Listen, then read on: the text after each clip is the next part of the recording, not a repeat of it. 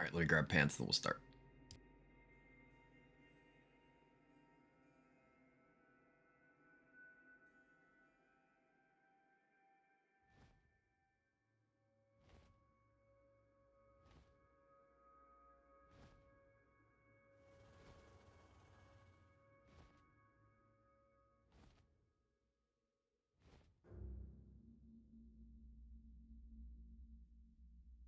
What do you mean no control? It's cold, so I started sneezing. So I put pants on so I would not be cold because I'm sneezing because I need the window open for air quality because my allergies will make me start sneezing. So I need to not wear. I need to open my window and wear pants. Yeah, that. Whatever.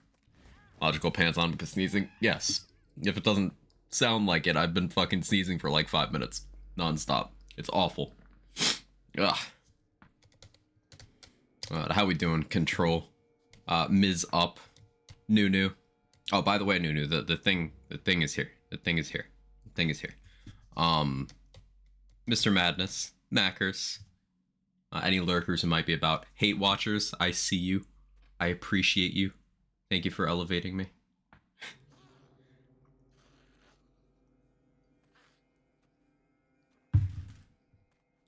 I'm glad I'm not the only person who sneezes whenever I'm cold. Maybe it's a normal human thing, though. I'm human.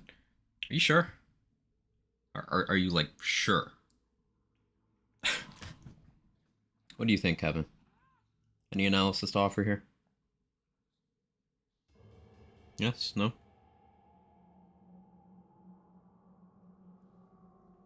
It's a Kevin. You specifically, Nightbot, worst hate watcher.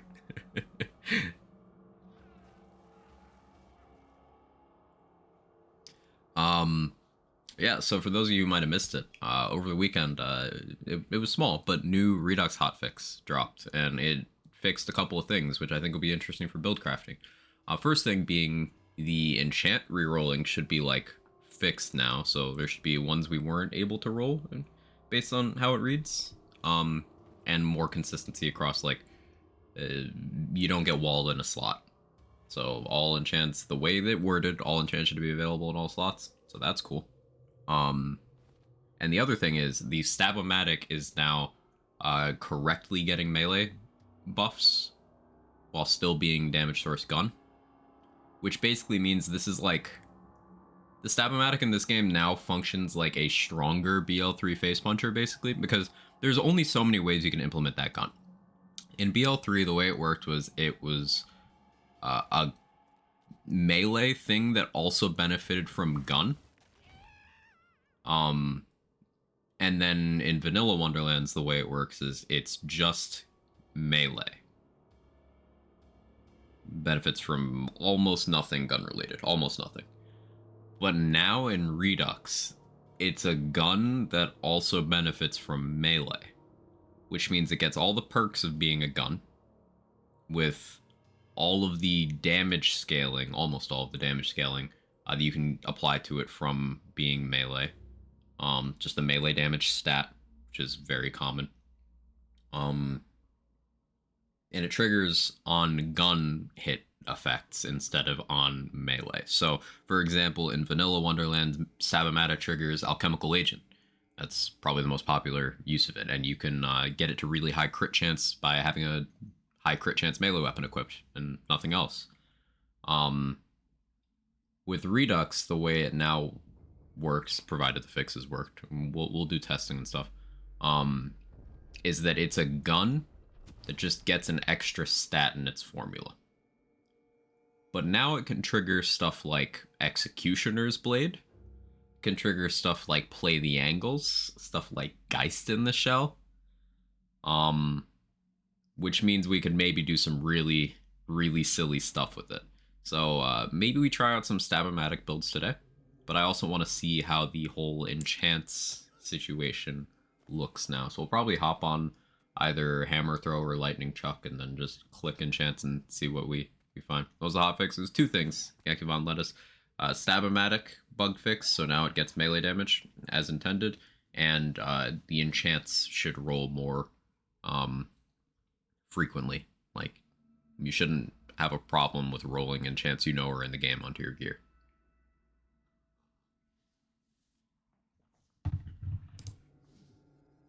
So that's the Stab-O-Matic safe. All I did on it so far was, that's Stab-O-Matic save I used in vanilla. All I did on it so far was I went in and I shot an enemy with it to make sure Executioner's Blade procced, and it did. So there's going to be more testing necessary than that, but we can get to that in a little bit. Hey, Conman, how we doing? Generic enchantments are a bit lackluster. Is that just me? So a specific design choice that the Redux team made and stood by is not having damage increasing enchants. Like, not general ones, at least.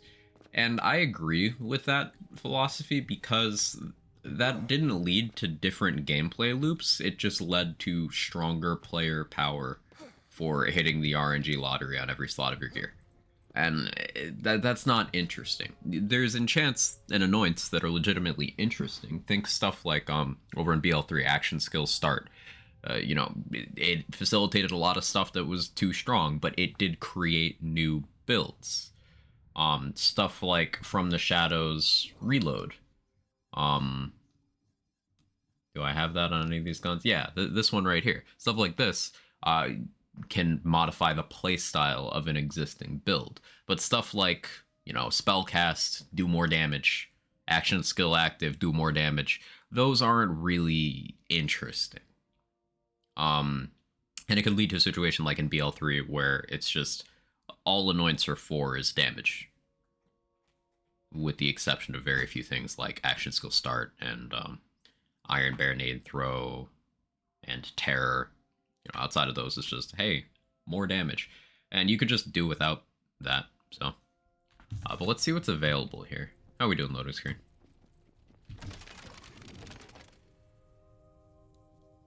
I did manage to grab a Spine Touch. Now, unfortunately, I didn't get an upgrade in terms of, like, the mag size or anything. But I did manage to get a Chain Lightning one, non-Ellie, with gun damage crossbolts. Yeah, Jake, I'm happy about it too.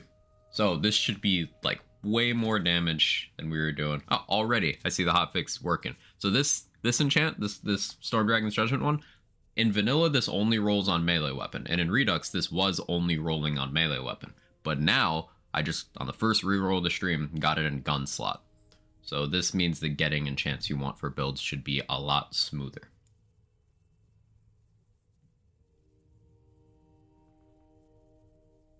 Hey Beaver, how are you?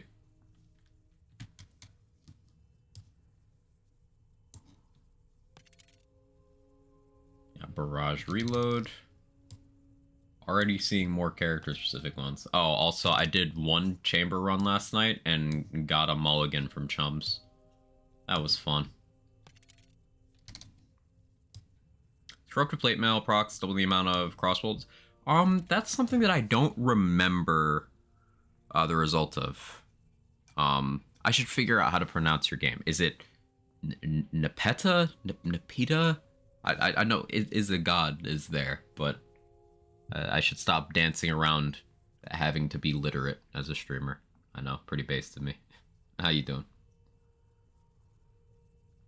That's a good question. I don't know if crossbolt application is one of the effects that plate mail increases. Because it increases on-hit stuff in general, but not everything.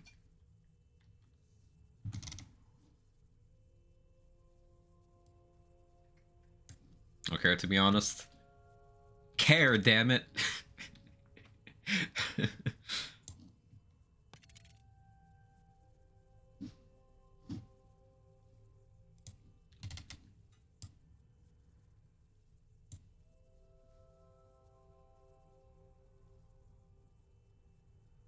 Nepeta.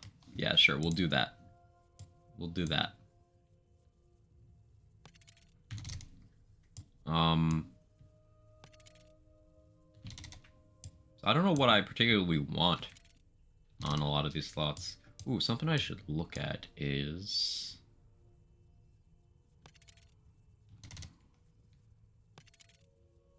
yeah, that's another one. So this enchant, the Ghostblade one, in vanilla and previously in Redux, this one could only be on spell. This was exclusive to spell slot. So the Storm Dragon's Judgment one was melee slot. This one was spell slot. Now you can put them seemingly wherever. That does create some interesting options.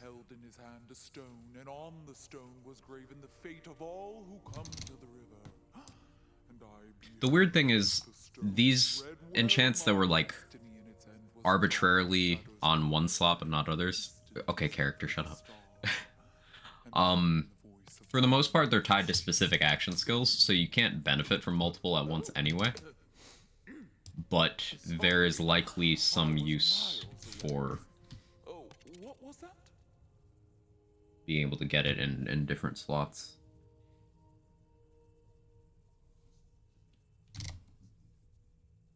Just something to explore, something to discover.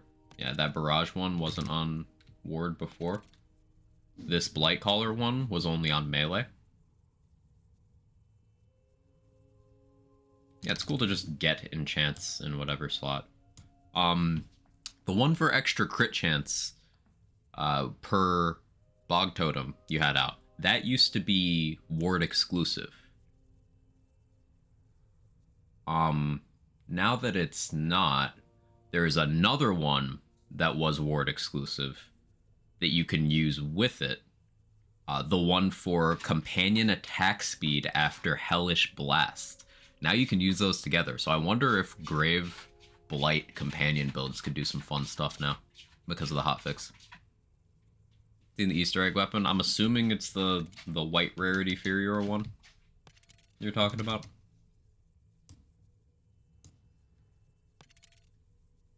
Oh yeah, this was melee weapon only before. No, it's not. It's cool.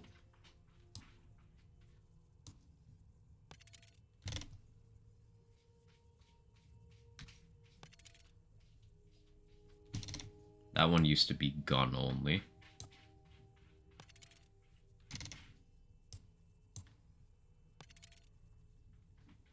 That one was gun only, and then in Redux before it was gun and ward. Now it's everywhere. That's cool. Redum feels kind of weak to me, honestly can't tell for sure. It's one of those guns that it's just like a gun. That's it. It's not really... Jake, you're terrible at covering your shits. It's just a gun. It doesn't do anything particularly interesting. It's above average when its effect is active, but it's tough to get that effect active. And then it doesn't do anything remarkable.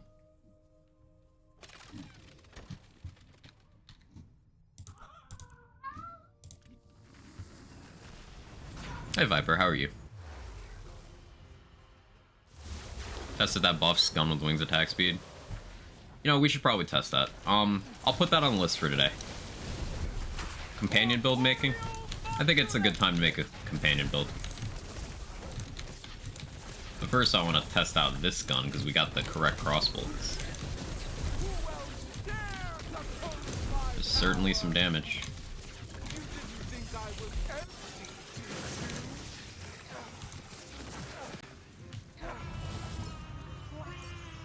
Quag, shag, quag.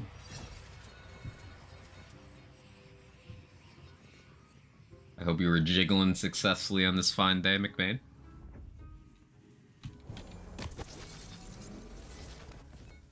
ISP, don't start. I saw that turn yellow for a second. Don't start. So an enchantment to be so much less annoying if the equip gear showed up at the top of the list instead of the bottom. Also high pragmatic. Yeah, the enchantment UI is just there's a lot happening and not happening there. it's a lot.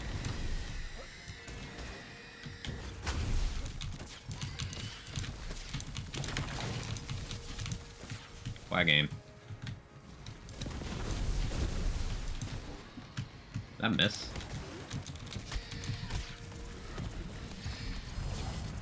Bank holiday off work. Ooh, nice. New Warframe update, so addicting, I'll love it. I've heard good things.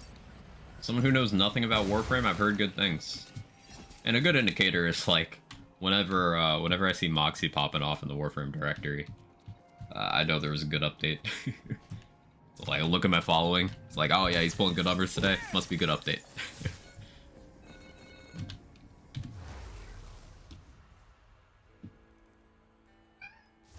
Morning, Urban Mech. Been trying to find the raid boss today. It's finally figured out how. Legit thought you did jump on the mushrooms. It's just your Mario player brain kicking in. Come on, Lettuce. Like, you're just being a gamer. It's just the wrong IP. Yeah, see, Jake agrees with me. Right, Jake? Yeah.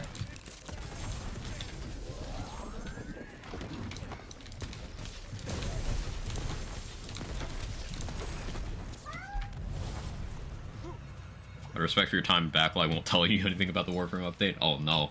That makes me want to know more. That's the plan, isn't it?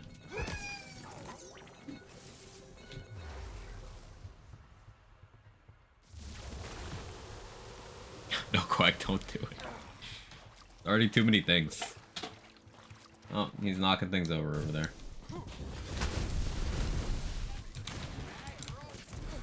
Oh, bye, LeChance.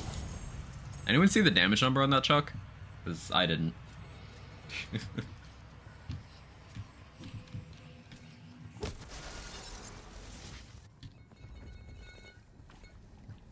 Doing the Blight Collar companion build, main issue is running out of ammo. Ah, you're doing chucking? Mm-hmm. Yeah, that's somewhat of a concern with this build. That's it's why I do like having this Bloodshot here. Like, the shotgun chucks are not nearly as good as the pistol chucks, but they're the next best thing. So it's nice to switch to them occasionally to, like, diversify ammo consumption. Also, with splash radius, Bloodshot lightning bolts are absolutely huge. So, that's pretty nice.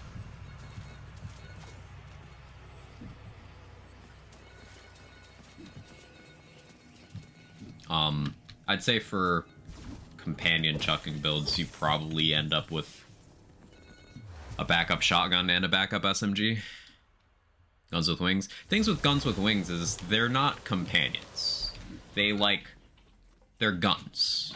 They count as companions towards, like, counters, and they'll get harvest, but they don't get companion damage, for example.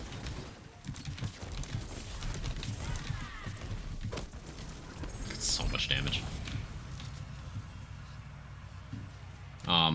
So I think when I do a companion setup on stream today, I might avoid those. Also because guns with wings are just... we know they're powerful, right? There's nothing really to test there other than how fast can we meme everything in the game. Which is fun unto itself sometimes, but, you know, I want to be more sciencey. There's a Pixie Bloodshot. Do I buy that?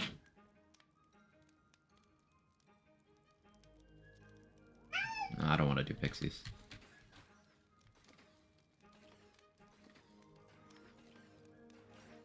I have to bring it up every time. The throwing bolt isn't a throwing bolt.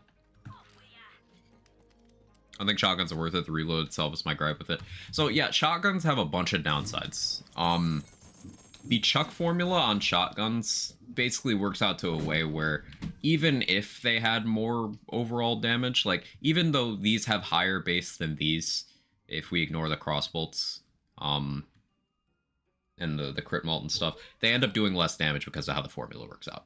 So you have to shoot one to throw them, and then shotguns have their own different thing.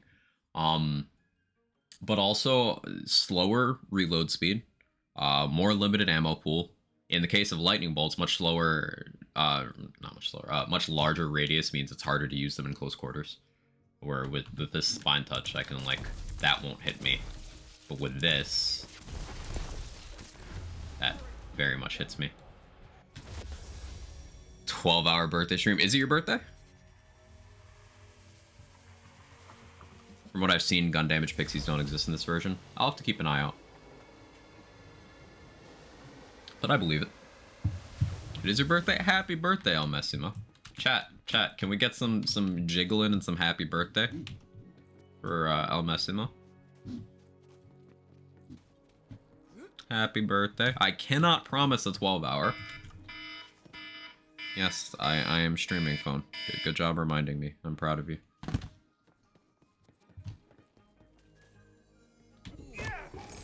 Hydra pistols all scale spell damage only though, so it's whack. Well, that's because Hydras always do that.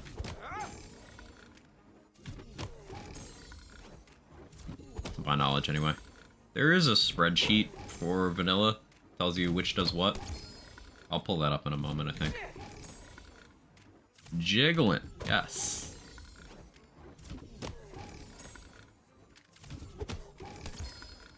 What is this? It's Quack Jiggling.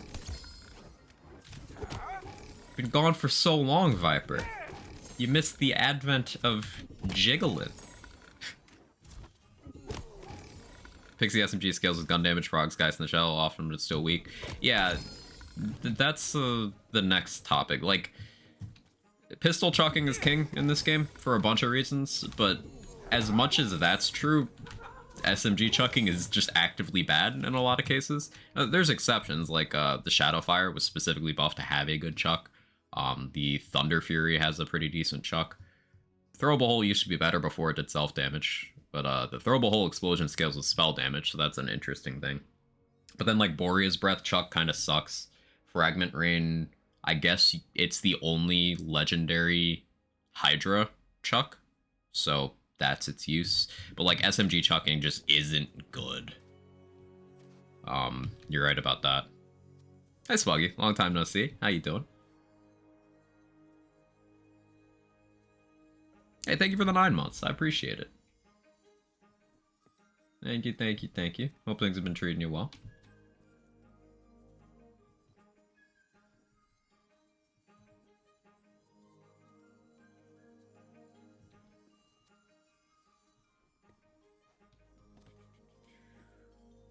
And no luck here. We're looking for any kind of companion spine touches here, really. Yeah, that's just a bouncy one. Unfortunate. But as you can see, more damage than the one I have right now, with less mag, and that bothers me. Because that's... I'd be consuming ammo slower and doing more damage. I just didn't get a good roll. Unfortunate. Like, we could be doing more. We could have more damage. I was surfing streamer save files with some people, but people always do spell damage companions. It's one of those things that got hyped up a lot in like the first 2 months of the game. That's the core reason why. Also, spell stuff in general will scale higher than gun stuff just because of the existence of Double Knot, Blast Gasp, and Spell Shot having so much free spell damage and being able to make that gun damage. Just, there's a lot of reasons to go spell over gun for that, but...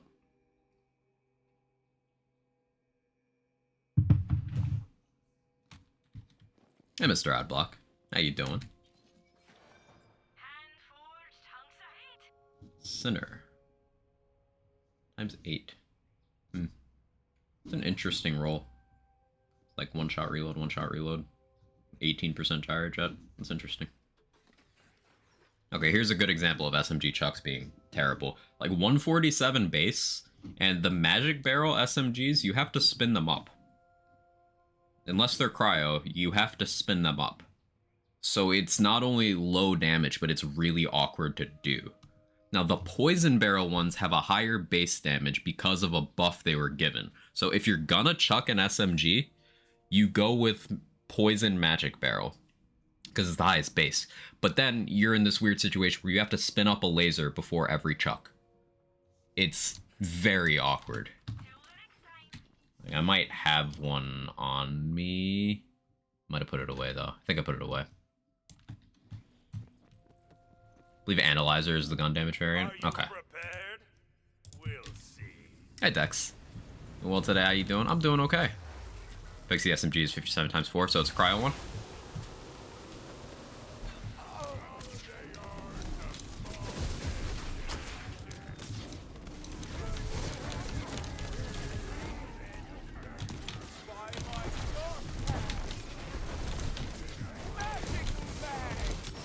That's more awkward than me at a party. Hey, I'm awkward at a party until I'm convinced to do enough mayhem water imbibing, and then everybody's my friend. Now, I'm too old for this shit now, but in my youth. That's a good Great Axe. Shock, Vampire, 170 crit damage. I still want an Ancient Cryo with 170 crit damage. Pick that up. Remind me that I want that other thing.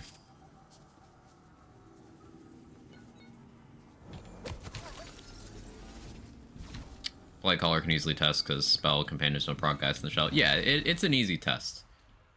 You look for Geist in the Shell or Executioner's Blade. Or Double Knot or Blast Gas. There's a bunch of classes that can test that effectively.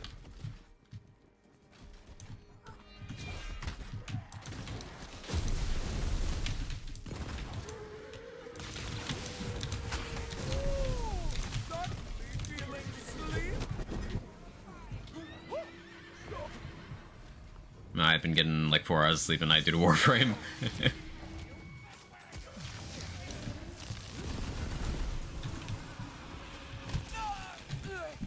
Forgot my keypoints for this build. Don't mind me. Being extra Papega. Like, which one do I have my delusion on? That's why that was slow.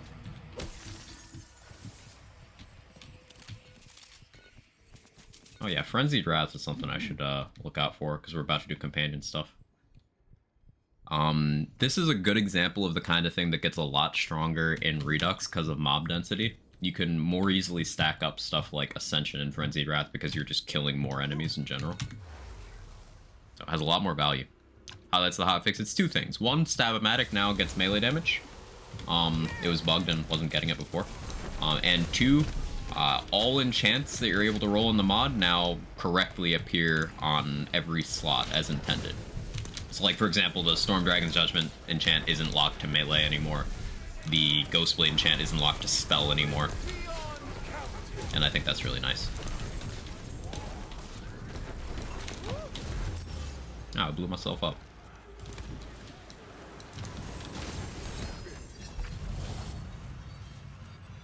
What a big downside to companion builds a stupid Banshee. I believe she auto kills them. It's because they fly into her aura and then take the damage.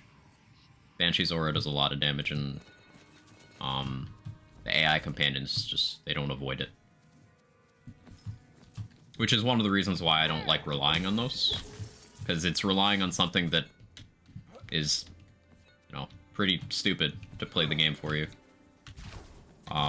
So I'm thinking when I do companion stuff, I'm gonna lean into Bog Totems pretty hard. Because I want to try out the Bog Totem Augment as well. And there's a bunch of cool stuff we can apply to it.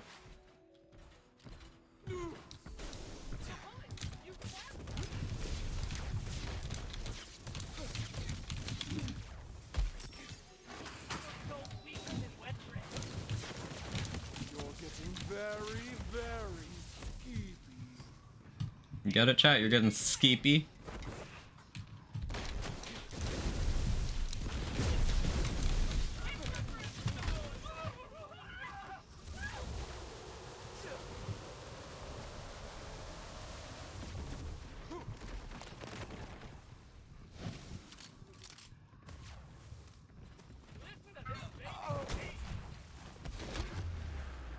Where's the enemy?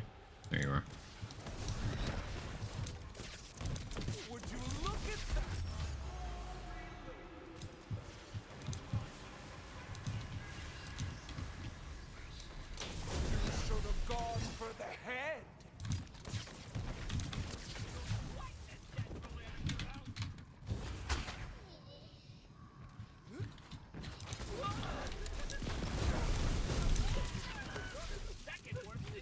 Just keep those jokes to yourself. The character made it. I didn't make it.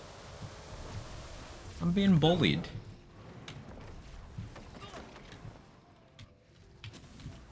Morning, Mr. Arson. How you doing? Focus on Hydras since you can control placement. Yeah, that's a good point. Stuff like Hydras and Bog Totems, you can control the placement, which has a lot of value. Pixies are ultimately, they're just flying Hydras. Like, they are Hydras, and you got the wings part. That is mechanically what they are. So Hydras should be able to, like, still be good when invested towards.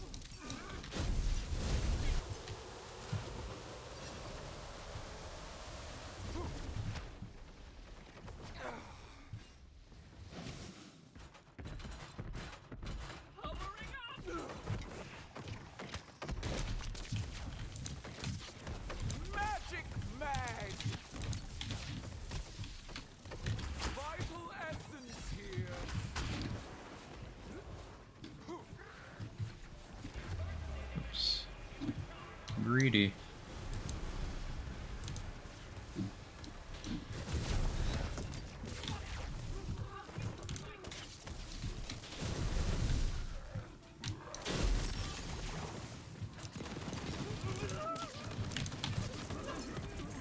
And FC, how are you? Guns with Wings do tons of damage though because of the Blight Collar tree. Guns with Wings are just great in general. It's thematic. Like, they're just towards the peak of what guns are capable of. Just because you can have a lot of them, they have high base damage, you can get good fire rate into them. They'll be doing their thing while you're doing something else or making more of them. Companion count can be used for both Faithful Thralls and Brutal Stampede. Also, their crossbolts, that's huge. Guns with Wings are just one of the more powerful things in the game in general. Very slept on, because people see pixies and lose their minds.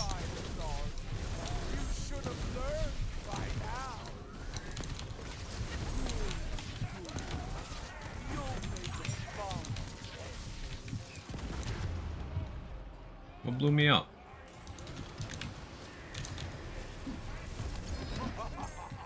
You'll have to do better than that. Yeah, that's what we didn't hear you. Shit. I said Guns with Wings are like towards the peak of whatever guns are capable of in this game. They're just that good.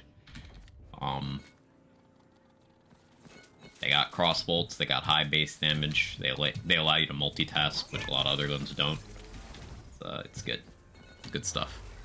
I'm alive. You also alive. I'd say that's a big W.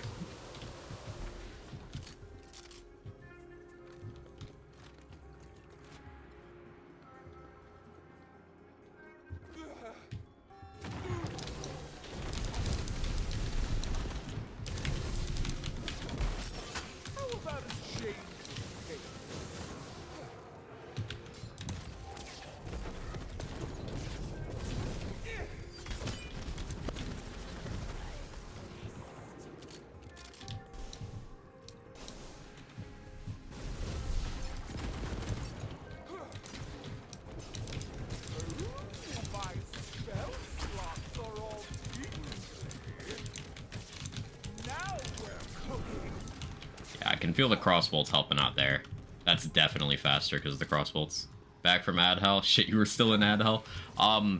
Guns with Wings are just towards the peak of what guns are capable of. Not even in the sphere of companions, just guns. They roll in every element. They have crossbolts. You can multitask with them. They got high base damage. They hit a lot of times. They're just good. On, like, every character class. I didn't even apply Soak that time.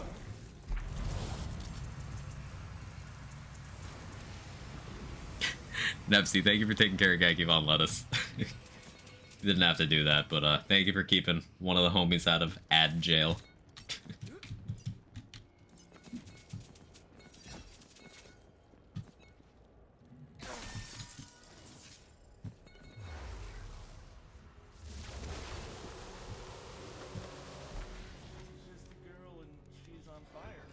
I should buy that delusion.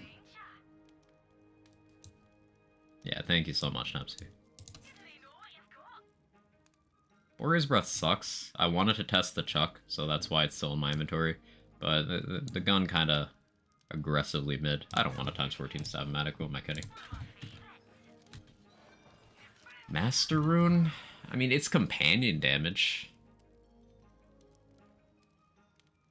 I still don't think this is worth the slot, because 25% companion damage is something, but some of the few damage increasing enchants that are still around, companion damage. Now, I think one of them is action skill active, which we won't have access to with Bog Totem, but we still get companion damage from skill tree, we still get it from rings, we still get it from Frenzied Wrath if we go that route. We'd be going either Frenzied Wrath or Protagonizer, I think. I don't know if I can justify this, especially because this would be competing with running, like, an Agony. I'll buy it just in case, because it's better than having to go out for one later. Hey, Frostblight Protagonizer. We take those. Oh, I want to try out Dazzler too. Shit. There's too many things I want to try.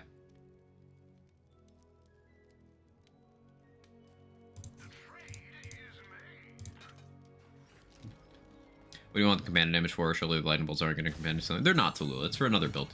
We're going to try out, inspired by something that's possible in the new hotfix, we're going to try out a Grave Blight companion build, I think. So I'm accumulating stuffs and things and stuff. Hey Sora, how are you? Gonna make a second character soon. I don't know what to play that isn't companions. You got lots of options. You got the gun lightning bolt stuff I'm doing. You got a pure spellcaster build. You got dot builds. You got melee builds. You got other flavors of gun builds. It's interesting. In like Vanilla Wonderlands and in Borderlands 3, I'm the guy who's like, yeah, guns ain't shit in this game compared to what else you can do. But in Redux, I'm finding myself having to be the guy that's like, hey, there's some underrated stuff you can do with guns. Redux put out a new hotfix? Yeah, over the weekend. It's a small one, but it's a couple interesting things. Okay, how are you? Doing okay. Pog totem? Pog totem.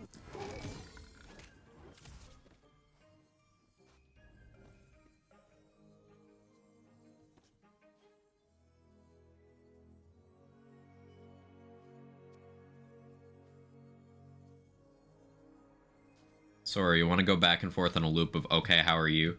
Like, indefinitely? I think that'd be fun.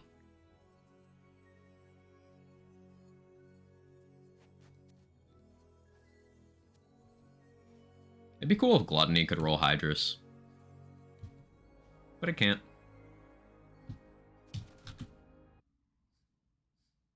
Ton of action skill cooldown. Tried Bog Totems using the 30% crit chance buff. It does about the same as Plague Storm, so I don't know which is better.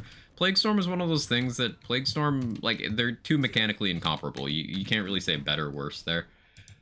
Plague Storm is a boss melter. It's really good damage in a very limited area over a very limited amount of time.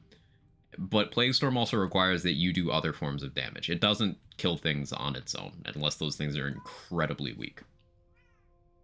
Because the lightning bolts, or I suppose the elemental bolts delivered by Plague Storm, those are based off your stored damage, which you need to do something else to build that up.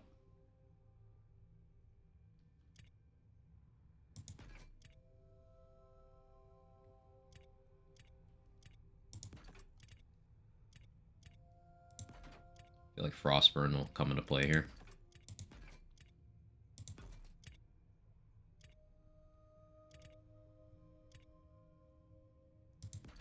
Put away these pickaxes. The extra mulligan.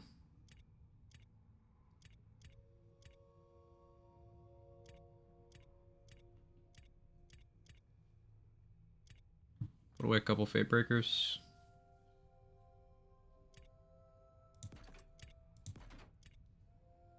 Yeah, Kevin, you are a good boy.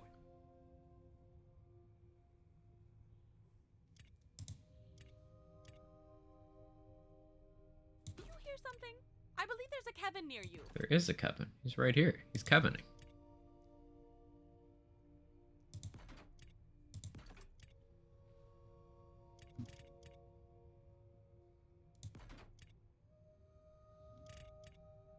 I do need to put away some hourglasses for the Statomatic stuff. Let me get around to that. So you can see we picked up a lot of amulets.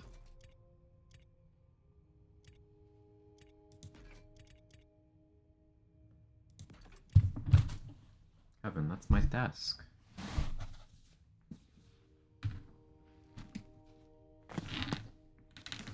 That is not Kevin Doormat.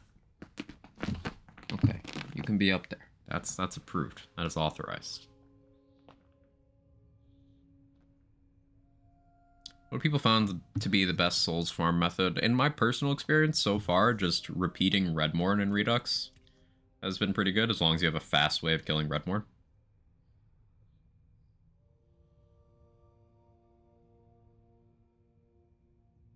Can use that companion attack speed and channel the Pog Totems. Forgot the real companions. Well, the thing is, they're not real companions, really. They're kind of companions. Like, in terms of real companions, there's only 3 of them in the game. Mushroom, Wyvern, Demi-Lich. Now, there's other things that count as companions to varying degrees, but like the Pog Totems are ability damage.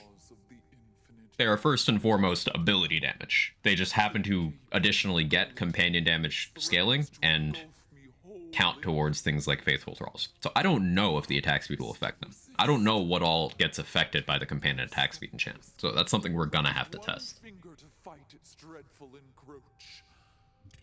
Could it be?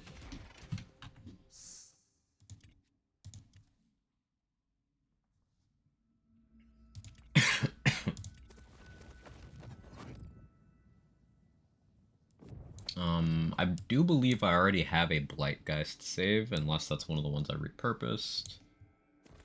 I did repurpose it to Blade Collar, but we can switch it back.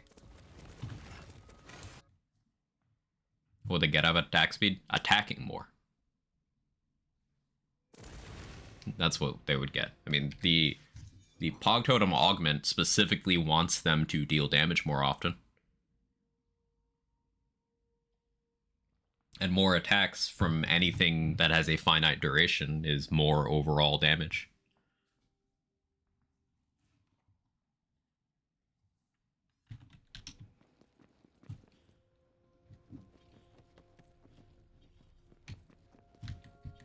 Let's respec real quick. Thought just hit once and vanish? Nah, no. They're turrets. They stay there and continue to do the thing.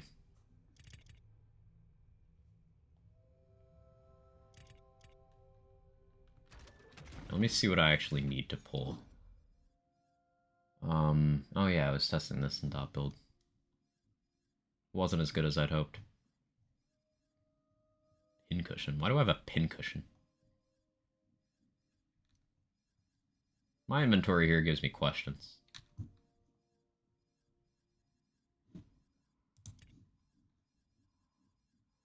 Okay, so a Stampede would be good. Like a Blight Stampede? Can't get skill augment with my build. It's Sag, Deathless too good. I highly doubt that Deathless is as good as whatever augment you're looking at. But tell me more about the build.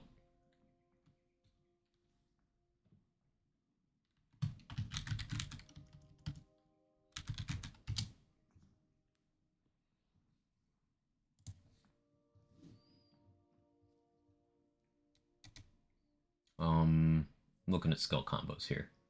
The Grave Blight is Dark Pact, Blast Gas, Worse Curse. That's not fantastic. What is Blight Grave?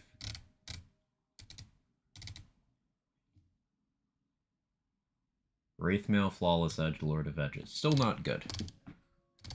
Okay, so if we're doing totems, Blight Power is, like, good. What is Blight Spore? Affinity, Wrath of Nature, Geist in the Shell. That's Spore Blight. And Blight Spore is Active Decay, Toxicity, Thrill of the Hunt. Okay, so Thrill of the Hunt is a lot of companion damage. Since I won't be a Spore Warden, Wrath of Nature won't be applicable. I think a Blight Spore Brutal Stampede is what we're going for here, armor-wise.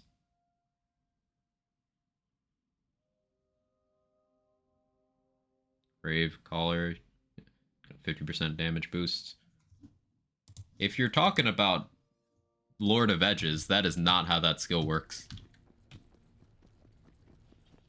Lord of Edges is... Let's see if I can find... So you see this all damage dealt passive on this protagonizer on the right? Lord of Edges is just that. It's not anything special. It's just that. So like... It's extremely mediocre. Absolutely not worth using a Deathless. Also, I'm not even sure if Deathless works that way, because for some effects that ask you to have low HP, Deathless counts as having full HP. So in either case, it's not worth it. You gonna play Redfall? No. I have no interest in Redfall. All Night Only is an L for me, and what gameplay I saw looked uninspiring. I have no interest.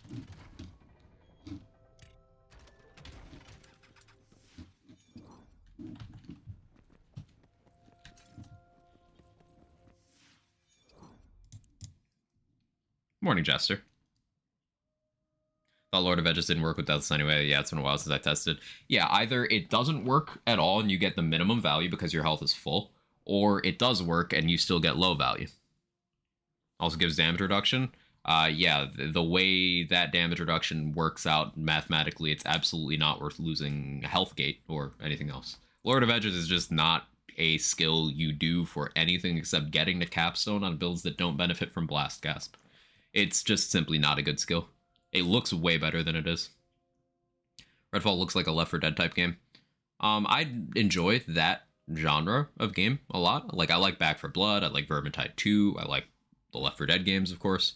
But like, so far, nothing has gotten me interested in the game. It's something I would like to be wrong about, and hopefully the online-only thing is something I'm able to eventually forgive, but as someone who doesn't always have a stable internet connection, and as someone who doesn't want the games industry to go in that direction for no fucking reason, like they've been doing, I'm not impressed, at least at this stage. Again, I'd love to be wrong.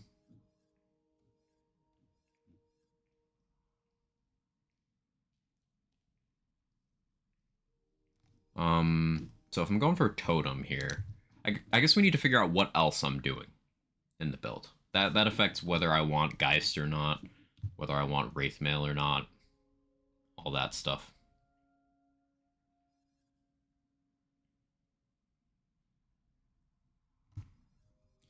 I guess status duration is just going to be good for maintaining these buffs, so I can take that and then worry about Geist later.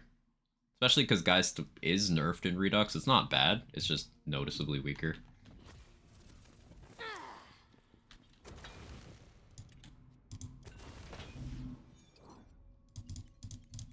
Let me focus on this tree first.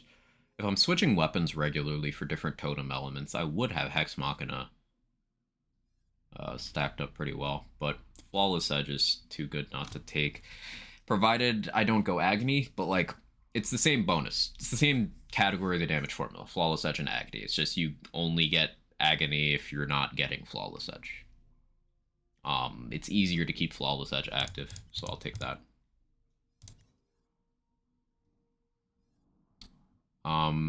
Bogdown's nice, but I do want more control, so we'll skip it for now. If I'm gonna do Dark Magic, then Worst Curse would be good. It's ability damage.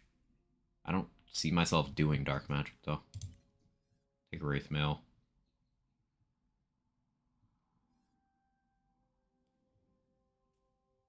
Spell cooldown might be good.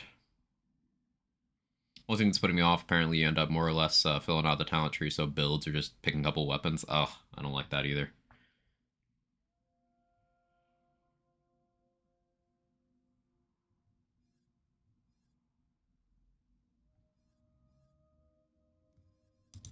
So we'll go there, and now it's figuring out, so Blightcaller actually does have a lot of low value skills. It's just got some extremely high value skills that make it still average out to a much higher level of power than some of the other skill trees. But it's figuring out which of these low value skills has the most value for me right now. The crit chance from Frostbite certainly sounds the best, but the melee damage is going to be completely useless to me, so that's giving me pause. I'd get value out of both the spell and ability damage here with Worst Curse, since my spell slot will most likely be Frostburn. That'll benefit from the spell damage. While the totems will benefit from ability. I could maybe go Blast Gasp as well, depending on what my armor ends up looking like. Burnt Offering, though, that spell cooldown is going to be pretty good. And I'm most likely going to end up doing Body Room. Most likely. So it's hard to not go Burnt Offering. Worst Curse is really good. You have to actually use Dark Magic. Yeah, that's the problem there. If this was a Blade Caller setup, then I wouldn't even need to use Dark Magic, because I could just get the Dark Magic dots from Contagion, but we're not doing that. I mean, I guess I'm going to have Harvest. So I'll be able to apply Dark Magic that way. So that lets me justify Worst Curse. No Bogdown. Taking Bogdown is good for automating your build if you know that you're only going to use those specific two elements, but because of the way Totem works, I'm going to be juggling elements more often, and I don't want to accidentally inflict a fire penalty when I'm using fire. So I will most likely just be using a dedicated weapon slot for a Twisted Delusion so I can apply Soaked when I want it and not accidentally.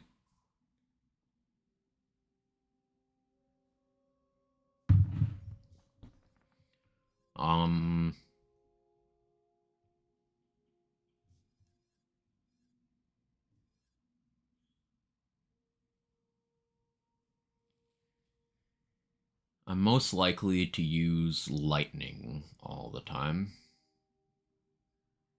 But I might end up using Cryo. My crit chance could be good, however, if I end up with a Pog Totem enchant, then that's devalued. Yeah, we go Burn Offering here. Single point Burn Offering looks bad value-wise, but it's actually pretty good.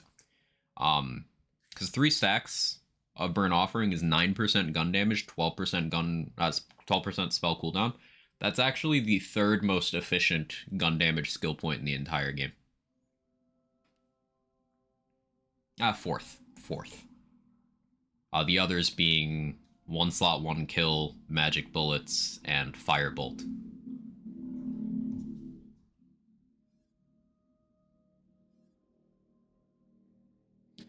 So now we go Restore the Veil, Toxicity, and 2nd point Burn Offering? Yeah. Now we take Spirit Fission. It would be stupid not to take Spirit Swarm, right? Hey, Pris. How you doing? Morning, Craig. How are you? Morning, Ken. Everyone's here today. Good to see all you guys. It's cheating. Spirit Swarm's cheating. I don't disagree. Essence Drain gets devalued a little bit because Burn Offering is just more cooldown. Burn Offering is 9% per point, and Essence Drain is 5. But Mortal Vessel isn't exactly a fantastic skill. The Dark Magic Efficiency, I guess, could just help my ward stay active a little longer. I guess. It's a case of always something versus frequently nothing, so I'll do that.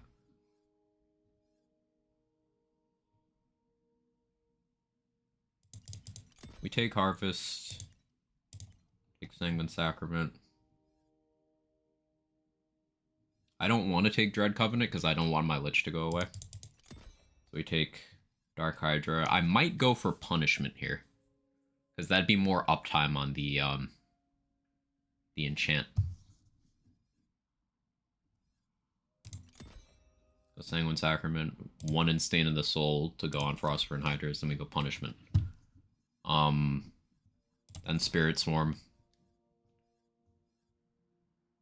And don't know what to do with this last skill point. Ascension would be good spell damage if I end up using companions that scale with that, but I don't know if I will. It's called me a cheater. Spirit Swarm is fine. Doing a Pog Totem build Spirit Swarm is probably gonna still be most of the damage. Well, Spirit Swarm won't do good damage until something else has already done good damage. That's the thing. I'm not worried about it.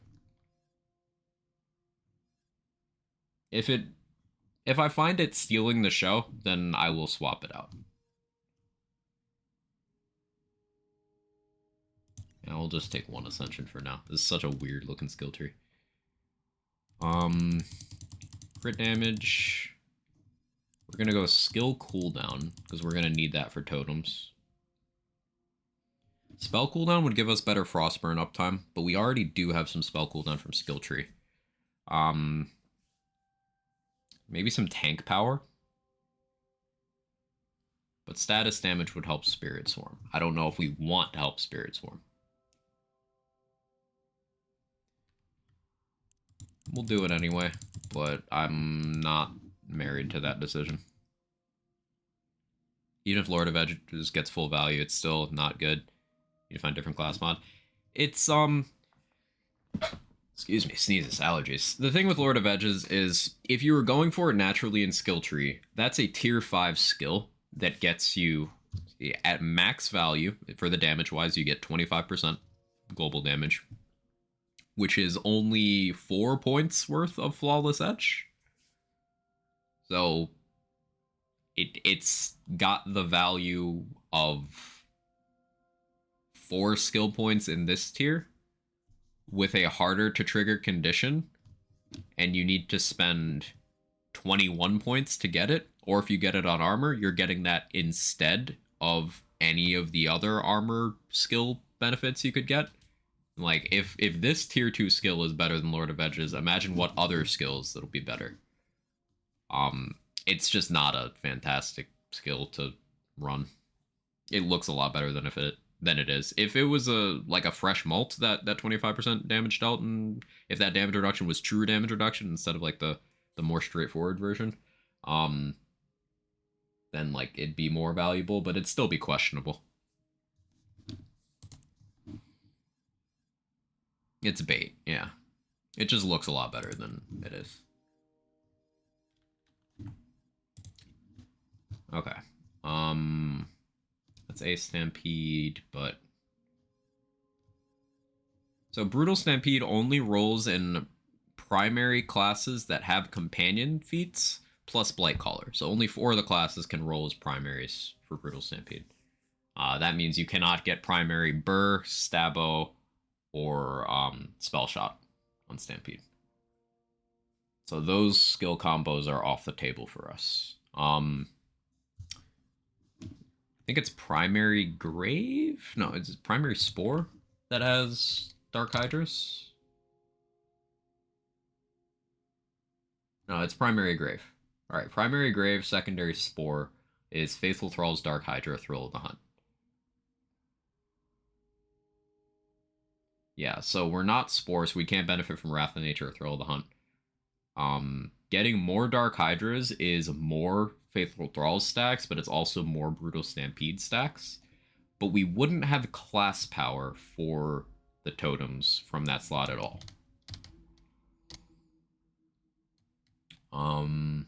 Looking at other Blight combos.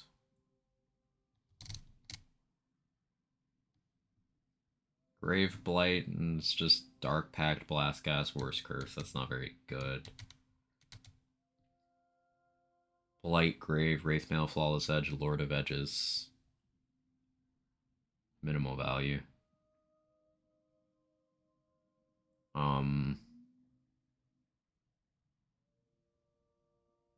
Blight Spore has toxicity. Just something, but still not great because I have to use poison damage for that.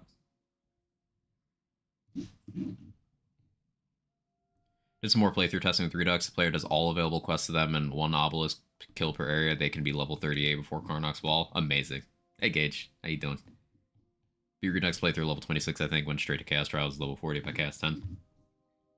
Yeah, Redux leveling and playthrough pacing is very good.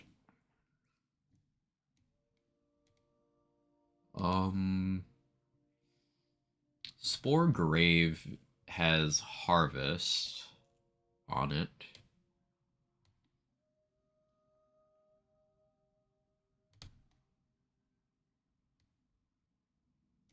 Yeah, it's hard to justify anything that isn't just the one with Thralls and Hydras. Because then I can still wear a Grave Amulet. Or not a Grave Amulet, a Blight Amulet for that. Like a Blight Protagonizer is going to be really good here. Like that. Spell slot wise, we're going to want a Frostburn. I'll pull that out of storage. Jiggling. Perfection. We jiggling.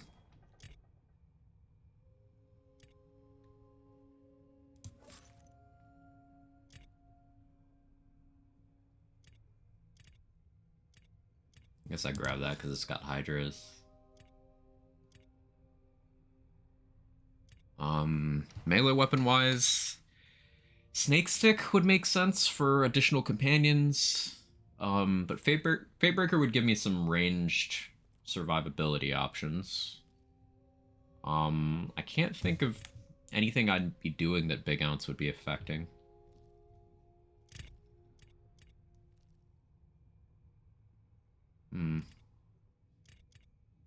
I'll keep thonking. think I have a few protagonizers that I put away.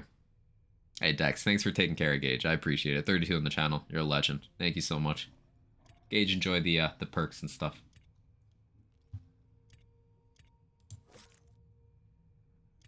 Get in here and jiggle.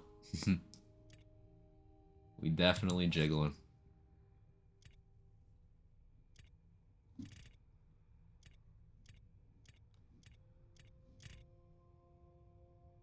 Reborn one. She's just a girl and she's on fire. There you go, Quack. I hate you, and you, you're okay! I'll take that too, that could be useful. So far, standout quest reward items seem to be the Mistrial, Headcanon, Anchor, Negotiator, Last Rites, Deuce's Visage. Heckwaiter's pretty okay as well.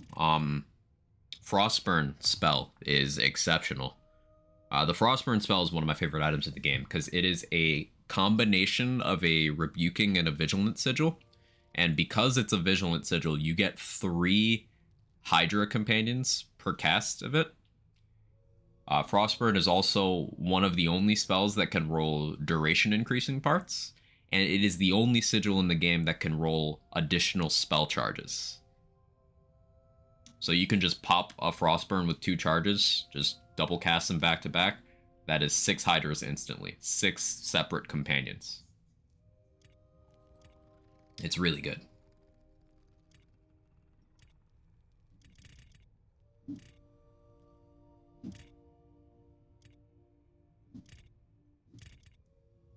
So this is the skill combo we want on a Brutal Stampede right here. Grave primary, Spore secondary. We can't benefit from Thrill of the Hunt, but we can benefit from Dark Hydras and Faithful Thralls. Ideally, we'd want 3 Hydras, 2 Thralls, I think. For maximum potential damage, even though 3 Thralls, 2 Hydras is more consistency. So higher ceiling is good here. Tyrant's Truth for gun damage. Artery. I haven't shot the artery yet. Hot take, jiggling. Hey Tom, how you doing? Thonk for bonk.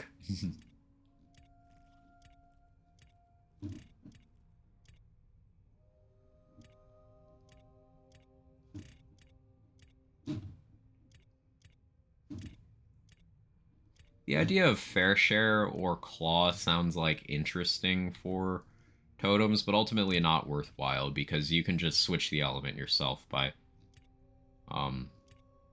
switching guns. So it's like a comfort thing that you don't need. It's giving up potential power for automating something that you just don't need to automate.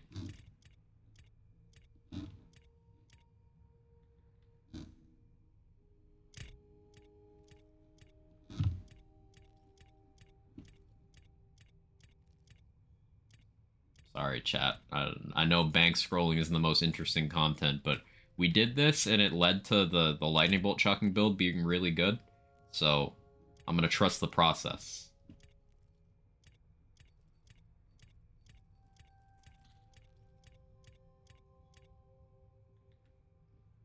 Back later, gotta work. Sounds good. Were you there for me trying to figure out how to get past a bug without using console commands? No, I took a nap in like the middle of the day, so I missed a chunk of the stream.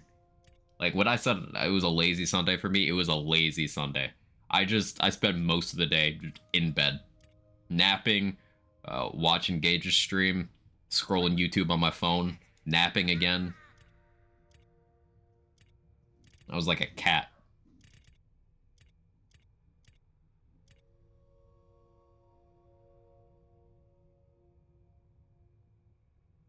A lot of gold in that bank.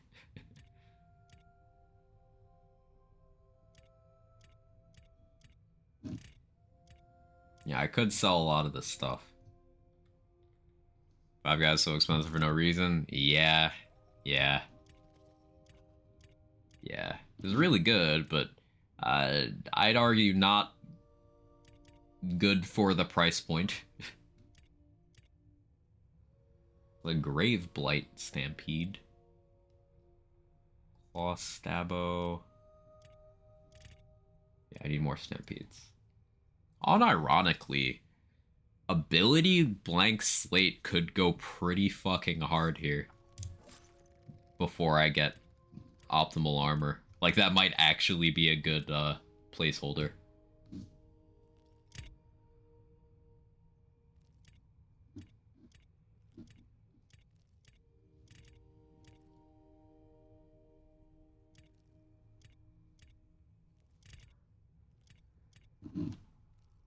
We got companion damage, companion crit chance, companion crit damage.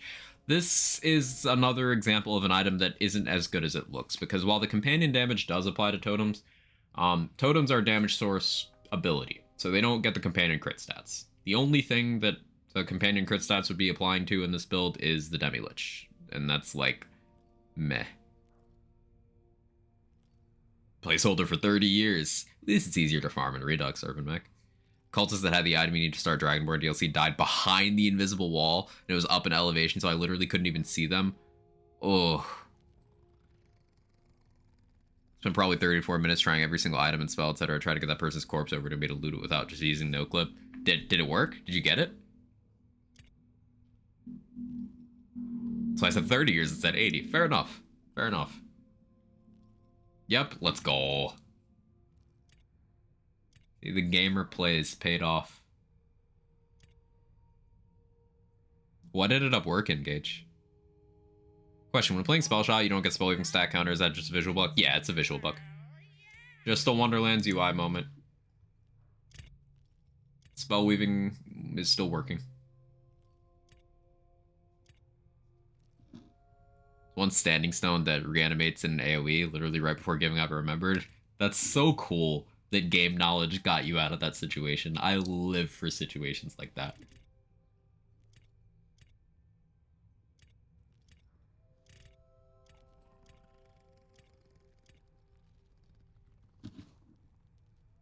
Dude, I was so happy. I'm glad you got it. That's awesome. This silicone ring could be okay. Ability damage, ability crit damage. Probably gonna go for insight rings here, though. Because I have a couple. Shark lesson. The action skill duration doesn't apply to totem. But take that for now. Now we gotta scroll in the spell section. But since Frostburn is unique rarity, we can just go right to where our Frostburns are.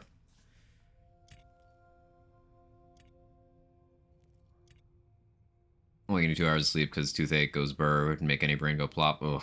Yeah, dental pain. But you're correct, Ken. The card says a small favor, so yeah.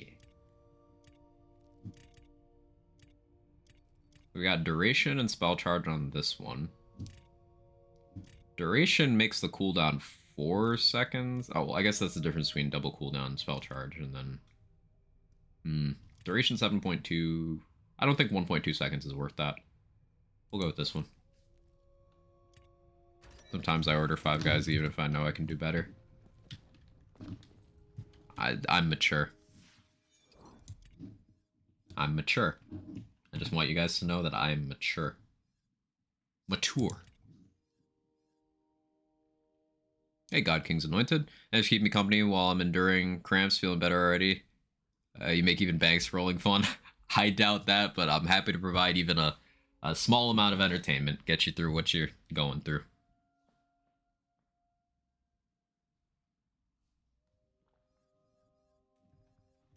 Yeah, let's try out the blank slate for now. See how this goes. We got the Frostburn over here. The rings. I have Demon Blights right now. That's gonna benefit Spirit Swarm a little too much. I need another ability or a companion ring. That can stay for now, but I don't love that it's there.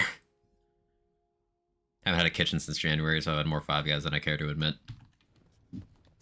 Yeah, that's rough. Having a kitchen is like...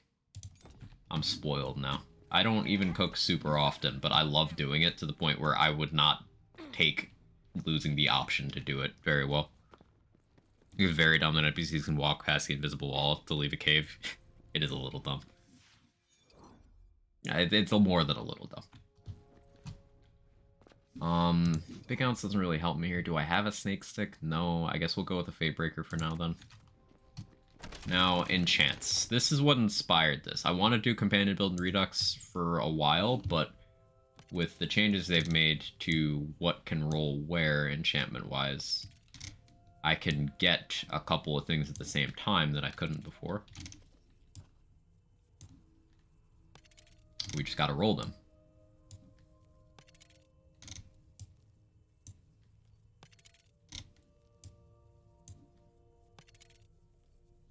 Yeah, Stabomancer Ghostblade enchant being on melee weapon slot is just visually satisfying.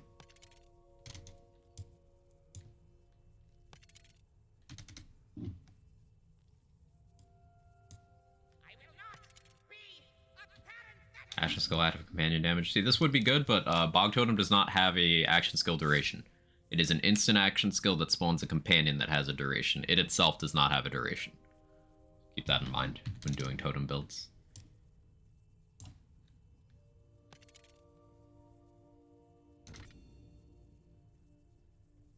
Some caves of items and ingredients you could harvest behind that wall. Technically, you can make your father get it for you. Only had 5 guys once, and all I got was fries. The fries are honestly the highlight, if you ask me.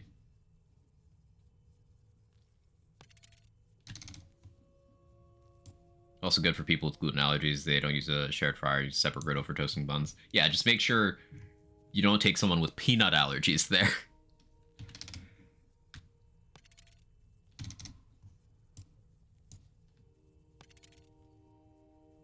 I've heard of people who have bad peanut allergies, they can't even, like, walk by the place.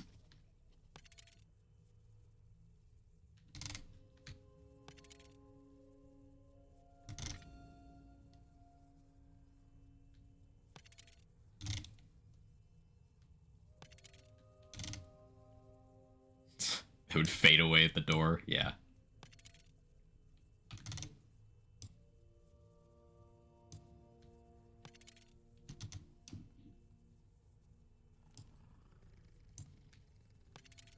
Ah, here it is. So this is the slot that this enchant can normally roll in, but before it was competing with the Pog Totem crit one. We can have both now. Whenever Graveborn's Amulet uses Hellish Blast, gain 50% increased companion attack speed for 10 seconds. So I don't know what all this applies to.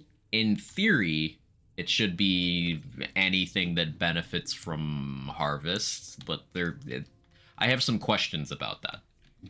So it's going to require some testing. Oh, hey, we got it on that slot too. So I can roll it on this one.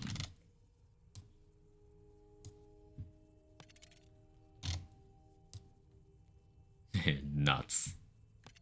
I'm gonna make so much There we money. go. I'll need a whole... So now we got crit chance increased by 30% for each active Bog Totem, and whenever the Graveborn Amulet chooses Hellish Blast, gain 50% increased companion attack speed.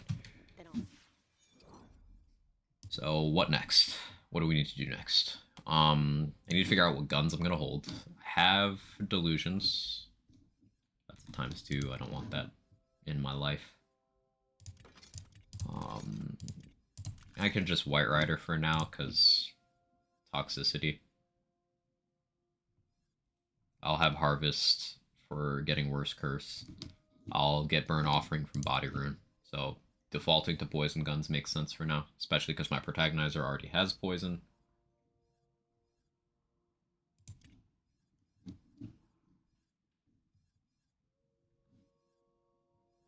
Let's just see what happens, I guess. Dive into it like a swimming hole. Roll something better on this. And then I'll pay a cleric to resurrect me, because jumping into a pit of gold sounds like a great way to break every bone in my body.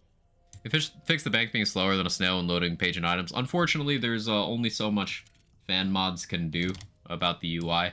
That's one of the things we're just gonna have to deal with. That is just a Wonderland's L. Just the bank, the UI in general. I'm sure if the Redux team knew how to fix it, it'd be a high priority, but is what it is. UI is one of the things this game just doesn't do well. And I say that as someone who loves the game. The vanilla version of the game as well. I think it's great, but the UI is just unforgivably terrible. Build is this? We're working on a companion build right now, Brucey.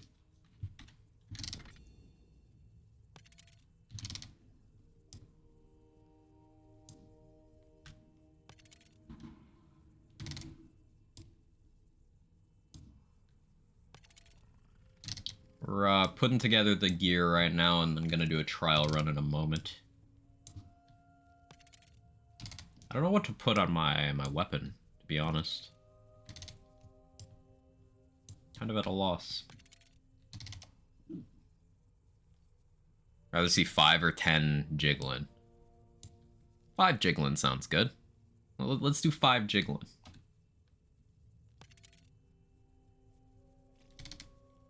Cajun fries, yes.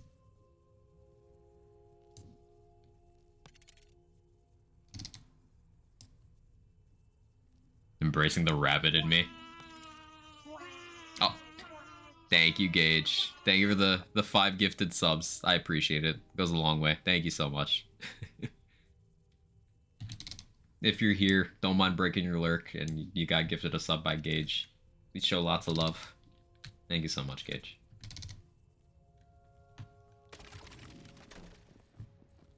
Slow bank is bad. The inventory scrolling up after each enchant roll is the one that really bugs me. Oh, well, that's another 5. That's still 10. Are you prepared? Thank you so much, Gage. Really, I appreciate it. It means a lot.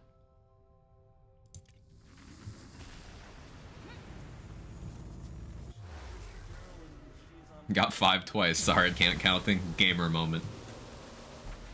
Also, why is my Demi-Lich named that?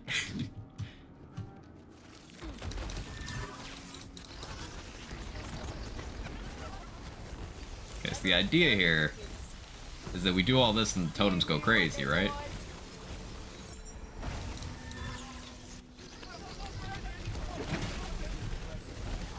I'm stuck. I'm gonna be honest, Chad, it's kind of hard for me to tell what's happening. Things are dying, I guess?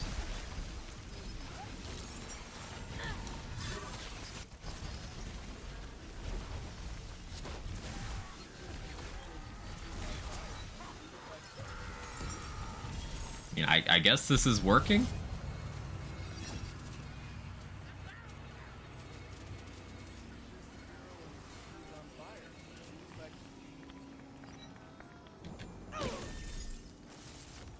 We'll see how it does against bosses. Our totem uptime is not gonna be good. Like, I don't have much cooldown here at all. We do have a shitload of crit, though. Like, what's our ability crit right now? Yeah, 14.9 unbuffed. For each totem, we're gonna get another base 30 off of, or another 30 off of the base 5. So each totem's 1 and change % crit on top of that. So we could feasibly be hanging out at around 20% crit chance. That's not bad for how many times they're hitting. Is it worth watching that movie if you know what's in the box? Yeah. Still good suspense. It's a good thriller. I enjoy a good thriller. I'm not like a slasher movie fan, but like thrillers, I think those are pretty good. Okay, so this is more what I expected from Pog Totem stuff. It's Pog until it's less Pog. And this would be a gap that me throwing companions with my gun slot would fill. So this is probably why I'm gonna have to start throwing some Hydras. Which I did grab that fragment ring, right? Why are we not element matching? Curiosity. Curiosity. Like, I still got a cryo dot here anyway, so.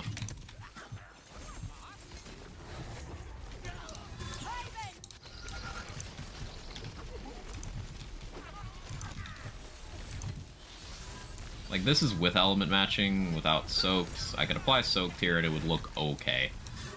But keep in mind, this is LeChance. This ain't exactly a DPS check to clear. Going Stampede over Blank Slate will be a pretty big upgrade. That's something to look forward to.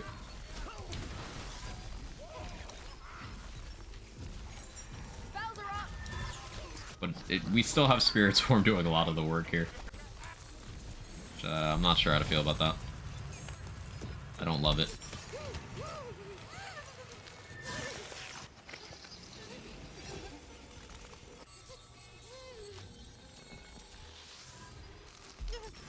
Oh.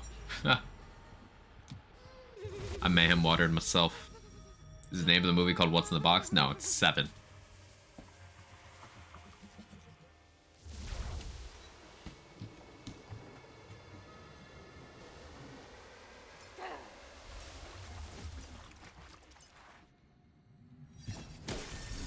It's got Brad Pitt, Morgan Freeman, Gwyneth Paltrow.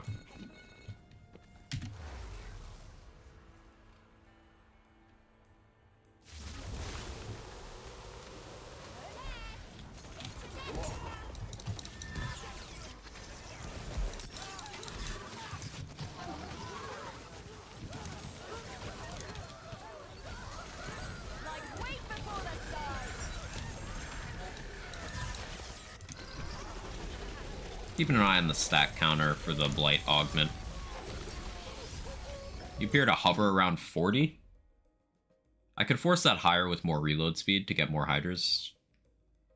No, I couldn't, because it's based on totems. So with Theurge being nerfed in Redux, it doesn't cool you down past halfway on action skills, seemingly.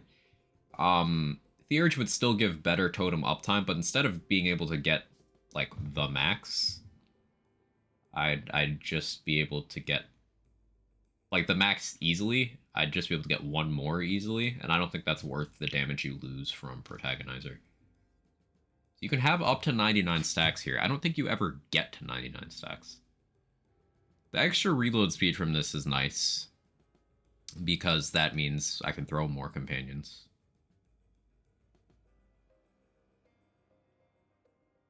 Hmm.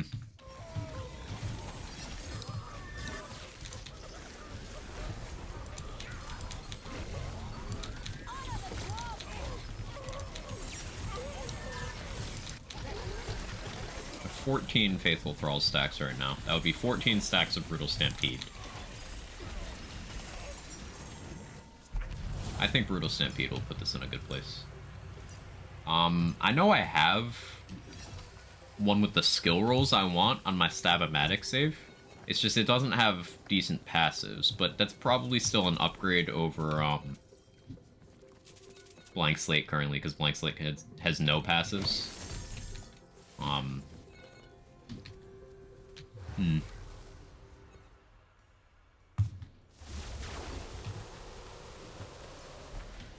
Solus.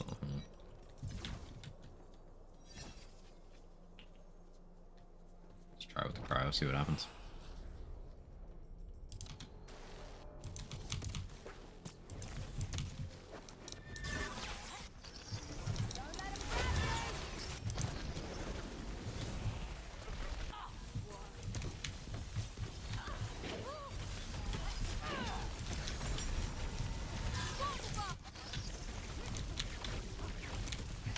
What an epic belly rub you shall have.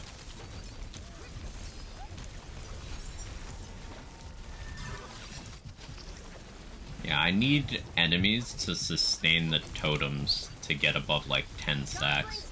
Or I would need to place the totems physically close to the boss so that there's less travel time. That would probably only average me like 5 more stacks. Stampede Redmorn? Yes.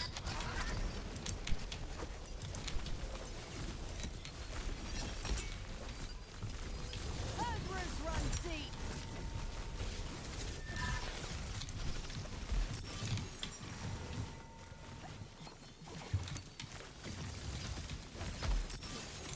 That's more like it. Like, this isn't bad, but it's not good.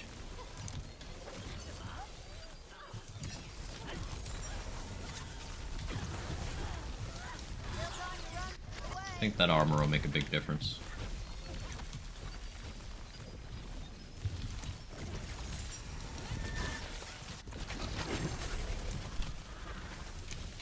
Maybe a snake stick as well. Although a Hydra cap. Not as in Hydra capped in America. Hydra capped is in the point at which you can have no more Hydras.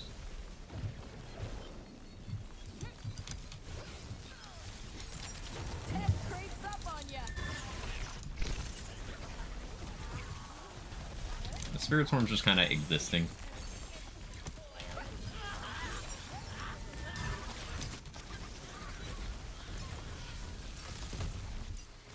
If I went fire here, I'd get more damage. But keeping my thralls up is also valuable.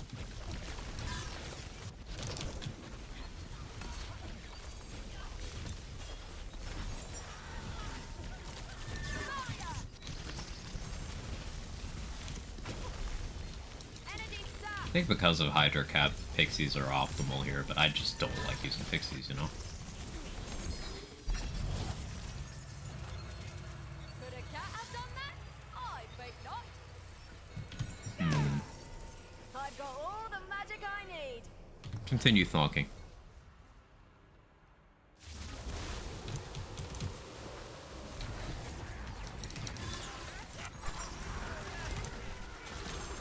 It's more than proficient at mopping.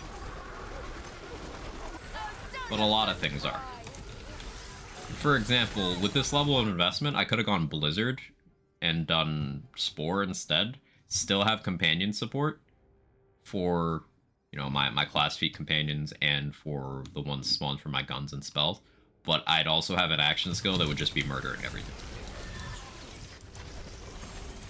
This is a weird alternate timeline we've entered where Blizzard is better than Bog Totem?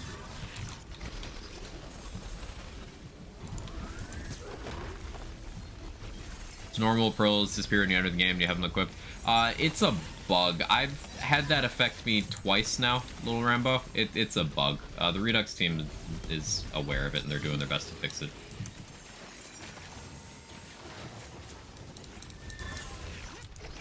Happened to me like 5 times. It's only gotten me twice currently, but, you know, knock on solid object.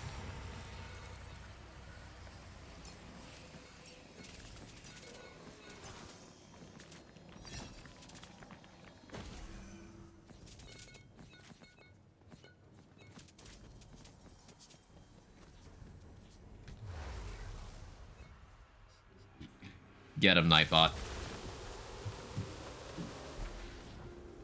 Blizzard or Plague Storm? In terms of overall usability, Blizzard. However, Plague Storm is just, for what it does, it's hard to compete with.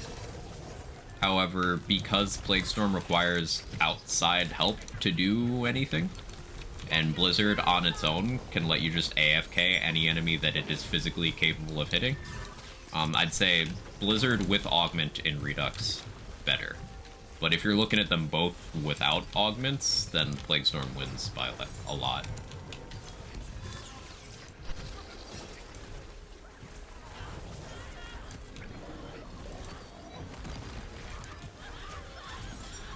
This is rough. The ads spawning or stopping... Target that.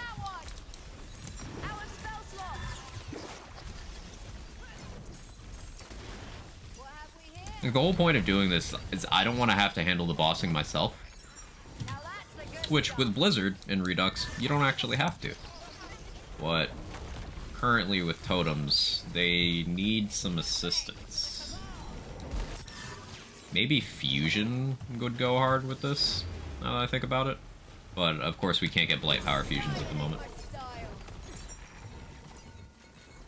We could go for a, Grave Spore Fusion. That might not be the worst thing. But at that point, I do still feel like Stampede would be better.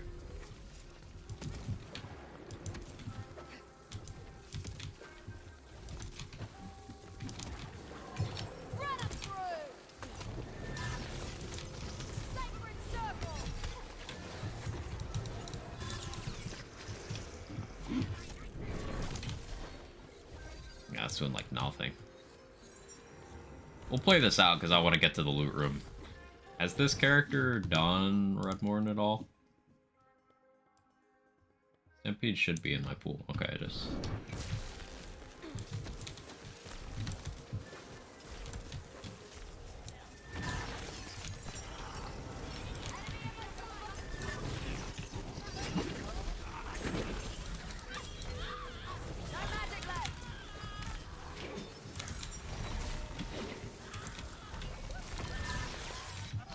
think Loot World drops anyway. I think it requires you completing like one mirror ever before it does it.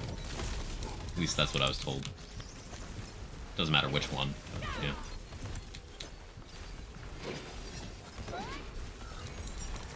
Could've been wrong. Barbalo's without doing a Melta. Yeah, that's true. I have as well. Like, this is not bad. It passes the drill DPS check, which, sure, that was heavily nerfed over the game's life. But the fact that it doesn't get outpaced, despite being this kind of build, is something. It's not hopeless. This is max difficulty. I'm on intense, I'm not element matching, and I'm not being very proactive about keeping soaked applied. This could be performing worse. It's just figuring out how much better it could be is the tough part, you know?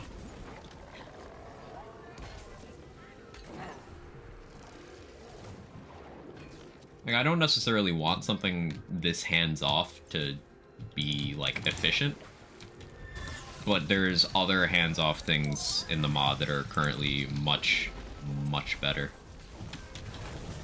Such as Blizzard. Let's get casting and fluff. Today's holiday, why is everyone working? Hey, Don. Bring that one down.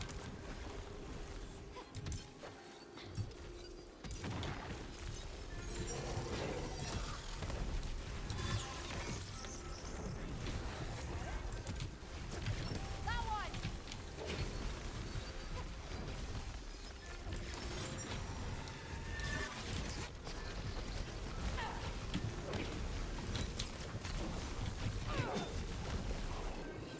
Eesh.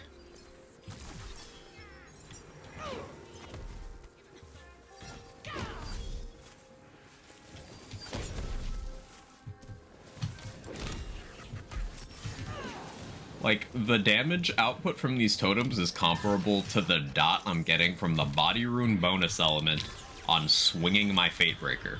And that doesn't seem very good. I'll get ya.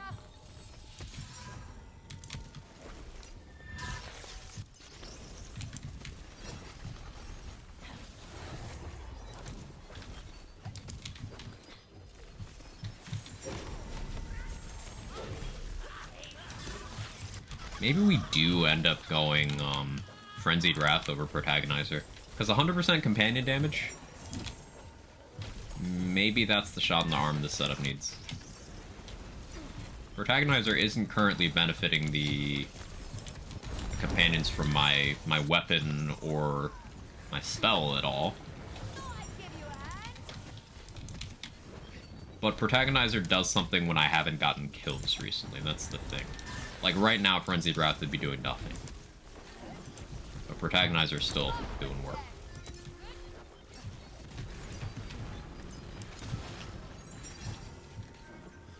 Just switch these. Keep fucking that up.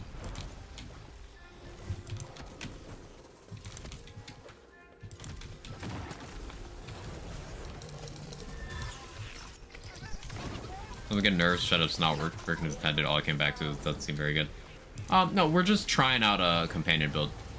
Comment. This same kind of thing doesn't work terribly well in vanilla. We're seeing how far we can push this pog totem sort of stuff. I need a better armor. That's like the main thing. But I'd hope for better from this right now. So we have options to improve it. Just I'd hoped for better with what we currently had available.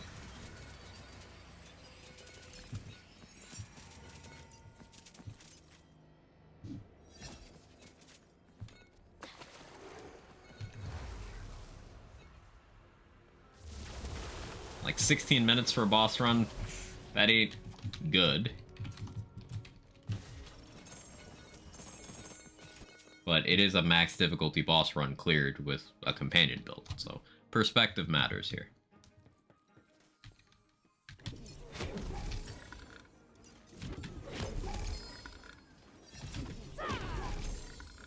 Determine whether or not the Demilich enchant buffs pog totems. That's something that should do a more focused test on. I don't have the interest in doing that at the moment. It's something I'm curious about, but it's also, because of how enchants work in Redux, there's not really anything better to roll. Like, we're always going to want this with a Bog Totem setup. We're always going to want this with any companion-based Graveborn setup. There's not enough slots for us to really be missing out on anything. Like, Radius doesn't benefit us here. We don't have action skill active. We're not doing melee. So these are the only enchants that help us. Like, it ends up not mattering. Hopefully it works. If it doesn't, then it still occupies a slot, you know?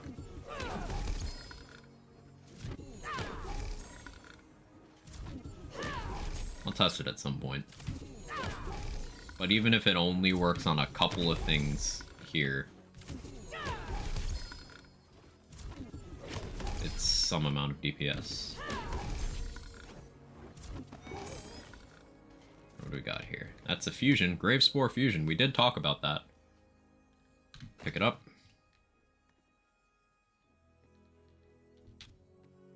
And there's a Diamond Gauntlets. Another blank slate.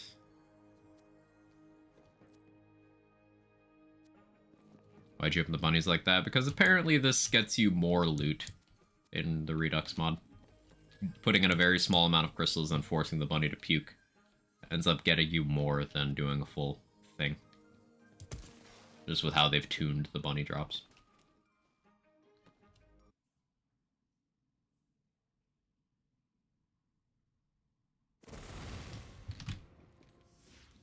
Now I have no confidence that this is going to be able to farm Redmorn effectively. But I want to try. Man, this UI sucks.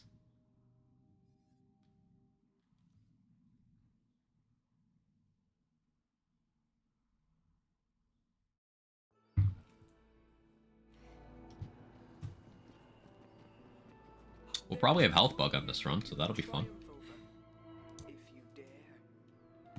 Which one is Stampede? 3. Bandits, skeletons, and loot galore. One loot, actually. Mine. Hey, how you doing? Let's see.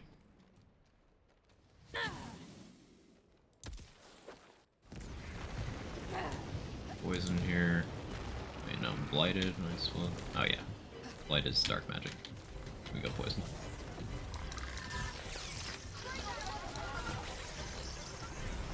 Matches the armbar anyway. I feel like that's not bad. That's the way it's gonna be, eh? But then I can just shoot with dual beam and it does more on a build with no gun damage investment. You know, that's the problem we're running into here. Looks like magic's back on the menu. Like, the damage isn't bad, but it still ends up being less than shooting a gun on a build with no gun investment. Where'd my loot go? Oh, I guess kind of here-ish. No legendary drops. A lot of souls on this save. That's nice.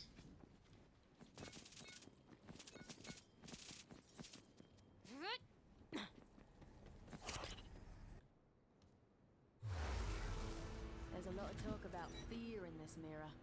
Is that like a feeling or something? There's nothing to fear there but fear itself.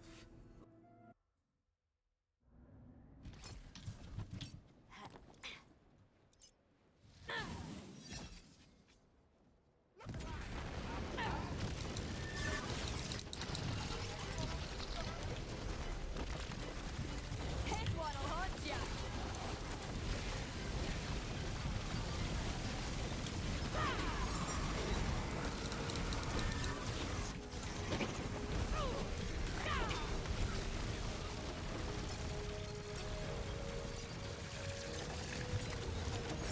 Now that's the good stuff. My Lich is dead. Good for what ails you. Brave Power would help its survival. I guess it would also give it more damage. Brave Blight Stampede. It's not the skill combo we want. Like, It's got ability damage, it's got companion damage. I guess the gun damage is not bad for helping this Wire Rider do something because we're here. We'll equip it just because we're farming with it and see how much of a difference that makes. Probably going to be pretty big. So the gun damage boost from rolling gun damage in like the bottom bit of Stampede, that's what we call gun card boost. And that, along with amp effects and the shaped hourglass, those are the type of gun damage that is mult with other stuff, and unlike regular gun damage, increases the dot value of the gun that it's applying to. So like, this will end up skewing us more towards dots, even. Spirit Swarm will be doing more of our overall damage because of that boost.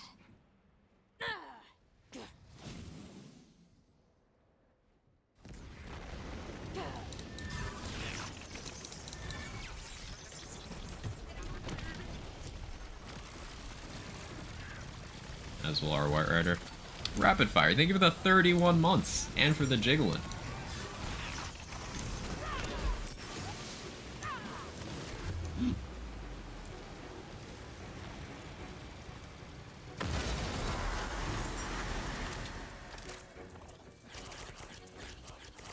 That apply to other comms, just Stampede. Just Stampede. For whatever reason, they did not do the same for Tyrant's Truth. That is just a Stampede thing.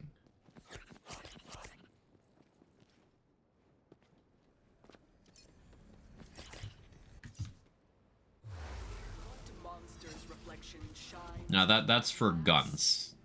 There's also spell card boost and melee card boost. Tyrant's Truth does give melee and spell card boost, which makes Tyrant's Truth incredibly good for melee and spell builds. But it still only gives regular gun damage, weirdly.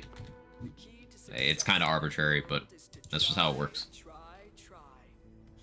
a girl and she's on fire. Quag jiggling, quag jiggling, quag jiggling, quag jiggling.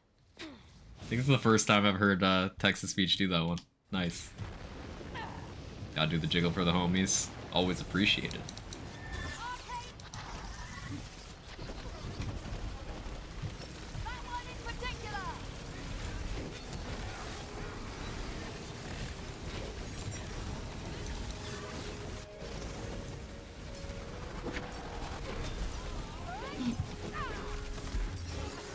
Redmore does a lot of damage.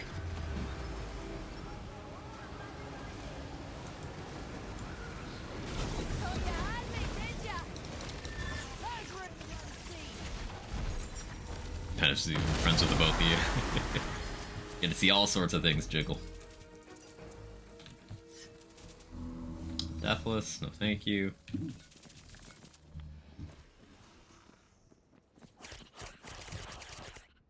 Brutal Stampede, Blight, Stabo, no thank you. Just what I needed.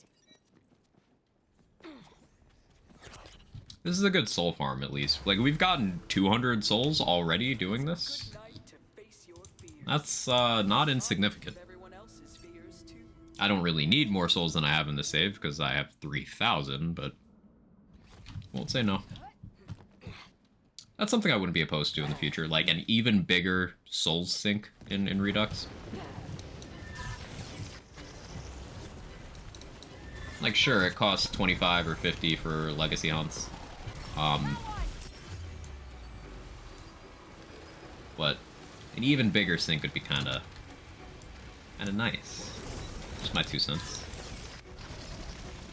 Enemy in my sight.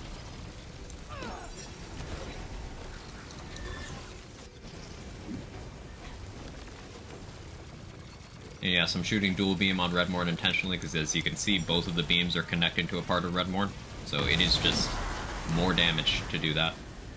You behave yourself this time, alright? Hey Coco, how are you?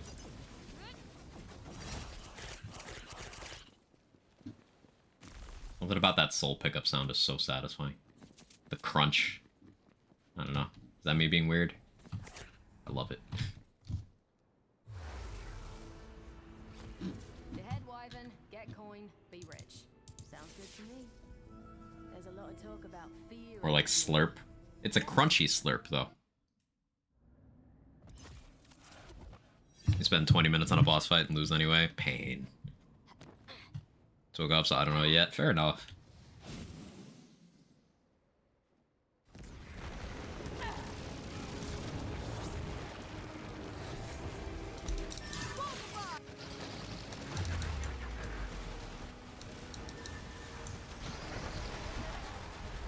Are there any ads here? Where are the ads?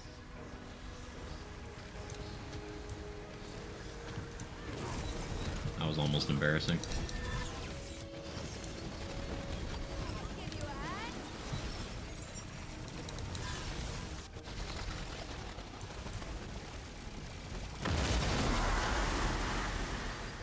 Crunchy Slurp sounds unappetizing. You know, Crunchy Slurp was actually my nickname in high school.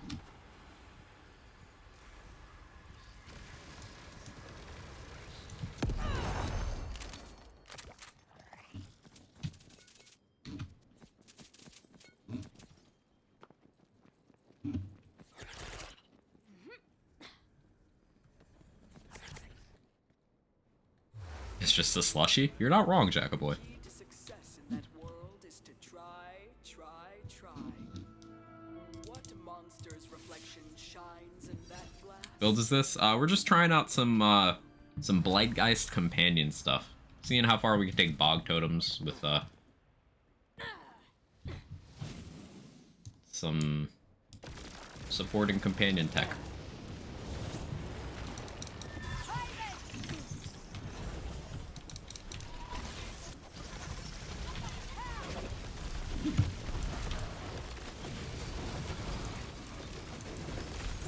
It's hard to even target other enemies in this arena because even if you're facing the other way, White Rider will still lock onto Redmorn. Like, see how I'm not looking at Redmorn? And White Rider's just like, I got you.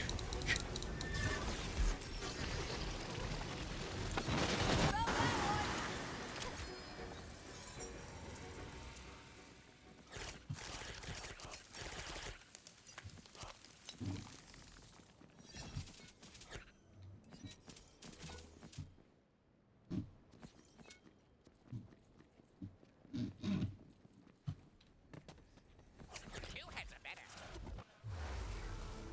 The head wyvern, get coin, be rich. Sounds good to me. Just drop me the specific Brutal Stampede I want with the specific skill rolls. Now, Come on. I might want to respec to actually be a Spore Warden to weight it that way. Like, temporarily play an incorrect version of the build to force the weighting to do what I want. That would probably be smartest. Yeah, I think we'll do that.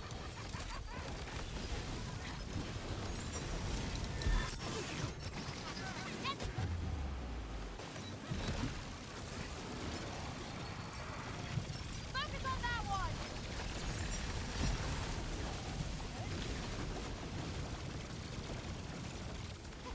Kinda don't want you to die up there, Redmorn. Okay.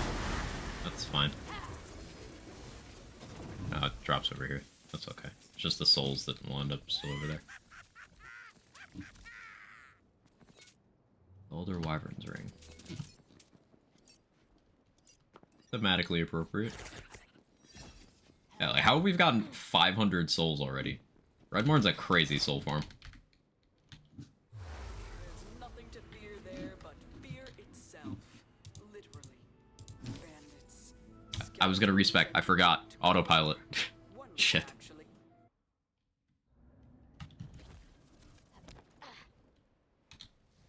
It'll be fine.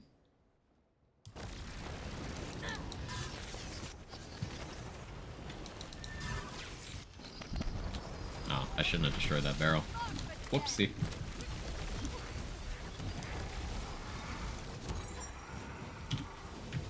Easy mark! Now we have body rune active.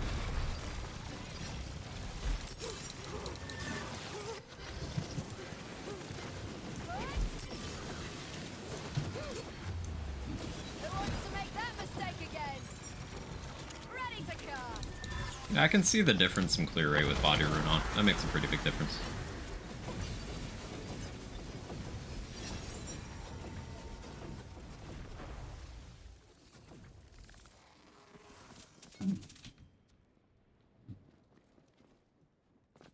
Head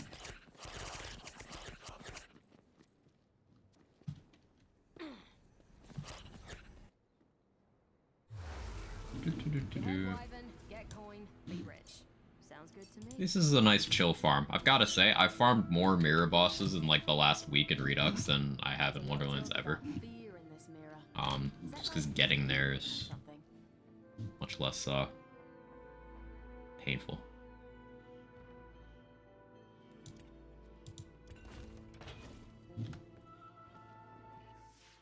Dogs are so weird. They're both on my bed, and I got up. They literally both put their front legs on the bed and drag themselves forward, the legs behind them.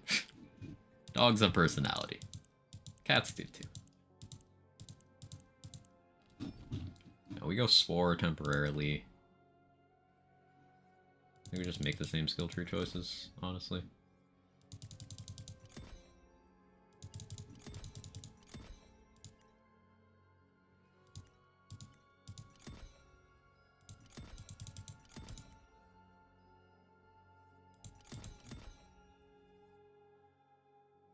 Bounty the Hunt goes hard here, though.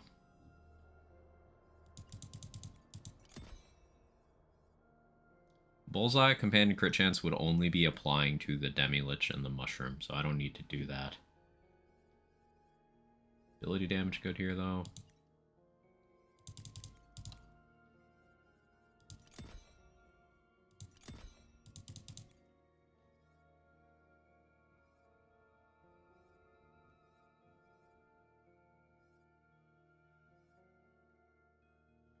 I could get good called shot uptime with how long I'm able to shoot the Wire Rider here, but I'm gonna take Headhunter just because I'm shooting. This is weird. The Head Wyvern, get coin, be rich. Sounds good to me. Seen more See a vault of gold in that mirror. Wonderlands watching you play Redux than any time before. Yeah, because I'm doing more than just Chaos Chamber, fiddle with build, Chaos Chamber, fiddle with build. Not that Chaos Chamber doesn't have variety within itself, but I'm doing more diverse activities and whatnot. Thanks to the mod. It's been very enjoyable. Like, I maintain that Chaos Chamber is great and would have been received more universally well if the focus on it hadn't been so narrow. Like, the game is Chaos Chamber in vanilla. It's enough for some people, it's not enough for a lot of people. Even for people who like it like me, it's just nice to have options.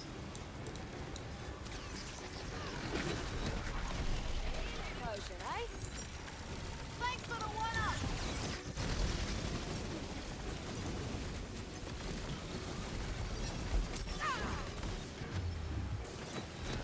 Can't wait to throw some spells. So the Stampede should be weighted towards the class combo we want now.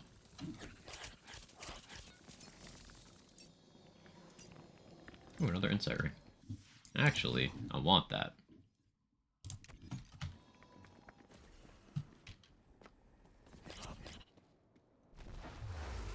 Oh, it's beneficial waiting to switch to Spore secondaries and Sam's having Grave secondary. Am I missing something? I don't know how precisely Redux handles the weighting of classes. Like, it might increase the weighting of both of your classes. Because the way it does class weighting, at least in vanilla, is it goes by weight class. So since the armor I want is both Grave and Spore, I want to see if weighting Spore helps me out here. Because of weight classes. It's an experiment. The Head Wyvern, get coin, be rich. Because there's light, medium, and heavy. I'm pretty sure Grave is light and Spore is medium.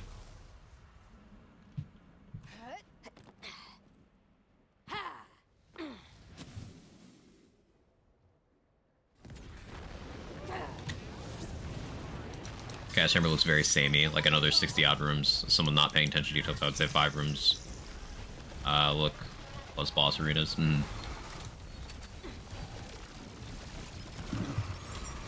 It's definitely a perception thing.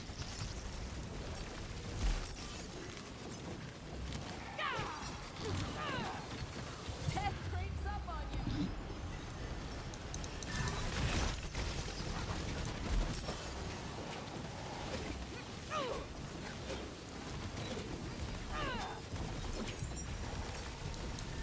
This is notably slower than the Grave version, which I do find very interesting. I wouldn't have expected that. That's more like it. I would have expected Spore to just be more outright. Maybe it could be if I pulled that Spirit Swarm point, put that there. Because you get a lot of raw companion damage with Spore Tree. You get 45%, or sorry, 40% here, and then you can get up to 90% here. So 130% companion damage, and then you can get 45% ability damage as well, plus 40% cooldown, action skill cooldown. There's a lot of beneficial stuff for totems in Spore Tree. Just turns out Grave having Faithful Thralls, the companion attack speed from the Demi-Lich enchant, and Harvest, plus Stain of the Soul for the Spell Hydras. Is that like a feeling? Seems to work out to more currently. Care for a swim in the seas of imagination?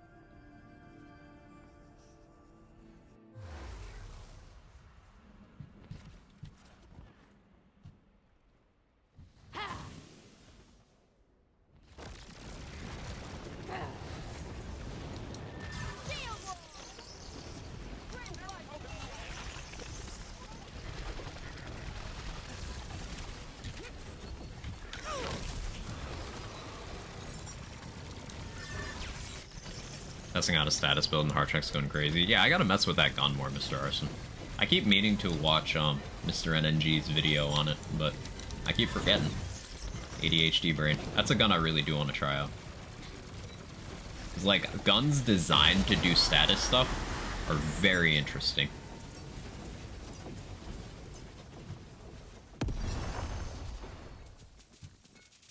That's Spore Stabo Fusion. Not quite what we're after. I'll do like 2 more runs with this, and then we'll go back to the Grave version, because it should still be weighted at least somewhat in favor of what we're after, but also it's just a much faster farm with the Grave Tree. What monster's reflection shines in that I didn't want to rule it out with a small sample size, but it is noticeably faster to just be Graveborn here. Hungry.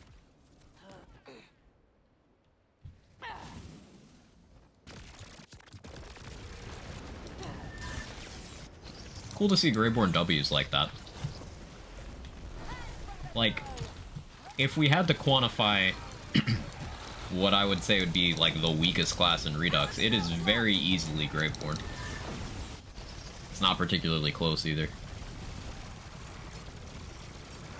Not to say Graveborn isn't viable, but it just has the fewest W's.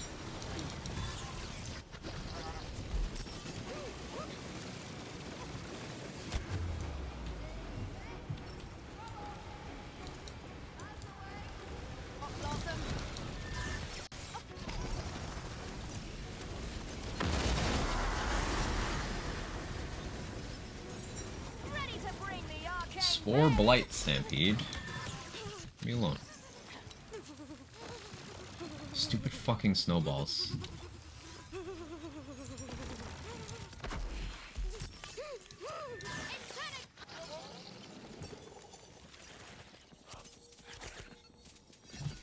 Maybe equip that, because Wrath of Nature. I lose the companion damage, I lose the ability damage, I don't need the Grave Power, I get Wrath of Nature, I get Affinity. Yeah, this would be more damage right now.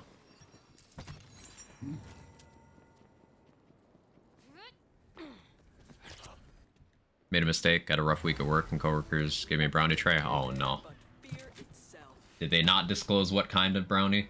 It's wet here, eh? Guess I could use a bath. Could drown someone in.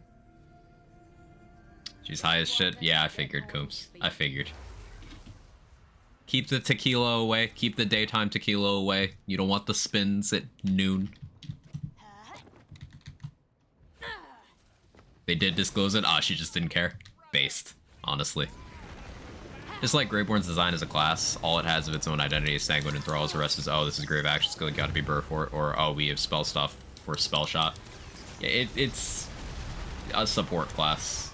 Yeah, in a game where no other class is a support class. And I find that interesting because a request that seems to go back and forth in the Lands fandom is like, hey, I'd really like a class that pairs well with other, you know, other classes in a co-op setting. Graveborn tries to do that, pairing well with your other class in a solo setting, which I think on paper is the better play. Oh yeah, Wrath of Nature makes a big difference here. But like, it ends up just not doing anything well on its own, because you could take 2 standalone classes and be fine. I swear, if this is the drop, that's an armor. That's probably it. Well. It just ends up not being worth a lot of the time. Now, Sanguine Sacrament's incredible. It's just the question is that worth giving up your entire second skill tree? Sure enough, this was it. 3 Dark Hydras, only 1 Thralls, but we take this. We take this. The bottom rolls are not good. Melee damage, gun damage. But this is the skill rolls we're looking for.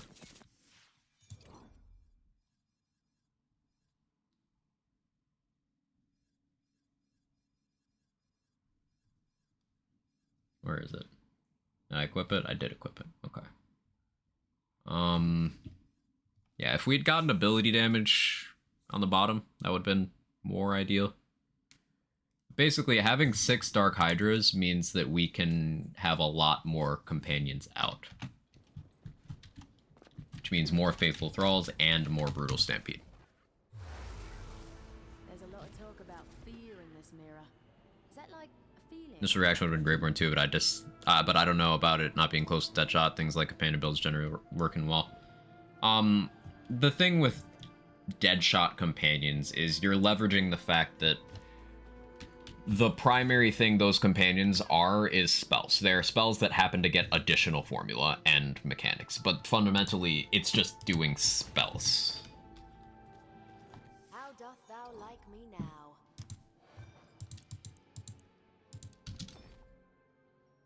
It's a spell build pretending not to be a spell build, so of course Deadshot becomes the play, you know?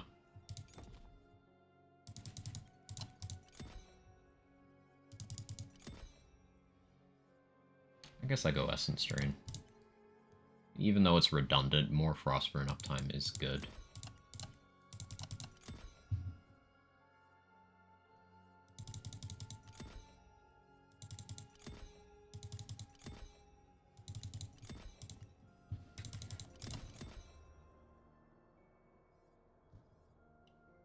We're gonna be silly and go Hex Machina here over the second burn offering point, because I do what I want. We have the cooldown from that, so... Gonna make an interesting play. We take Stand of the Soul, so it applies to Frostburn Hydras. We'll take a 3rd Sanguine Sacrament, fuck it, why not? And then we got... Punishment. I think we still take Ascension, because it's... 20% spell damage for 1 point for Frostburn Hydras is not nothing.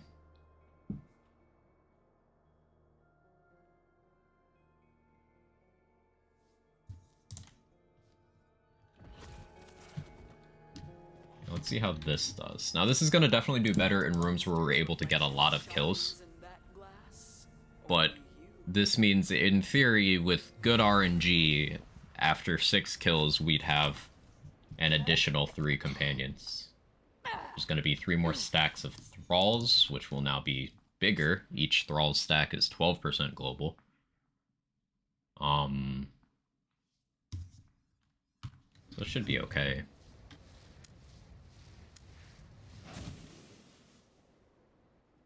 I think balance is not bad in Redux if you nuke Stab and Master, everybody have their plays. Graveborn would still be pretty low on the totem pole Tallulah. Like, what does Graveborn do better than other classes in Redux? In terms of niches that are actually, like, good. I would not consider the build we're doing right now to be good. It's too early and it's kind of struggling against non-Redmorn bosses. Like, what niches does Graveborn have that doesn't get covered better by another class, is the thing. It doesn't even work out to be the optimal spell shot support for spell builds in Redux, because Berserker and Clawbringer both do that better. Like, what is Graveborn for? What does it do?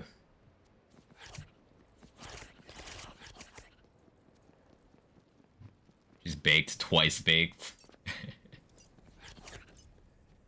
could go for some twice-baked mac and cheese right now. That sounds good.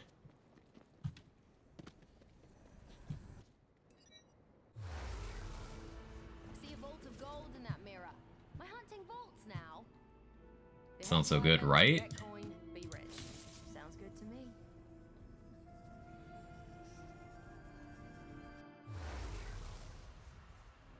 Maybe out of line here. What's up, Jester? Please. Ability damage from matching gear if you pair spell shot with Clawbringer applied to Blast Gasp. Yeah. It would. Blast Gasp is ability damage, so you're absolutely right, Jester. And you would also be getting all of that lightning damage from Storm Breath.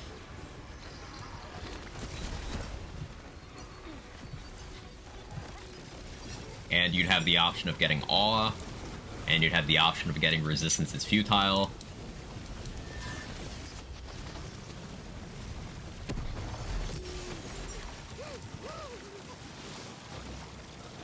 Isn't that 3 classes? Doing Gloombringer, I assume, is with that.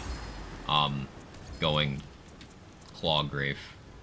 Claw to boost Grave. It's an option. Oh yeah, I don't have that revived.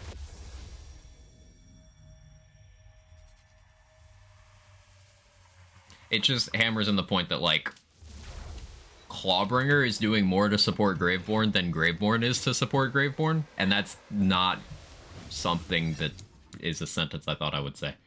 Ever. So, like, Clawbringer is a better support to Spellshot. It's a better support to Graveborn than Graveborn's own tree is. And Clawbringer isn't overpowered. So I think the functional conclusion to draw from that is that Graveborn is underpowered in Redux. There's a lot of talk about fear in this mirror. Is that like a feeling or something? See a vault And this isn't because it was nerfed in Redux or anything, it's just because it wasn't great in vanilla and it lost its few use cases by other things just shifting and getting better. Dad gave you errands to run? Yeah, that's probably not gonna go great, huh?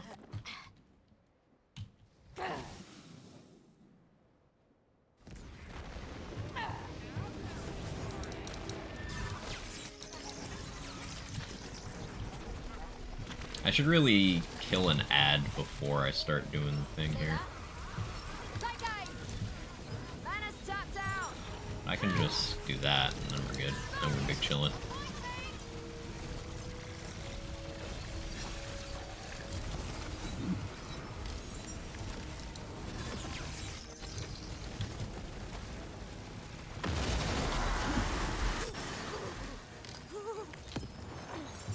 Ready to bring the arcane pain?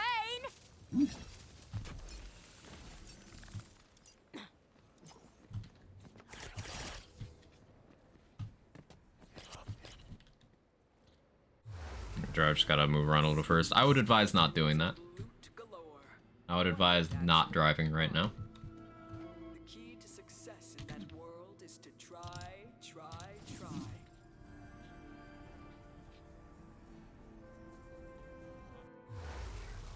Go to the Burger Shack. Maybe you should order food instead.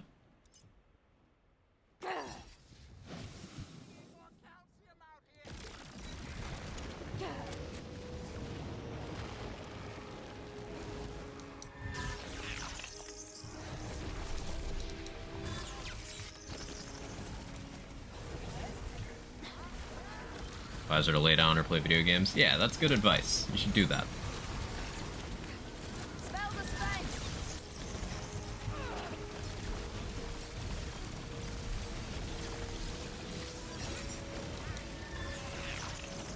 Now do my bidding!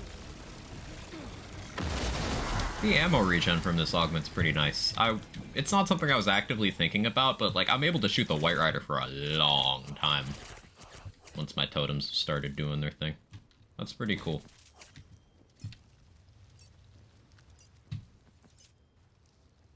That does potentially bring Spore back into the equation, because Spore also gets mag size and ammo regen, so you'd probably be able to infinite a White Rider without ever reloading. But the the question is like, do I need to do that when I could just do more damage? I don't think the answer to that is yes. Dire Sack's pretty fun. I guess Boston's kind of the only thing that matters. Like, I really enjoy Dire Sacrifice mobbing. But it's another case of like, you need Graveborn or Blightcaller to make it not terrible. You need one of those. Or not Graveborn, Berserker, rather. I said Graveborn, didn't I? You need Berserker or Blightcaller to make it not terrible. And even then, the bossing is still weak. Less so on the Blightcaller version. But then the mobbing's weaker on the Blightcaller version. You know, you're just making a lot of trade-offs where other classes and archetypes and combos don't really have to compromise.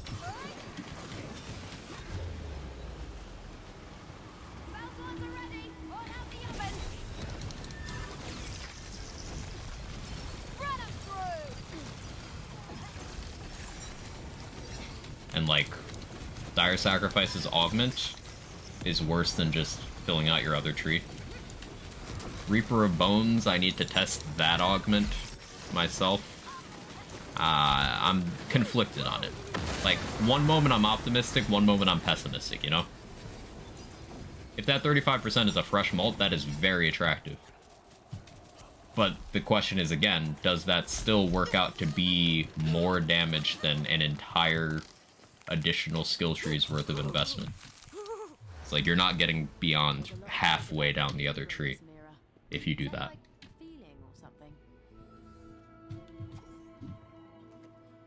See a vault of gold in that mirror. Am I hunting vaults now? Because that's where we're looking at it differently, because I wouldn't say class is weak just because it needs a lot from another class. I wouldn't say that in a vacuum at all, but like, if a class is only strong when it is not by itself, whereas that is not applicable to any other class, that means it's weaker than all the other classes. Like, it doesn't have any peak power showings, and when unsupported, it is the weakest. I think that's fair to call it weak at that point, comparatively.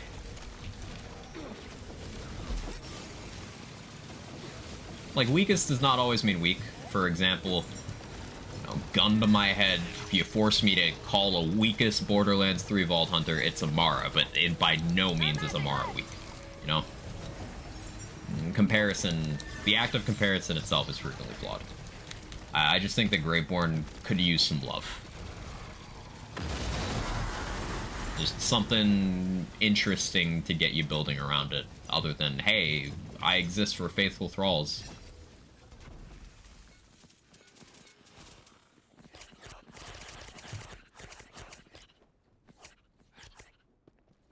Like, Clawbringer got some compelling toys in Tree to build around. Stuff like Storm Breath, stuff like Resistance is Futile. I think something noteworthy like that in Grave Tree somewhere would be cool.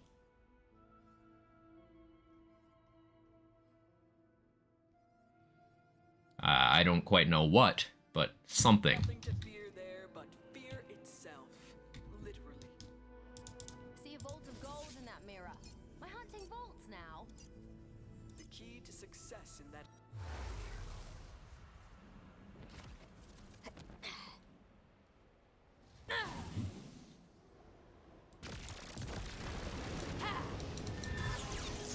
That's a really good dot to begin with, holy shit.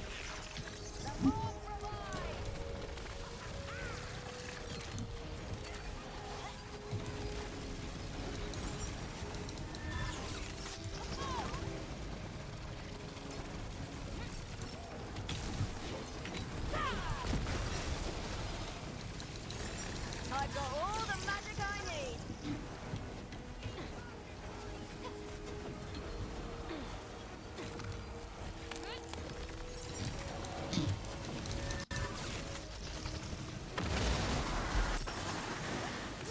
This is a nice chill Redmorn farm.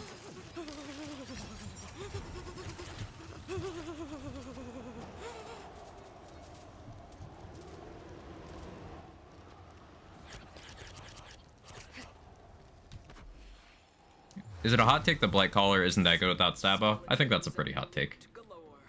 One loot, actually. Mine. Because Geist in the Shell alone provides more to gun builds than most skill trees do. And then Spirit Swarm on its own is one of the strongest skills in the game. So like these two skills are enough to carry an entire tree's worth of investment, an entire class's worth of investment. But then you have other stuff that's just good. Like Wraithmail is really good tank, Flawless Edge is really good damage, Amped Up is really good tank and movement. You got a way of applying Soaked without gear. One of the most efficient gun damage skills in the game that also has spell cooldown attached to it. Like, there's a bunch of good stuff. Individually, sometimes it's hard to, like, put these things together. Like, in one build, you're not going to be benefiting significantly from Worst Curse, Frostbite, Burn Offering, and Toxicity. In one build, it's not happening. There's a lot of builds where Active Decay is not relevant. There's a lot of builds where Hex Machina isn't relevant. But the value of Blightcaller Tree as a whole, especially when you consider it's got what is arguably the strongest class feat, it's really hard to put this class anywhere other than like top 3 overall. It's just got a high level of power everywhere. What monster's reflection shines in that glass? Only you can know. I'd say if we're talking like vanilla class strength, in no particular order, the top 4 has got to be Blightcaller, Stabomancer, Berserker, Spellshot. In Redux, if we were to do a top 4, it's probably still those 4. But, like, if you squint really hard, maybe you could make an argument for swapping one of those out with Clawbringer. But, like, it's still those 4. Blightcaller didn't get significantly weaker.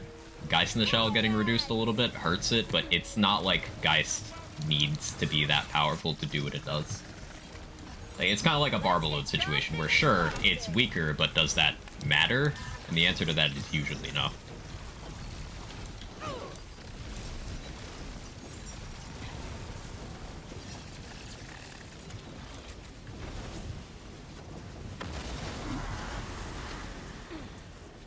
I swear that Bog Totem just attacked that barrel, like, on its own. Maybe I'm crazy. Keep it up and you might be a full lich someday. Aren't Demi-Liches stronger than full Liches? Never mind. It's a good night to face your fears, and the embodiment of everyone else's fears, too. It does well, it just is infinitely better with Contagion and or Alchemical. Yes, but think of... So, Contagion makes any dots better, right? Because it's a double dip off of a dot, it just makes it better, also distributes your damage in an area. But, like, you can Spirit Swarm off of that.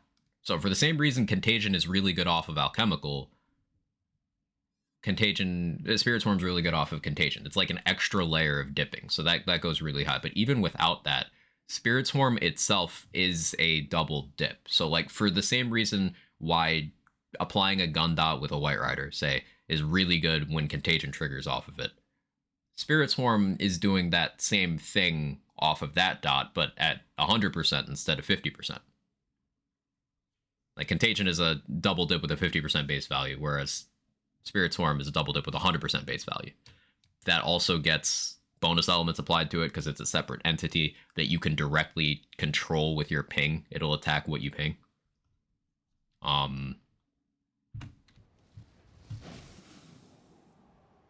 So, like, Spirit Swarm is absolutely competitive with those two skills for, like, overall tier of power. It's definitely in that area.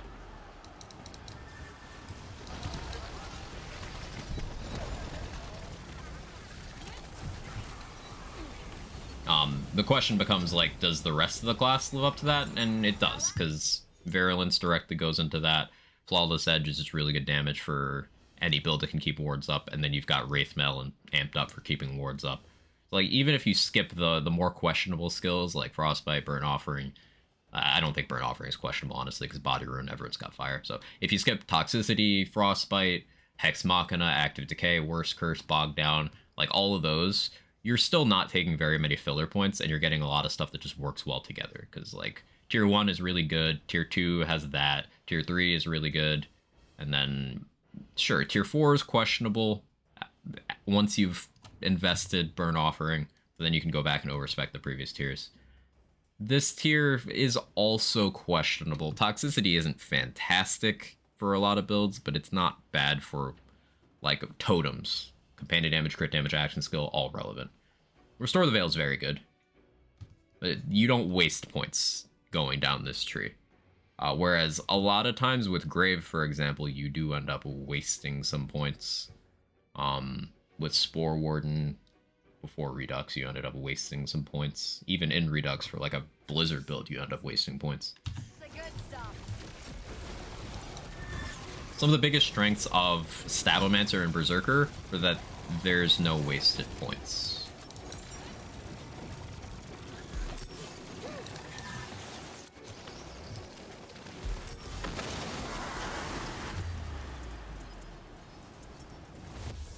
Back, what's this now? We're farming Redmorn for some armor for the companion build. Try to consider Master Rune for Pock Totems. Yeah, I have one in my bag. I haven't tried it, but considering it's only just 25% companion damage, that's not going to be very much. That's... like, we have Toxicity. That's 2 stacks of Toxicity, basically. Meh. When we could have Body Rune instead, which is healing and that bonus element. Meh. I'm gonna find notes for the latest Redux patch. I don't have a command for it, but if you do that, if you go there, then like you'll be able to find the hotfix notes as well. Plus the enchant is 50%. Overstacking a bunch of one stat is not how you get good damage. Like, let's say did I put away the Master Rune? I might have actually thrown out the Master Rune. Let's say I did have a Master Rune right now. 25% companion damage. That's nothing. That is functionally nothing. Because I could get, in my Amulet slot, I could run Frenzied Wrath, and that's 100%. I could run companion damage rings, and that's at least 15% per. I've got Toxicity for 36%. I could go Spore Ward and get a bunch of companion damage over there. Master Rune's passive is just incredibly low value. Now, if I was in a situation where I was not able to trigger Body Rune's effect at all, like let's say I was fighting the Maker, then yeah, Master Rune would technically be better there. Although other shields still exist. Like Spirit Rune would be better there, because I'd be using lightning damage. Rolls better augments. Gives a better damage bonus. Like, there's just no real case where Master Rune does enough to justify its slot.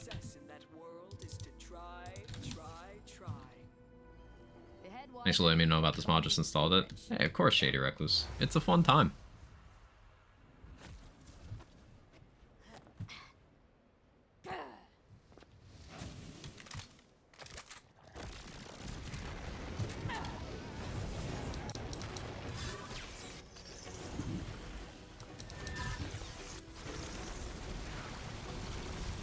Like running with my Bogbarian because it's a big number on the shield itself. That's one of the things that Master Rune has to offer. Yeah, technically speaking, I think it is the biggest capacity shield in the game, if you get it with the capacity part. Well, it's the biggest capacity shield that doesn't have a health penalty.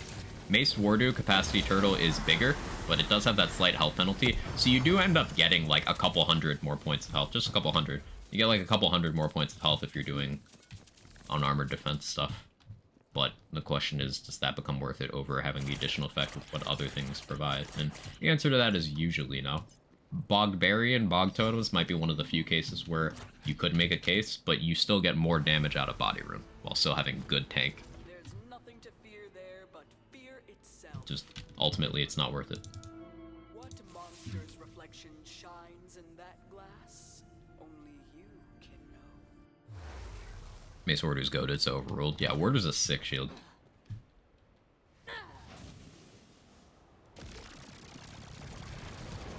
I'll do like 5 more runs of this. Not having much luck farm-wise. I still want to do some Stab-O-Matic stuff today.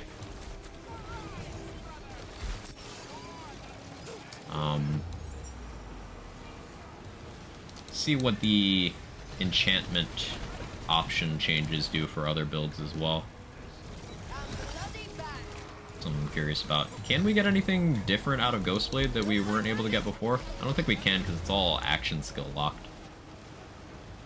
I think everything we wanted was already available. Being able to roll the From the Shadows enchant more easily on other gear means that I can go to the gun save and just get that on the body rune when I was unable to get it on before. Because I already had it on my Agony, but it wasn't rolling on the body rune.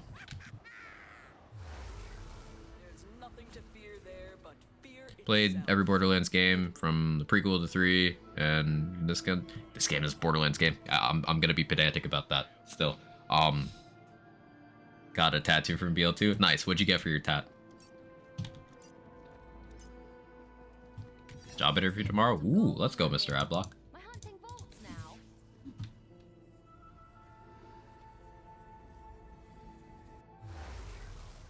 Heard you really rating Mace Wardu before as well. Can you explain so good about it? So the reflected damage from Mace Wardu is melee damage.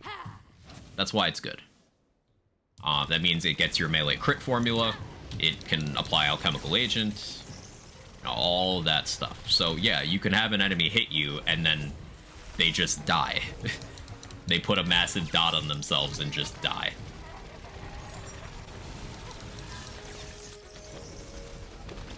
And that pairs really nicely if you're doing, say, an alchemical agent Dreadwind build, because then enemies are going to be in melee range of you trying to hit you. If they don't die from the dot your action skill puts on them, then they'll die from the dot they put on themselves by hitting you. And Wardu also has a very large capacity, so you'll get huge overall tank, especially with unarmored defense.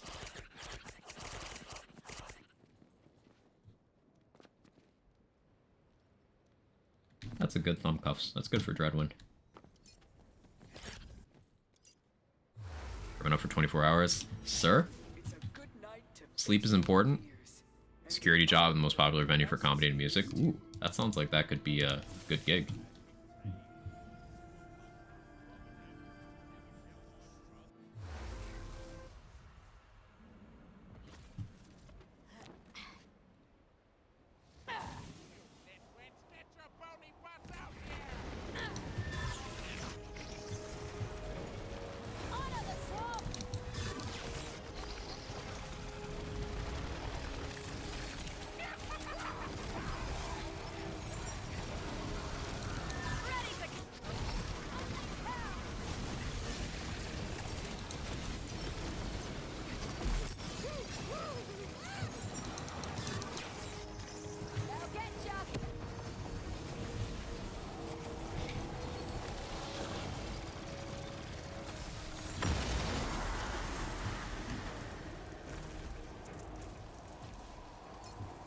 Drops is not but kind.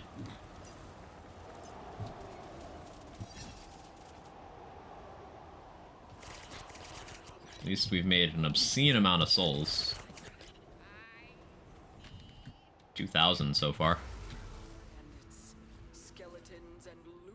That's not the right prison. Not the right mirror, rather. That's the mirror to the prison. Behead Wyvern, get coin, be rich. Sounds good to me.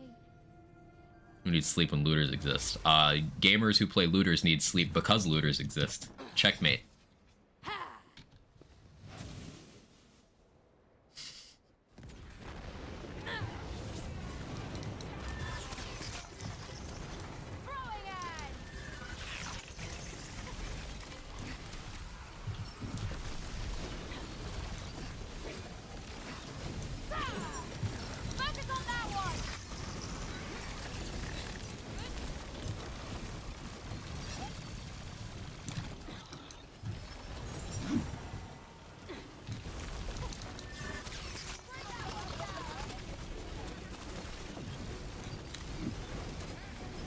Awkward for Redmorn to fly away like that. Don't love that.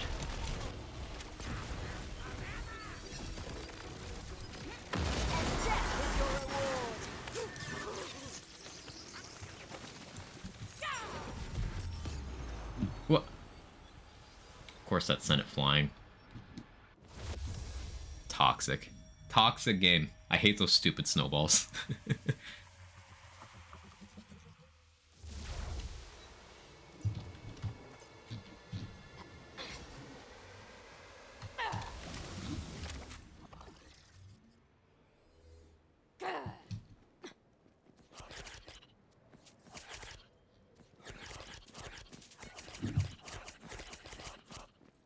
Good old slurpy crunch noise. It's my favorite. Alright, yeah, let's do one more, and then we'll move on to a different build for now. Like a feeling or something. Something to come back to later. Gold in that mirror. Am I hunting vaults now? Vault hunting reference.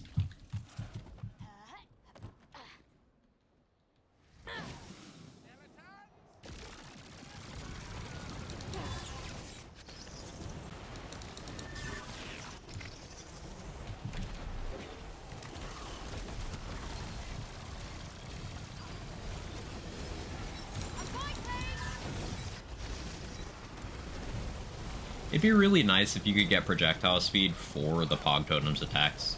But because they don't count as action skill active, even though you can get that enchant, it doesn't apply to them.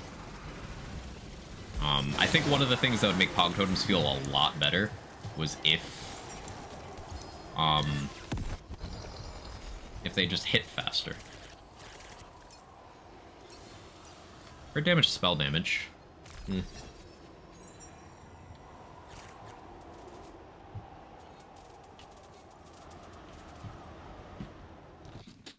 Alright, let's do something else for now. Salvador and Mordecai back to back. Salvador has a gun. He's holding Mordecai. Spoken in huge letters below them says, "Ain't no rest for the wicked." Remember the music at the end? Yeah. That's cool. I've been wanting to get various nerdy tattoos for a while, but like COVID happened, so I ended up just not doing it, because when I was gonna do it, you know, everything was closed down, and then I just never went back out and did it. I have a bunch of ideas. Maybe I'll do it at some point. Let's get on hammer throw, I think. Did I ever put my armor back?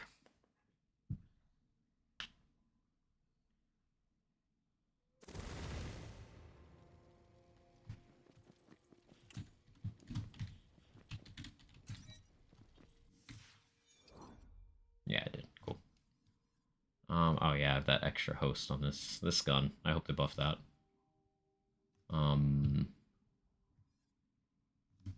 Okay, so something I wanted to mess around with was doing Berserker hammer throw. Not having the alchemical agent stuff.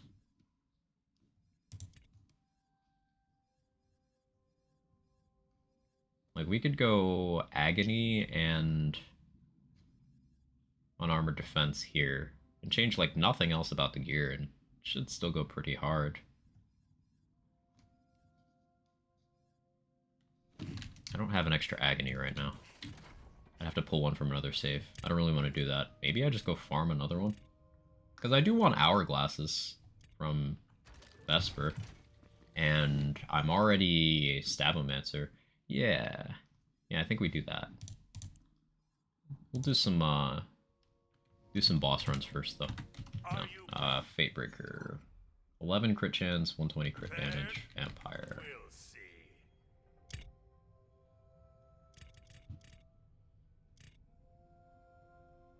Omega Rush, Storm Dragon Judgment would be so bad.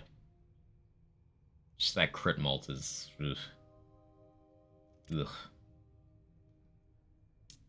Caustic, 110.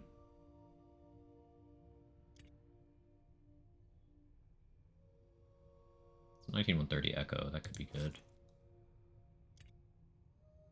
Pickaxe. Warrior, 110. Huh, I don't have much luck with getting 120 Fatebreakers, do I?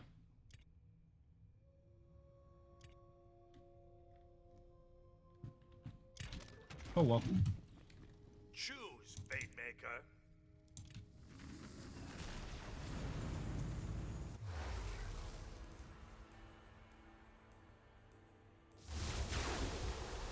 I thought it was start of BL1 as well, Pragmatic, but it's not a topic I think about enough to really have a clear memory, so I could also be wrong.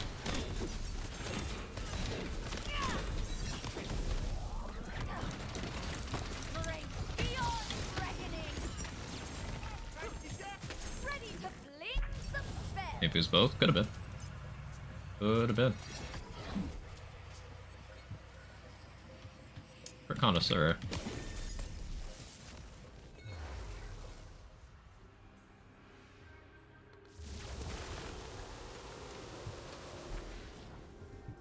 I have a last rites there. What was I cooking? Ah, tiebreaker. That's why. Weird enchant there. What was I cooking?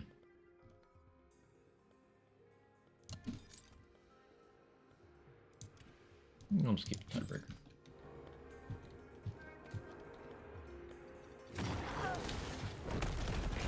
Oh, that's not. It'd be really smart of me to normalize the keybinds I use for different things, but instead, I have not bothered to do that.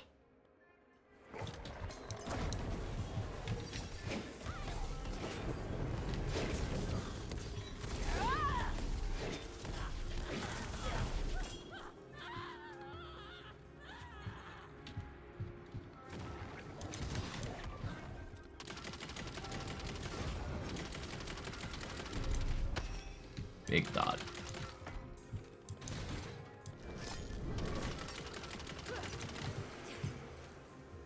Hey, Higgy Brett. Hope I'm well. I hope you are too. Good to see you.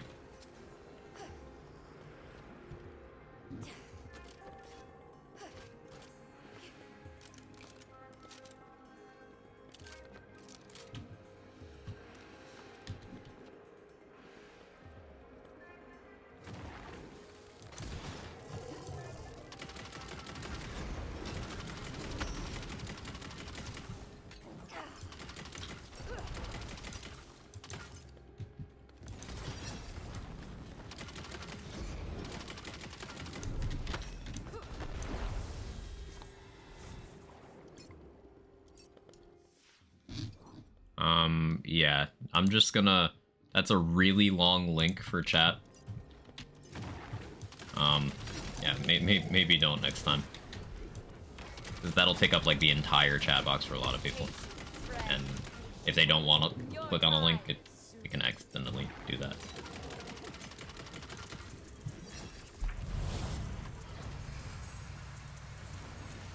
Sorry about that. Hope you understand.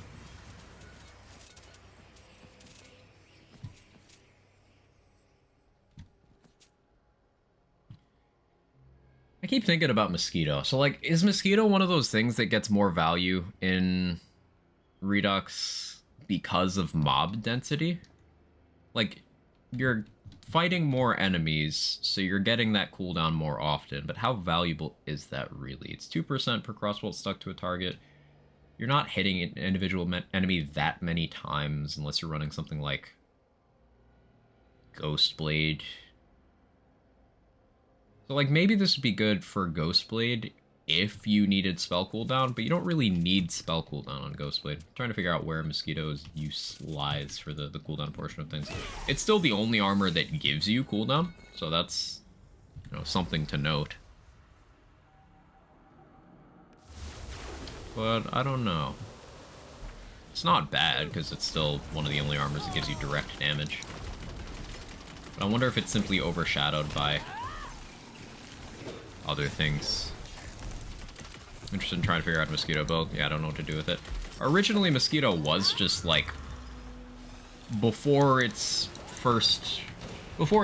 tuning down in vanilla, it was just, hey, do more damage on any build capable of critting, more damage than like anything else could provide. It was stupid. But then it just became like a good armor. Still arguably a little too strong. I think in Redux it's overshadowed by other things. Hey Felicia, how you doing?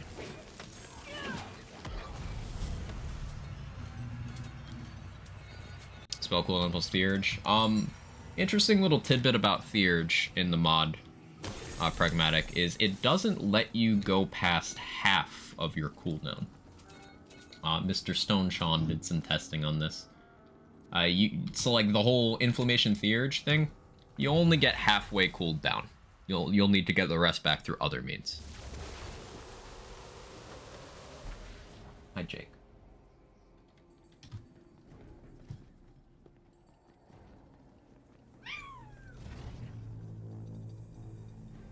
Yes, Jake, you are a cat. Hi, bud.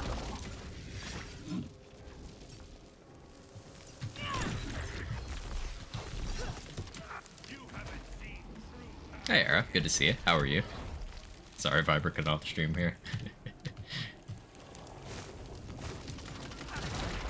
Before your dragon.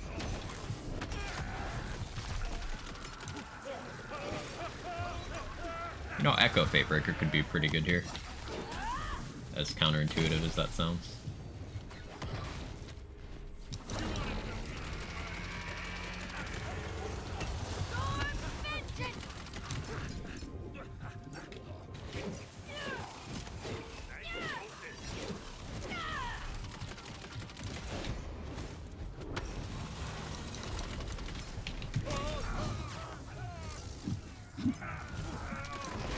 Just talk about like that, you dick.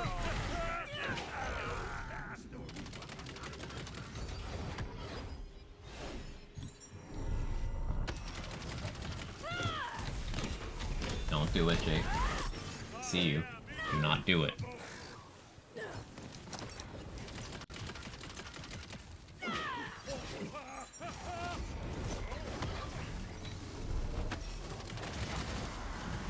Seems struggling to keep his eyes open. He's trying to jump on my desk so he can take a nap there.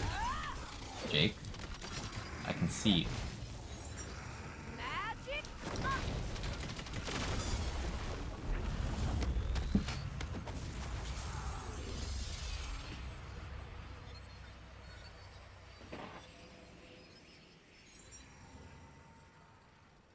Cat.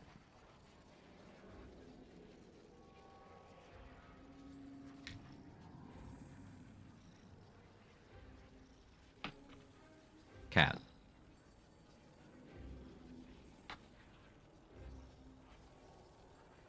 What are you doing? You gonna lay down?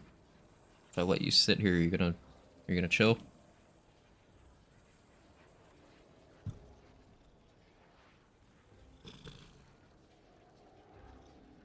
Cat. Cat, your purr is broken. It's stuck on. What are you gonna do about that? Did you check your check purr light?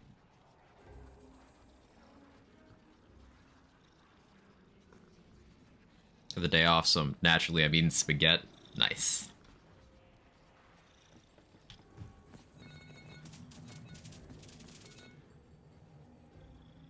It's a good plate meal.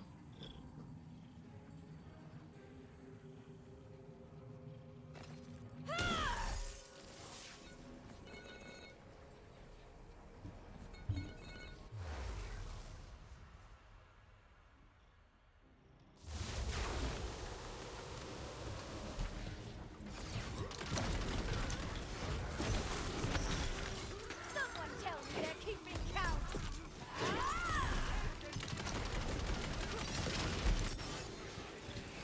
I have an idea. I'm gonna look at the enchantment spreadsheet after this run. Can't wait to cast For something. inspiration. Cat, holy shit, come on. Oh, cool. Hammer and Anvil killed Oculus while I was handling Cat. Hammer and Anvil W. What are you doing today besides petting a tired cat? Tested out some new sauce here and there that's possible because of the latest Redux hotfix. Some enchantment stuff. Also going to do some Stab-O-Matic stuff today is the plan. We tried out a companion build for a little bit. It didn't go as well as I'd hoped, but I haven't written off the possibility as of yet.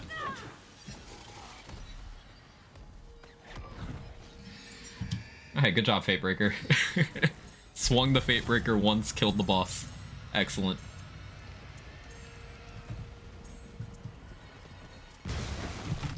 Cat, what are you doing? He really just wants to lay in that spot on my desk. Alright, hang on. BRB.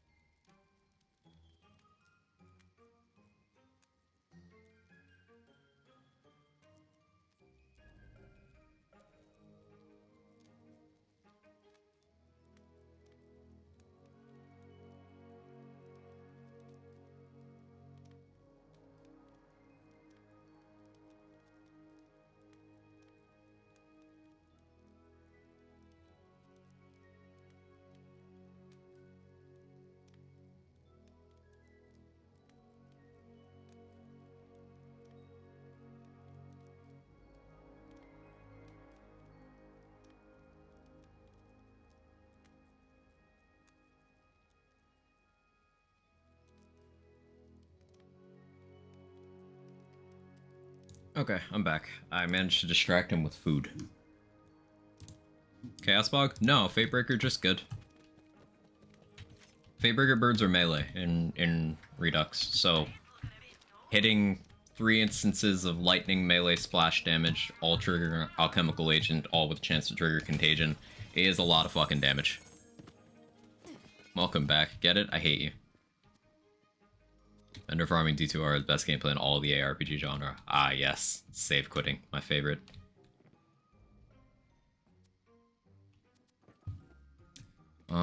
Still need better Fate Breakers. Guess we do this.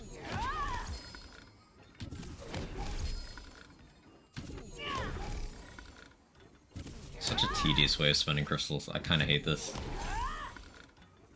Really wish Boss Rush just rewarded more so I didn't feel obligated to do this. I don't bother doing this on other runs. Happy Truck Month? Is it Truck Month?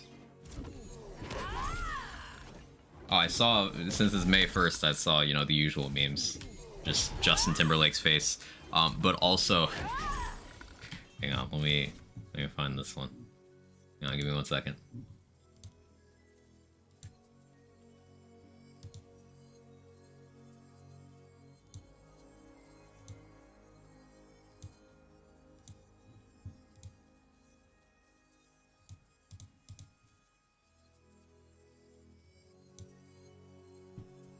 My favorite one.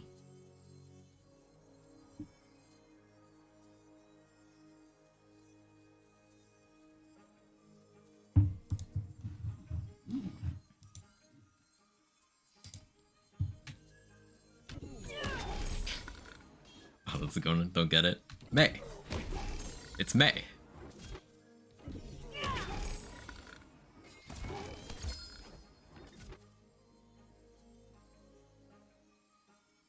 That's it. It's the whole thing. It's May.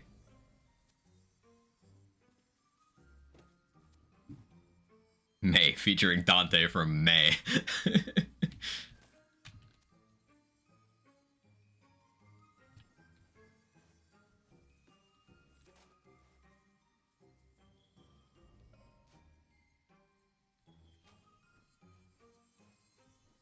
That's a pretty good album cover. But like it's official game art, so that makes sense.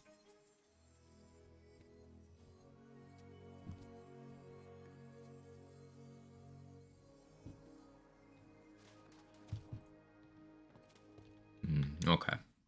Let's inspect what we can do with enchant rerolls here. Want to play Redux? Start a playthrough system on console. Don't feel like what are my saves? I'm running separate installs now. I have I've owned the Steam version for a while. I've just never played it, but I set it up the other day, and now my Steam version is my my vanilla installation, and my Epic version is my Redux. So I can just switch back and forth as needed. It's pretty cool.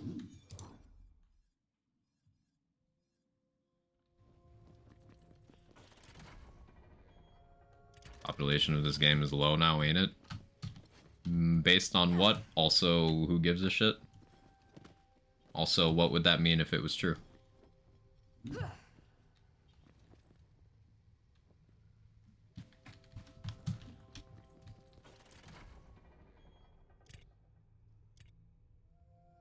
Plus ratio. Plus ratio. Thank you.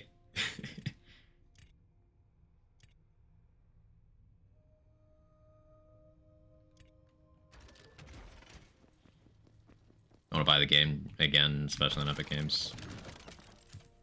I'm just telling you what I did. You could switch back and forth between Redux and vanilla, but you'd have to back up your saves and you'd still risk losing stuff. Redux is one of those things that's going to be continually updated, so like it's not like you can feasibly wait for a point where they're not maintaining it anymore. So I don't know. It's not a problem that's going to go away by itself.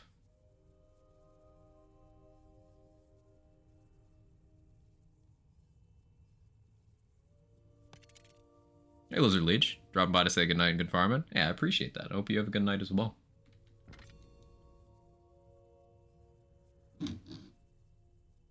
Are we getting a follow-up comment? The population of this game is low now, ain't it? Or is this just typical clickbait from the Hate Watch squad that I know is there?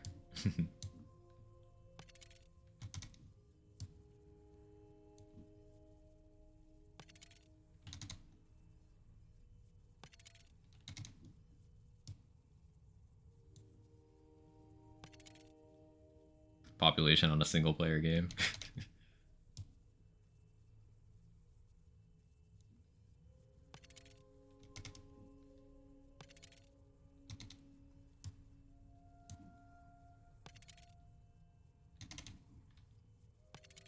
Wait till they find out that people like playing multiple games.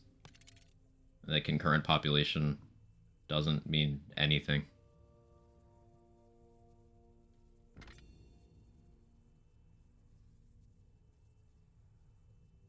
I don't think I told you this later. Monster Hunter title update is a giant monster that controls storms. You have no idea how many storms of approaching mentions there are. Even the official Monster Hunter account did it. Well, yeah, of course, Capcom, they gotta. My friend and I cosplayed as Virgil in game to fight it too. That's amazing. I saw a YouTube short. It was someone was using a mod to change Leon's head in Resident Evil 4 Remake to Virgil's. So it was just them walking towards the camera while holding down the trigger on a TMP and the chorus of Bury the Lights playing. It's just like a 10-second clip. But it made me laugh unreasonably hard. The Virgil memes, something about them. They just hit different. They just hit different. I think Virgil is the most memeable video game character of all time. I'm gonna say it. There are some goats. There's some really hard ones to compete with, but I don't think you're beating Virgil.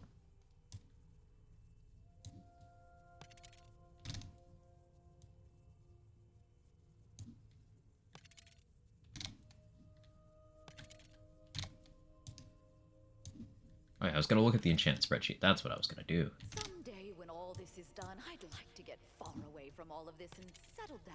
I'm so tired of my companions, characters, words, brain, mouth. I'm so tired of my fate makers going on these tangents while I'm rerolling items. It's actually really annoying. I'm about to turn off character dialogue again.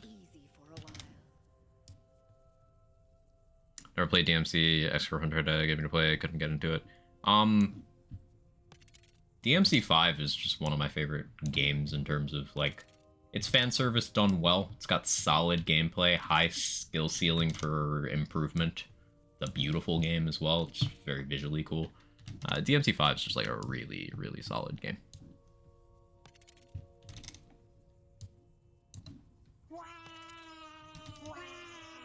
Some guns you'd use on a Stab Blight status build. White Rider, Sword Explosion, Crossblade.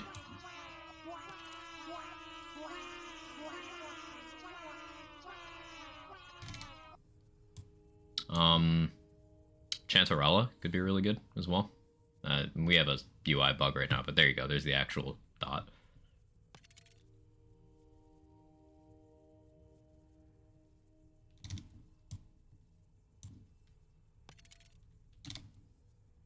Another way to annoy Quag was rerolling. A spreadsheet. It's just for the vanilla ones. Scroll. But the idea with me looking at that was I want to see which ones are, like, locked to a slot, so then I could check those against the ones that are still in Redux and see if we can get any combinations that we couldn't have before. Like, for example, one that we can do now after the hotfix this weekend in Redux is we can run the Bog Totem crit chance one with the Demi-Lich Companion's Hellish Blast one. Those were in the same slot before. You couldn't have those together. So that's one of the few examples you can benefit from both in the same build. But a lot of them are like, you can't have Storm Dragon's Judgment and Dreadwind active at the same time. So running them both doesn't do anything unless you're switching action skills.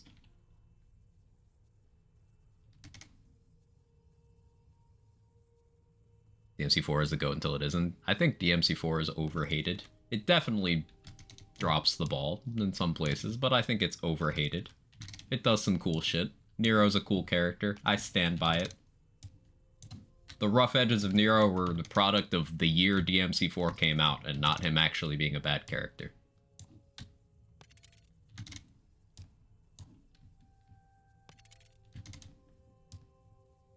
was what, 2007? It was the edgiest year in existence.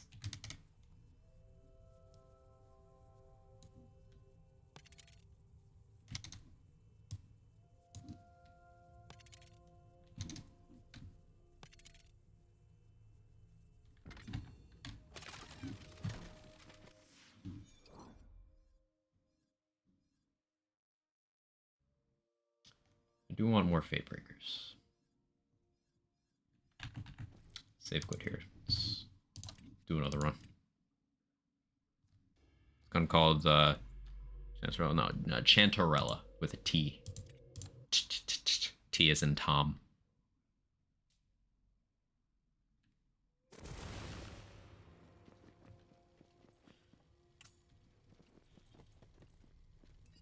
Choose, bait maker. Something not to consider with Sabo Capstone Alchemical Agent. Fusion Blue Fire can reproc Exeblade on itself. Yeah, I did that for a bit on stream. A couple streams ago, Scroll. We did sort of... It ends up working out how, you know, Body and Mind on Amara in BL3 doesn't actually care how much damage you did, it just cares that you dealt damage. Fusion Exeblade ends up like that, where it doesn't matter what you're using, you just need to hit a lot of times, and then the thing dies. So we were showcasing using bad guns with it, and it just worked. No idea Wonderland's my first Lands game. Okay, so, in Borderlands 3, Amara has a skill called Body and Mind, where you get a fixed damage value, kind of like how Fusion has a fixed damage value, when inflicting melee damage. So, to prove that, you know, you can do it, I run around with level 1 face punchers, triggering Body and Mind, because it doesn't matter that the base damage of a pellet of a level 1 face puncher is 2, because you just hit 28 times every time you pull the trigger, so you just get 28 triggers of Body and Mind. So Fusion in Redux is basically the same concept. The dots you're using to generate it don't need to be anything at all. You just need them to be in existence.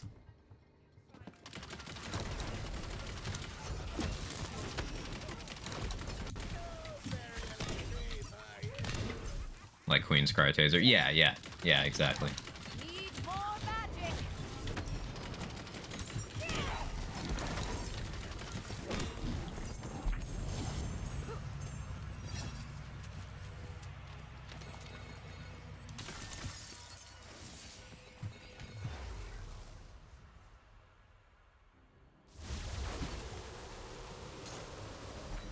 Oh yeah.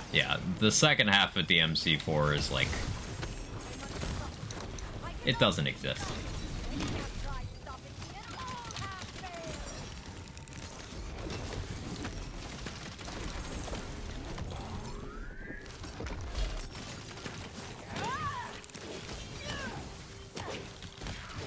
Pass quickly to that dark zone. Storm vengeance! Second half is like the first but backwards. Yes.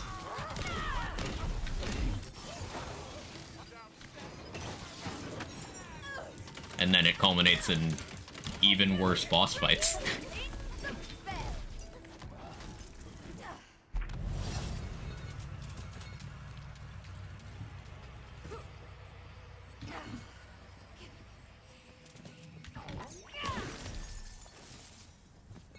Now, don't let that distract, because something people forget is the regular basic enemies in DMC3 are fucking trash. The ones in 4 are too.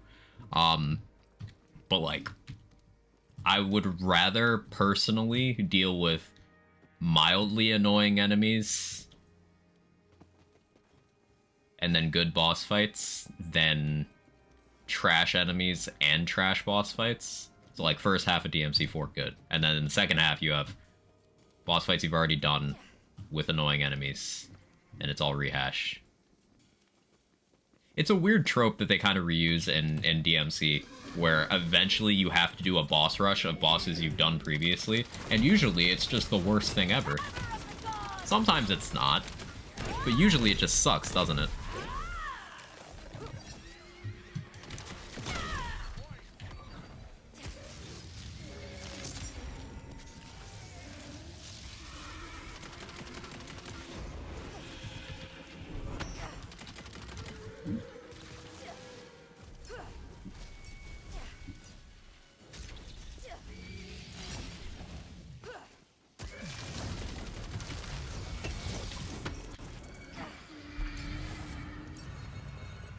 It's funny how all of the builds I play in this game currently just somehow end up being, hey, are you doing lightning damage? Common lightning W.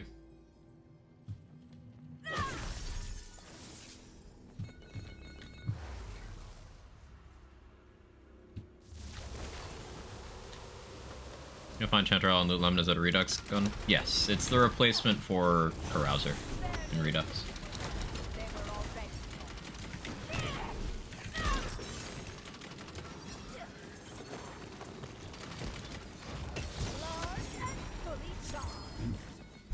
It's not just a boss rush. You get to play dice too. Fight set annoying enemies. Poor game didn't deserve that.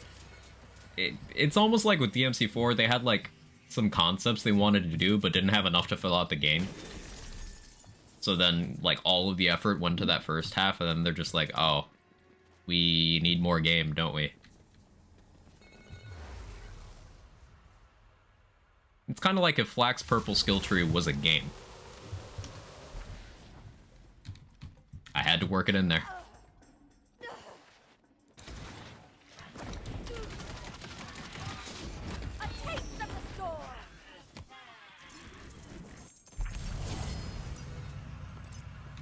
Really rushed to release the game alongside the Xbox 360 and PS3. Didn't do it any favors. But yeah, that tracks.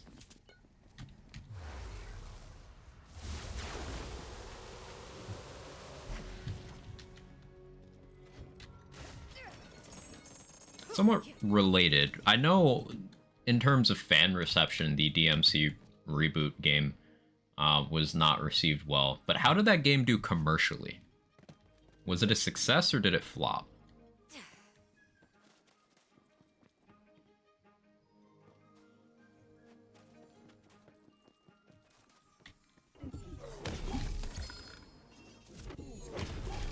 You check? Okay, thank you.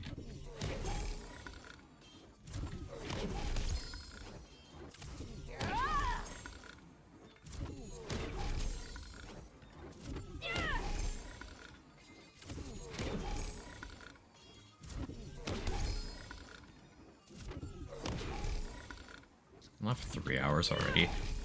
Something about Redux just destroys my sense of time.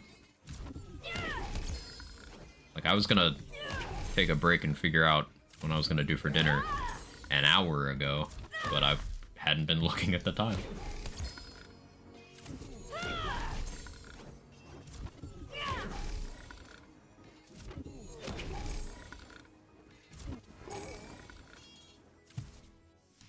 Pick up something accidentally? No. Okay, we're good. Warframe's done that to me lately. It's gonna start cooking now, but I'm also starting to run, so get that same thing. Yeah, it's just it's a time sink in a very good way.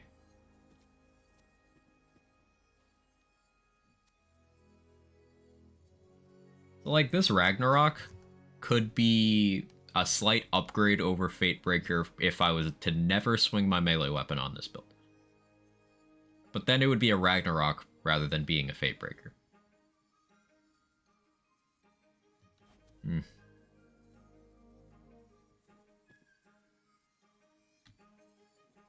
Capcom stated the sales of the original game were solid, but noted the game did not catch Eastern gamers' attention, made less than its previous iteration. Okay, so it made less than DMC4.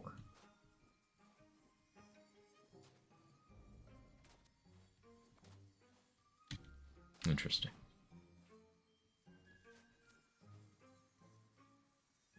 So not a failure commercially, but, you know, in terms of fan reception, maybe, and less than DMC4. It's an interesting conversation with Capcom games like that in general, because there's a few other big IPs that this kind of pops up popularly as a topic. Devil May Cry, Resident Evil, Monster Hunter. Kind of applies to all of them. It's interesting to think about.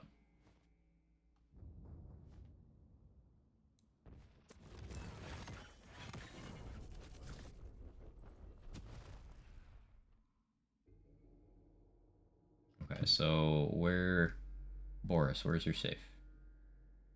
There it is. Hi, Boom. How you doing? It's old okay, which is pretty appropriate for that game. I don't think that game's bad. It's just like it had some weird creative choices, had some interesting gameplay stuff, but like it's just okay. Not like a bad game, just okay. You're gonna know Street Fighter is the only real Capcom game. I can't quite agree with that, but Street Fighter 6 does look really cool. I don't even play fighting games, and I'm interested in Street Fighter 6.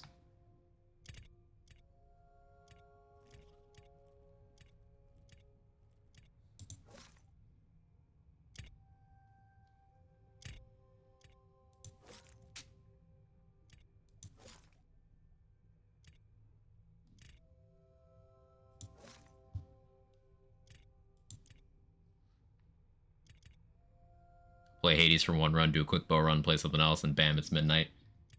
I still vividly remember I did 2 consecutive all-nighters on Godfall, Viper. I was like, I'm just gonna finish this one activity. 2 all-nighters.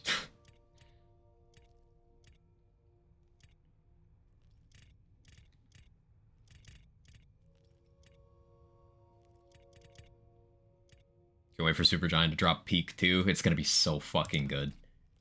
Like, you don't understand. Hades 2, I'm probably just gonna forget to stop streaming for several days. You don't understand. That game's gonna be my life.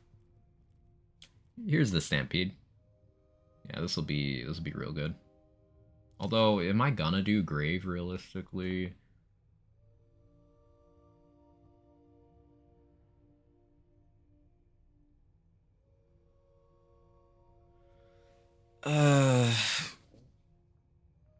So, like, this would be a source of gun card. That would let me go Universal Soldier over Hourglass, but I'm probably gonna go Hourglass. So we go different armor.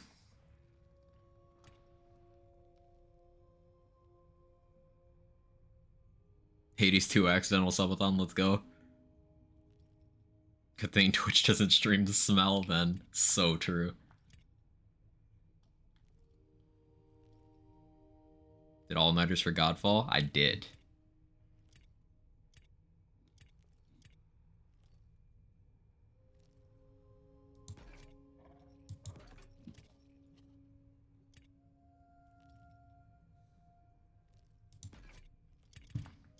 So for Stab-O-Matic, class choice, that's a good grade X. Class choice is gonna matter in different ways than it normally would.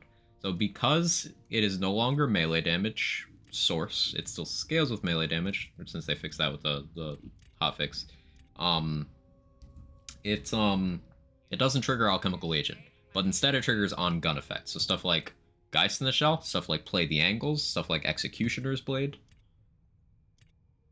I literally cannot remember the last time I took this armor off. So we gotta figure out. So much standing as stewing here. Get rid of that. Gotta figure out what class combo we want to use. This one's base Grave, so that's why I'm putting the gear away. Because I don't want to use Grave, I don't think.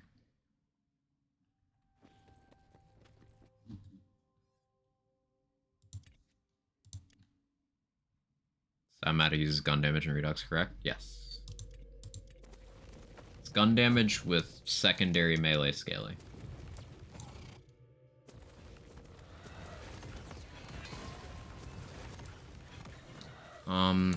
Okay, let's think through this formula-wise. Berserker provides the old ways, but I could just do low-level Curse Wit, which is what I just put away in the bank. Agony could cover for all damage. We could do Frostwilder.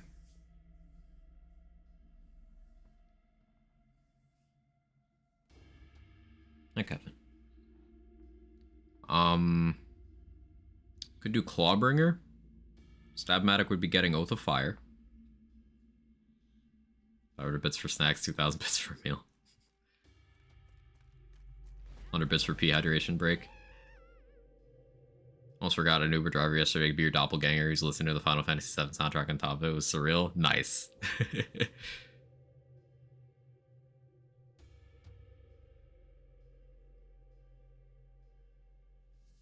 Spell shot would be fire rate, would be gun damage, be reload speed, imbued weapon. We could go glass cannon, agony. Like, I already done a lot of spell shot gun build stuff. I want to cap Spore because I think Play the Angles would be funny, even though it wouldn't be as good. Like, the obvious absolute demon build we could do here is Blade Caller. Just stab a blight, overspec Stabomancer Tree, and then take 5 in Geist. I guess maybe we could do that. So I have a base Stabo anywhere. What is this save? Insane for me to say some of my favorite bits of Wonderland's playthroughs, the overworld quests. No, that wouldn't be insane at all. I think the overworld's a really good feature. This is base Stabo. I don't have the challenge buffs. That's so cringe. Why am I like this? Let's find another save. Oh, hi, Vesper.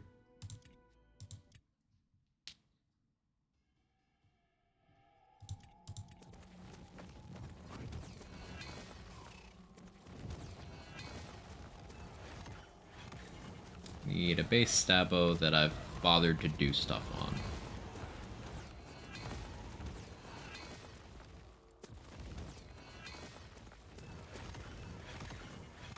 This one, maybe?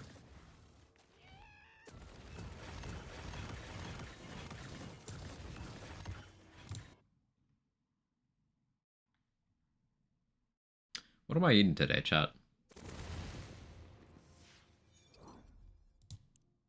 This one's base burr. Shit.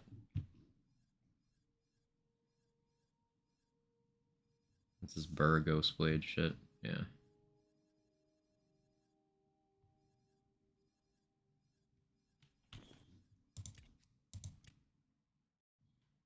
Cheesy burrito. Does sound good. Cleansing Flames still bad in Redux? Cleansing Flames is not even bad in vanilla. Provided you support it as you do with a lot of other melee, do alchemical agent stuff. Cleansing Flames can one-tap bosses at C100 in vanilla, and it's just even stronger in Redux. Because of all the extra things both Stabomancer and Clawbringer have available.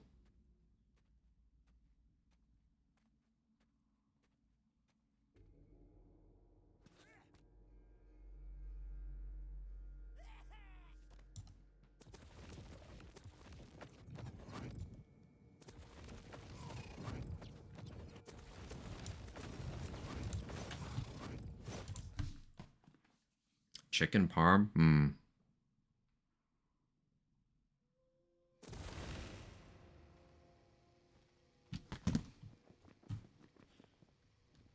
It does sound good. I don't know of any places around here that have good chicken parm. Okay, this is base Stabo. Does it have the... Doesn't have the crit damage, whatever. It's fine. It's fine. It's fine. Fine.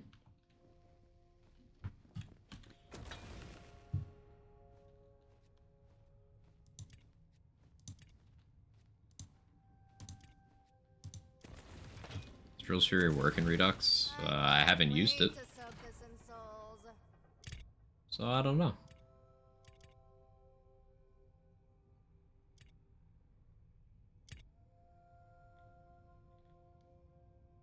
Okay, what am I grabbing? Tooth Raider?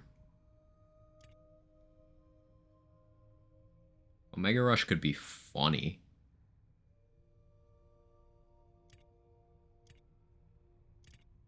If it could roll Echo, but it can't. Snake Stick? No. I'm not gonna do Stampede. I don't think. Might end up doing Stampede anyway.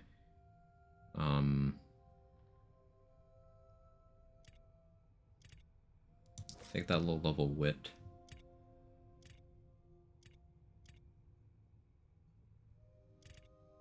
Need the Hourglass.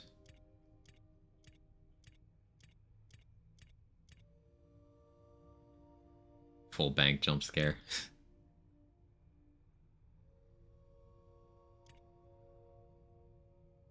Frost Burr. I hadn't planned on doing Burr.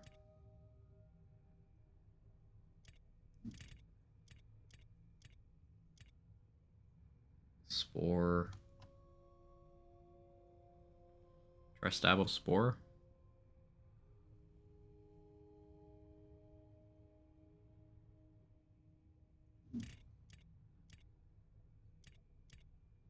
Claw.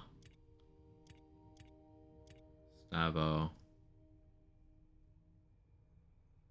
Oh, milk tastes like almonds. I'm proud of you. At least the product is honest. What are we thinking? What action skill are we going to use? I don't necessarily want to do the From the Shadows thing, but it seems like we're going that way. So I'll take both of these hourglasses out, and we'll see what happens.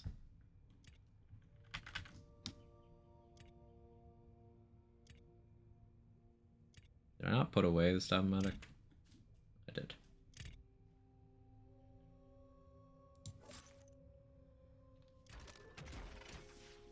Okay, let's see. Because it's a gun that additionally scales with melee, Arsenal might not be terrible, because we'd be getting 6% of value. If we went Trapscallion, we'd be getting value from all 3 of the stats.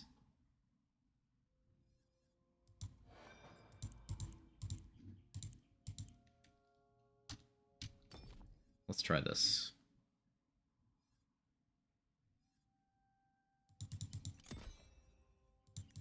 So we'll be reloading a lot without Universal Soldier.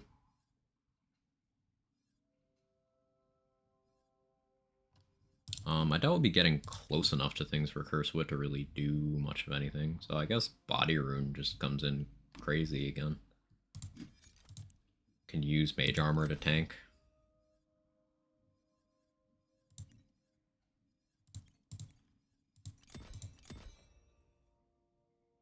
Am I gonna care how much my spells crit here? Not really. I don't think. Quantum Mana would be cooldown for From the Shadows. Yeah. I should take just warming up. Oopsie. I love free respec. This isn't like BL3 where I burn all of my money instantly.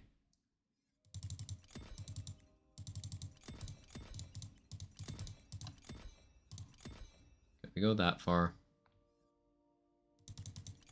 I like movement speed. We're going on to 1,000 cuts. I don't need to bother with Swift Death, so I think I take Arsenal, as weird as that is. Now, it won't trigger Nimble Fingers, but the Exy Blade would. So we take that.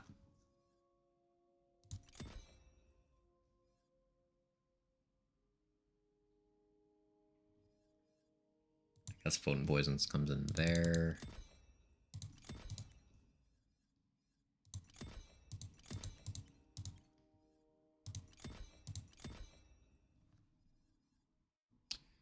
An Imbued Weapon would give me a way of applying status without needing Body Rune or having to switch guns.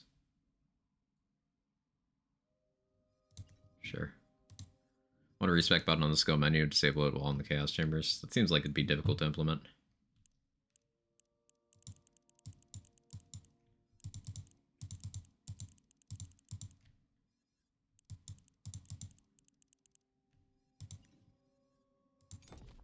Okay, so we do that there. Tooth Raider would only help with Exit Blade. Hey, Nunu.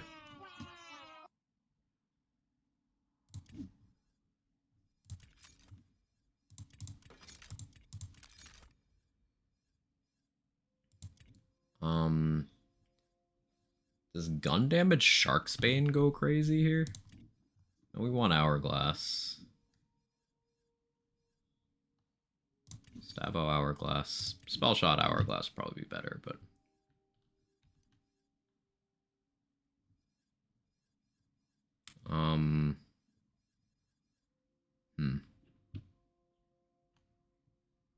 How about Blade Caller for the setup? Not as much raw damage. Guys, may be nice. Blade Caller was my first thought.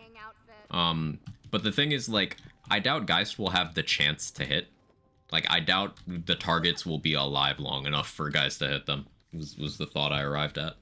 Sure, Geist off of a Stab-O-Matic is going to be insane potential damage, but, like, it'll get here, target will be here, target stops existing. Get jiggling. Yeah, that's how you can pay it forward, by jiggling. See, Kevin agrees. Yeah. We're gonna jiggle, Kevin. Don't worry. It's all part of the plan.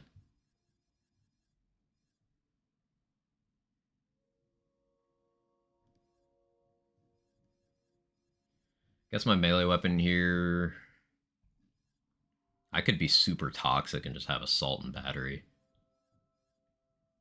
Make XE Blade go, crazy. We need gun damage. Ooh, I can run Hyperius Fealty Oaths. That wasn't an option before. Hyperius Fealty Oaths for, Stab-O-Matic. Fuck, I need more Fealty Oaths now.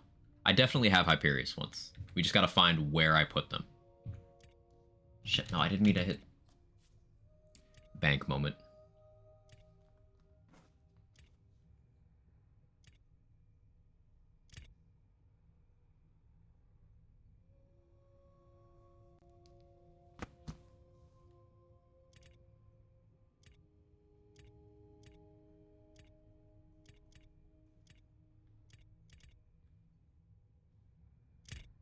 Because Fealty Oaths have that crazy crit damage.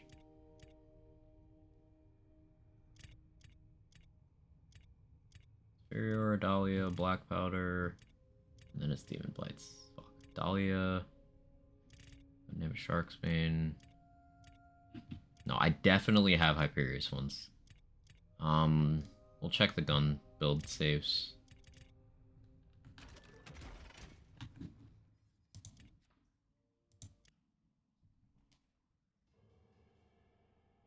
Kevin, do you know where the Fealty Oaths are? Do you know? I don't think he knows.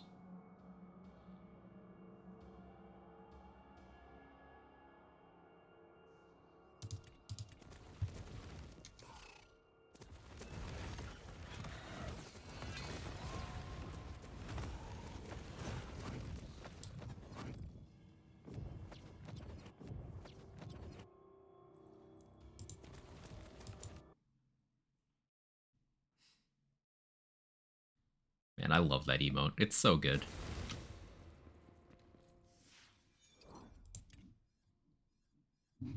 We do just have gun damage Sharksbanes. Those would be good here too. Ah, there's a Hyperius one. Crit damage reload speed, that's pretty good.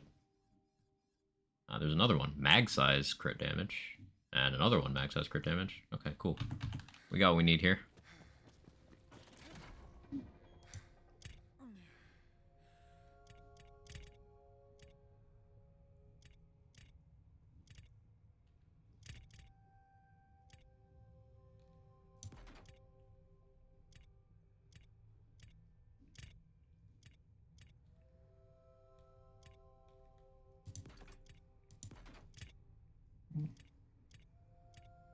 Elder Wyvern's Ring could be okay too.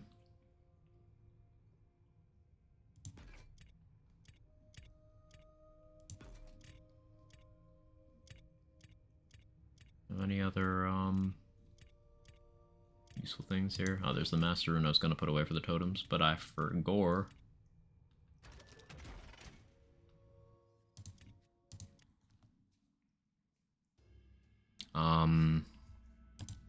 What do we think armor-wise for this meme?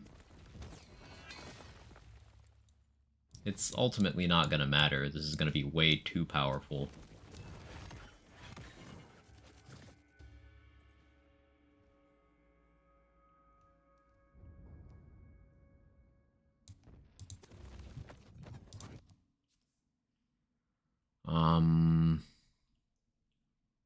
Gunslinger would be reload speed.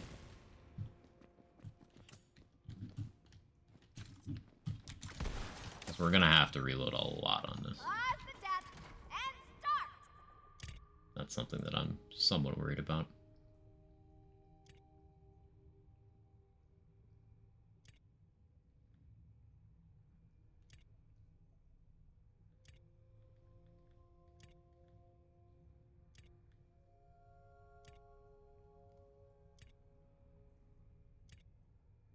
Wonderland's UI moment.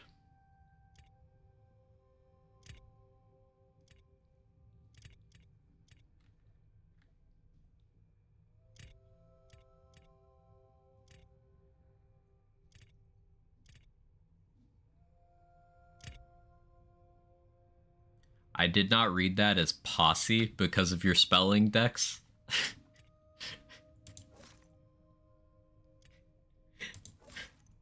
And I was just like, interesting.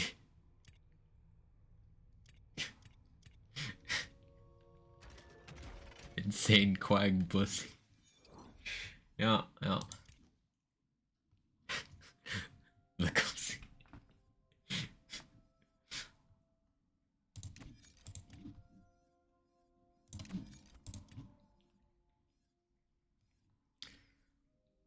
Well, that's another thing I guess we could do with this. We could do awe.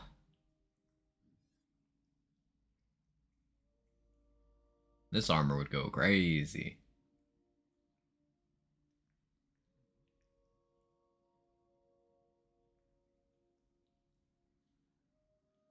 So what if we did that? Instead of going spell shot? Then we wouldn't get the mage armor tankiness. Would we need it? That'd be another Clawstalker build. I do so much Clawstalker shit on stream.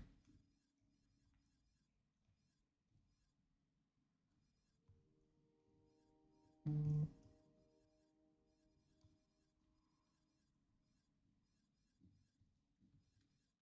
don't know what to do spell-wise here. That's Fortifying Sigil.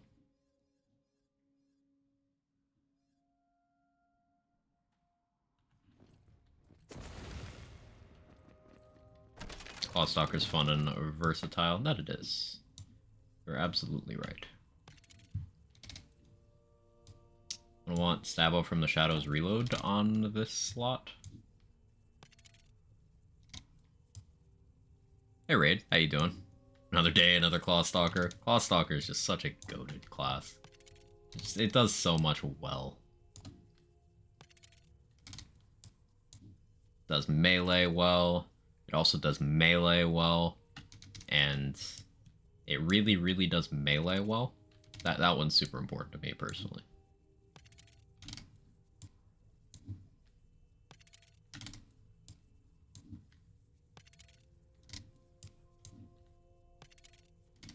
Come on.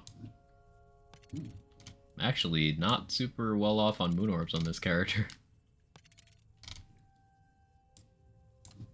Come on. Action skill start stack of spell weaving is not the worst thing to have here, but in vanilla that enchant only works with polymorph. It works on exactly one action skill in the entire game, despite being worded more ambiguously. So I don't know if they fixed that bug.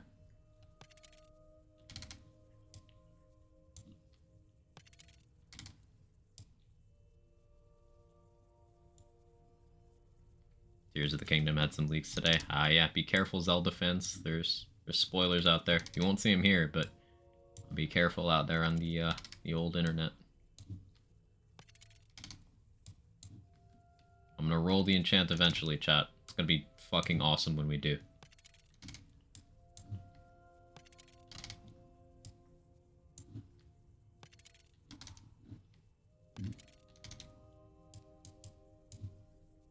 Any day now, Copium. Here, may as well go in this slot. Not gonna use Ghost Blade, so I can have something else there. Fire rate reload, sure. That works.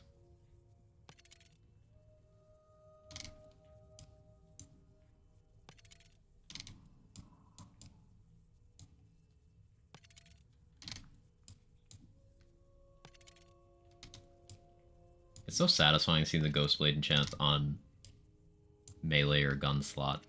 Like, I don't know why. It just looks good there.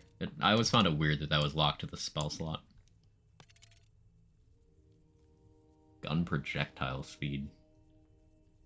I don't think Stab-O-Matic projectiles are slow, but I guess we'll find out.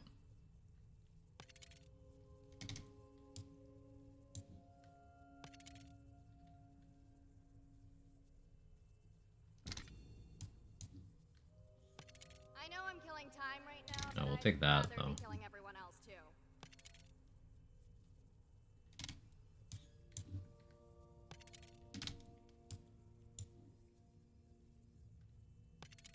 Just give me From the Shadows. Show me potato salad.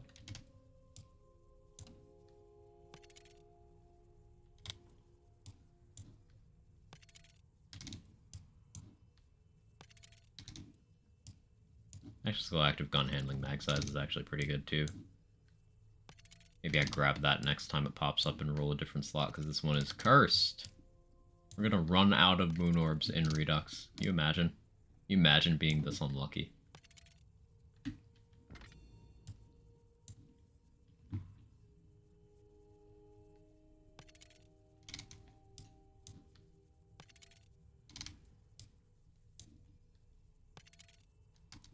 What am I even rolling for again?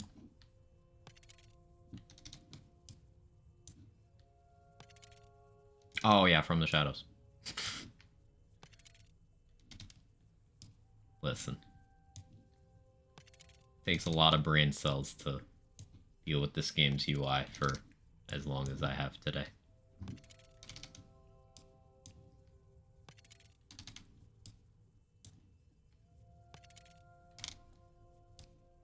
Might have to do without it, because I'm about to be out of moon orbs. Here's the Blight Caller one again. It's cool to see that one in other slots, though, I must say. Graveborn. Storm Dragon's Judgment.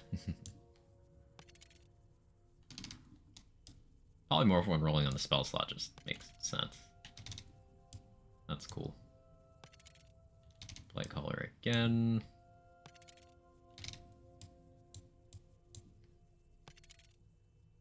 Ashen Skill Star Stack as Spell Weaving? Nah. Spore Warden. Come on. Come on, clutch it up. Clutch it up. Never lucky. Actually ran out of moon orbs in Redux. It's possible.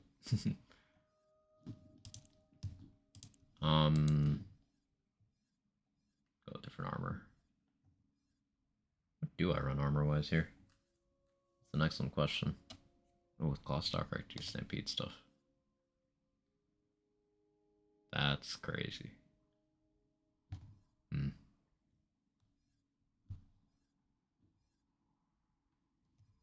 Gotta figure out the armor situation. New Lego sets came out today. W.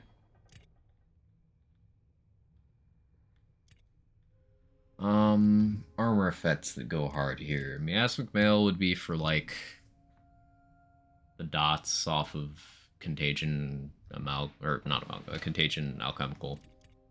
Amalgam's just stats. Fusion would predictably go hard because we have Xe Blade and we have spell damage.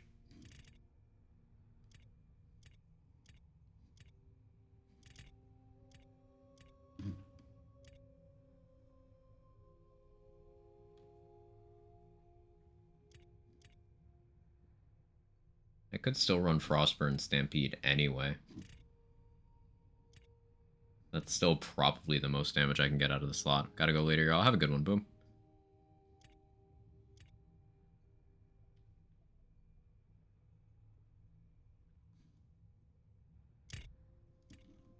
Yeah, Stampede's probably just always the most damage in this slot. The more I think.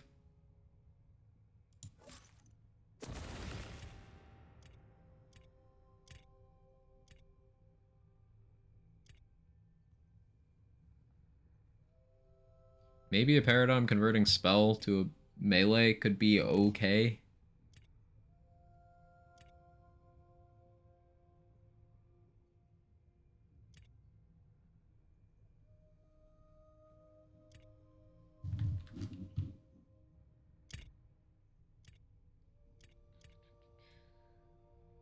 mean spell increased by melee? No.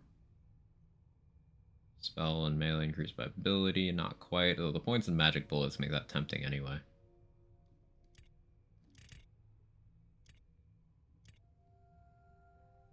Spell melee increased by ability. Mask mail with 2 magic bullets. I'll take that just in case.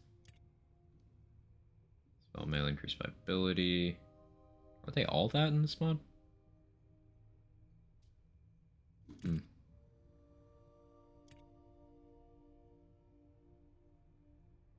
Yeah, happy early birthday, Micro.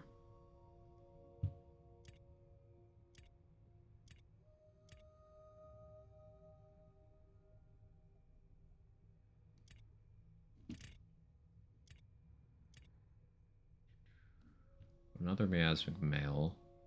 I have so many good awe armors just because for a year I've been compulsively saving any armor that has awe on it.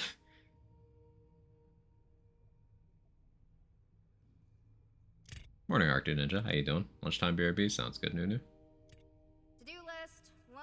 Amass strength. Yeah, are all the paradigms just 2. Defeat ability life itself. becomes spell melee in Redux? 3. Be Death's favorite.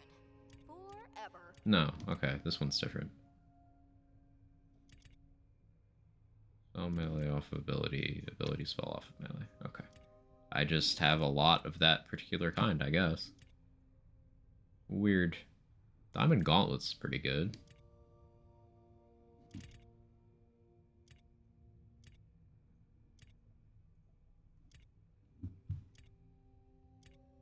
Diamond Gauntlets is pretty good here.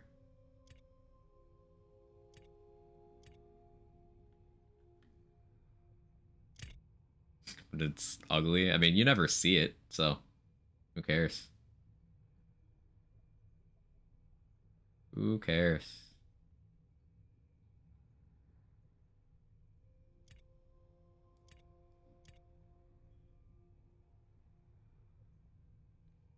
Two sneak attack. Two arsenal. Area melee. No. It tried though.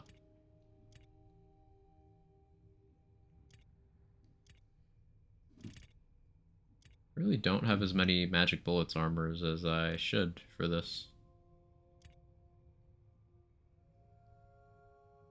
I could go with the extra high thread count, I guess. That'd just be a lot of stats overall.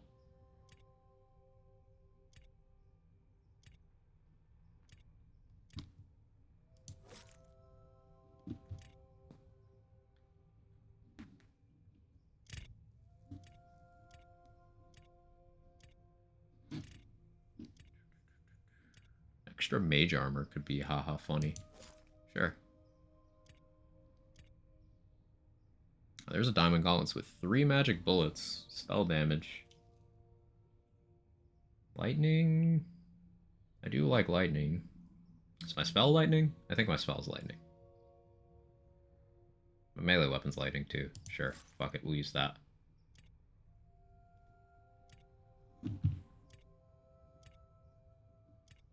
Yeah, I'm good with that.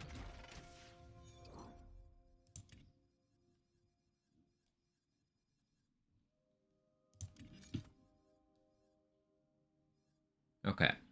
So I have no idea how this is gonna go, but I have high expectations. Enter if you dare. But seriously, you should dare.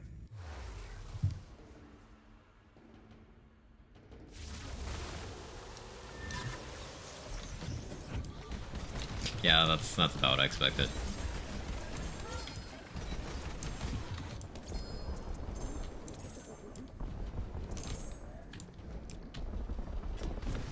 Be better if we had From the Shadows reload. But I'll live.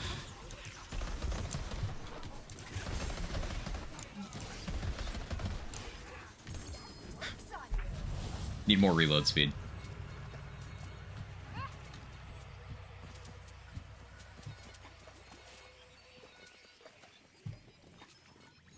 Anarchy. Yeah, I wasn't already having problems with recoil. That's fine. That's okay. That's okay. Everything is okay.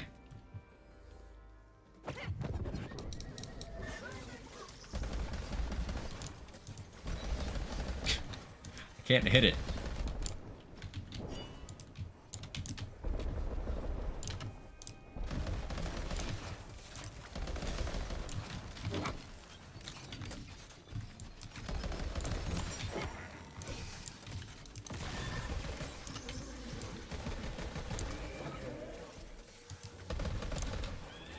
Reach for the sky.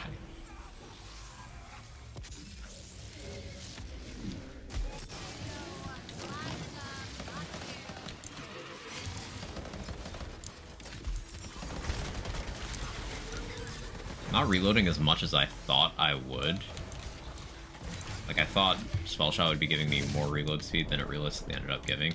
So now I'm just thinking about Clawstalker again. And Clawstalker really is the multi-class combo she told you not to worry about.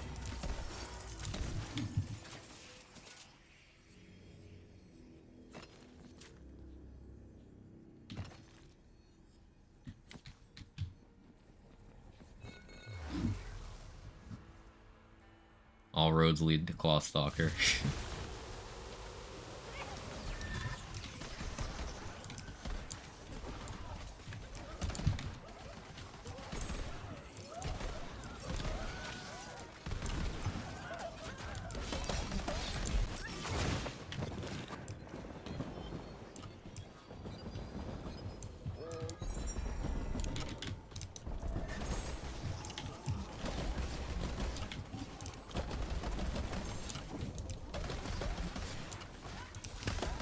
Very hard to hit anything. You recommend a Clawstalker as prepping for a new run? Yes. The only reason I'm not a Clawstalker already on this save is because I have too many Clawstalkers. It is my most used multi-class combo by far at this point.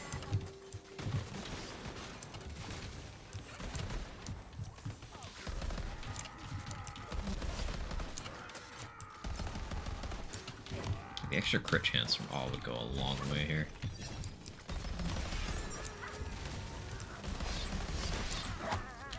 Like, that's a big damage difference when I hit actual crit spots. Something to think about. It knows to be expected, but surprised to see it in action.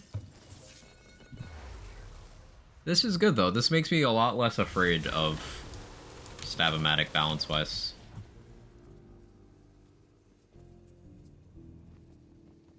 Because I was worried it would be the big dumb.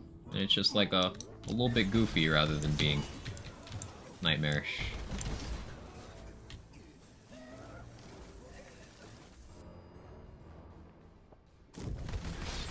Yeah, Wastard is in need of some buffs. This is not indicative of Stab-O-Matic being crazy. This is just Wastard being actually a complete meme. Let me introduce you to my friend, Death. We go way back.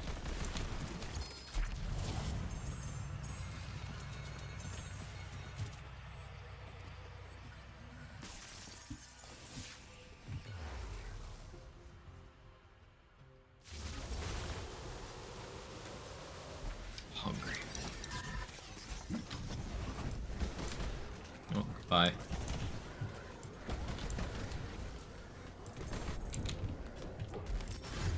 Ouch.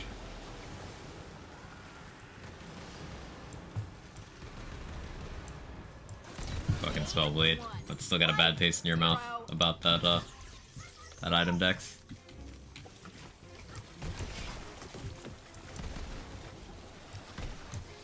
I can't hit things.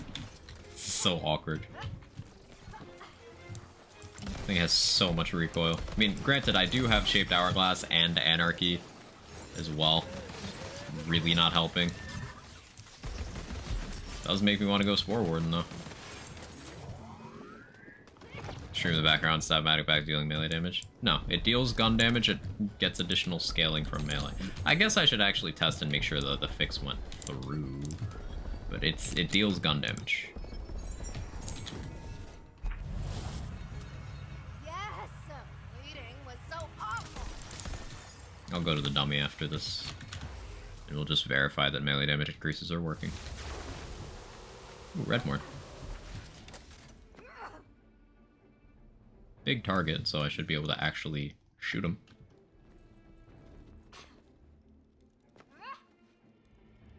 Thank you for verifying.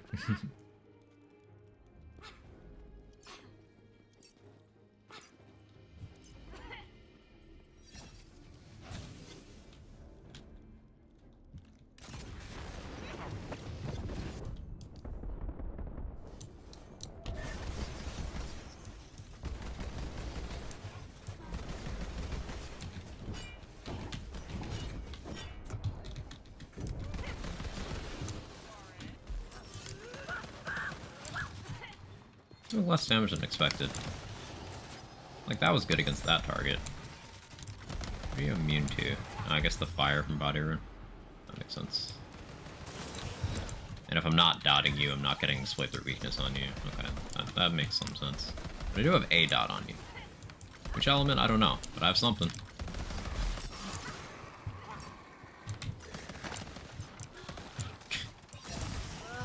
I need to hit fire more. Seriously? They're stuck. Wow, Redmorn really continued to track me. Dude is aggressive. Yeah, this is honestly performing a lot worse than I thought it would.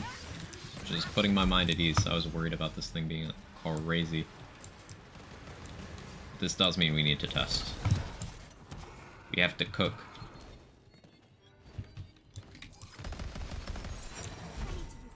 Waggy, we have to cook.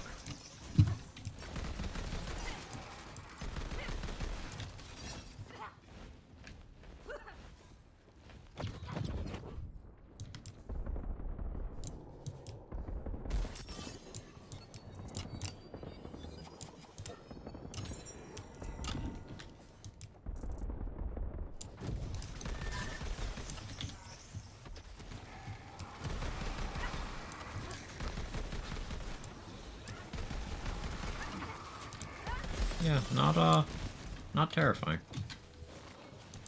This is good. This is good. This is cloud control. Technically true, right?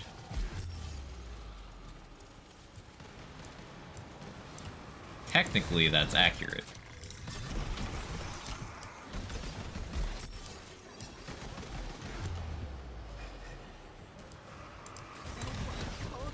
Ammo's not a problem yet, but it's gonna be soon.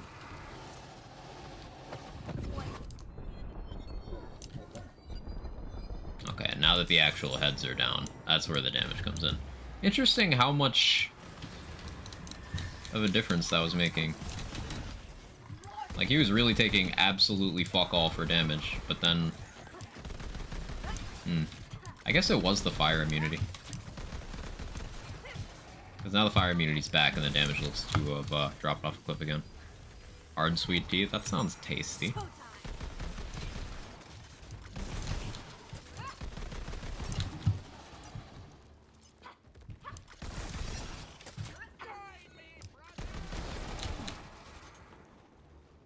Redmore, where the fuck did you go? There you are.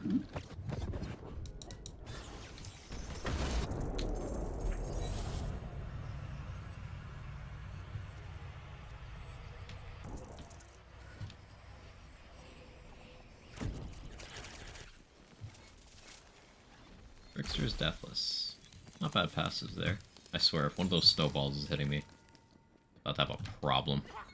Those snowballs are my personal nemesis. So sub 10 minutes, even with spending that long, sub 10 minutes. Oh yeah, I want to test something here. Did they do anything to cannonballer projectile? No, it's still... Okay. But with projectile speed, maybe cannonballer could do something.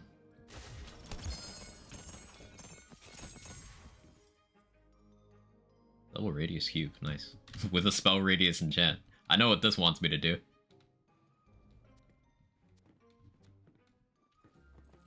Okay, what am I rolling for? There was something I wanted from here. Completely forgot. Completely slipped my mind. I have the memory of a goldfish. Since I don't remember, let's roll launchers.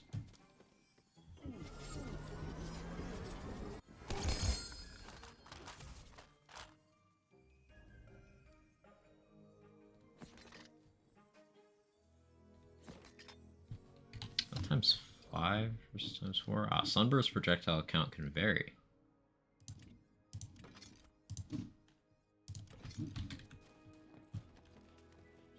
Times 4, this one's times 5. 2 ammo. 1 ammo. 1 ammo per shot. I kind of want to do a Sunburst launcher build. Maybe we completely change momentum on this save. Because 1 ammo per shot launcher, like this.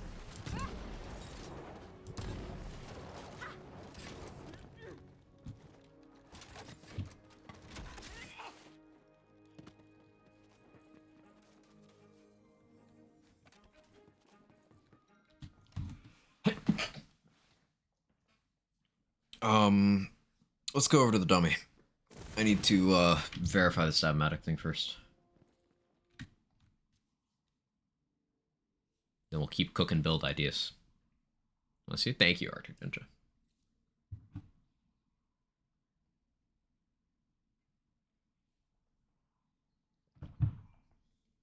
Thank you, Moo.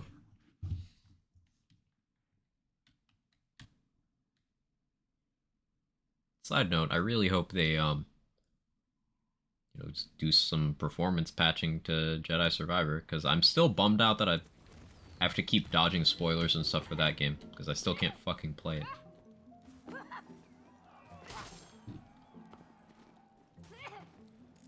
They at least put out a statement on it, but most of the statement was them saying, well, it's mostly people with like good specs not getting good performance, and it's like, no, that's not true. It's people across a wide spectrum of specs who are unable to play the fucking video game. But okay, EA moment. EA moment.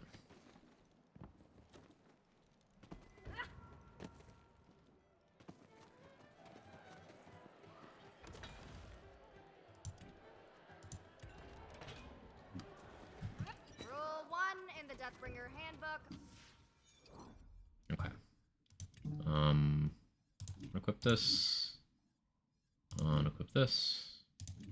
Unequip that.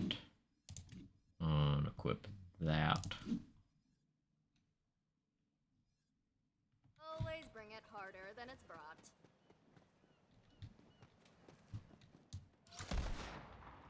$37.79, $37.79. Okay, so if we equip a melee ring and this improves the damage, then Pog. Oh, this is why the damage wasn't. You see the problem here, chat?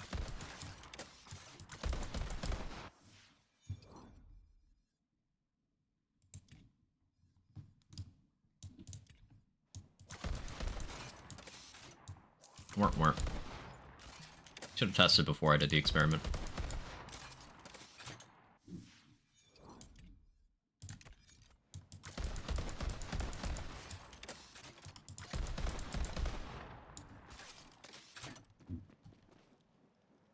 Didn't work. Didn't seem to. Increases the melee damage applied to damage dealt by this gun. They don't. Not scaling off your melee boost? Correct. Scales off gun damage. Like if we take this off and we put... So let's actually see if field heals works here. Yeah. The gun and the Hyperius crit on that are working.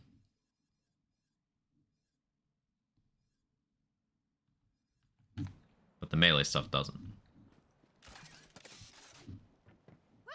Hey, Mr. Sean. Yeah, still no worky. Still no worky. Hopefully they're able to nail this down. I was wondering why I was underwhelmed.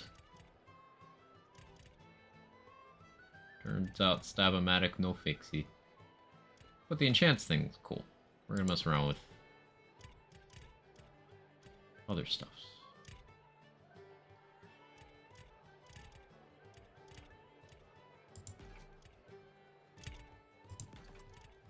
Have you tried Sunburst out at all? The Sunburst Spore seems interesting. 4 projectiles, 1 ammo. Means decent play the angles chances. Freeloader gives you free shot every other. Seems like it'd be good.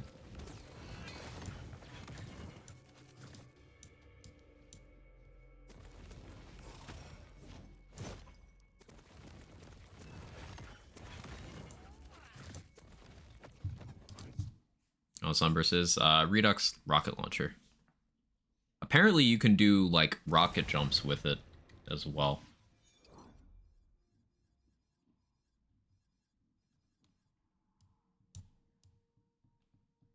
It's the one that has the trash dot that we were like, this has to be a bug, and it wasn't a bug.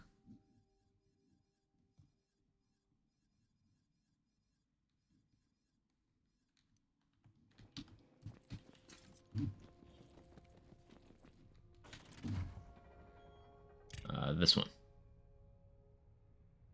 949 times 4, and it can roll 2 ammo per shot variant that has an extra projectile with no damage penalty on each individual one. So, big damage increase, but double the ammo cost? I don't know how worth that is. Take them both, though.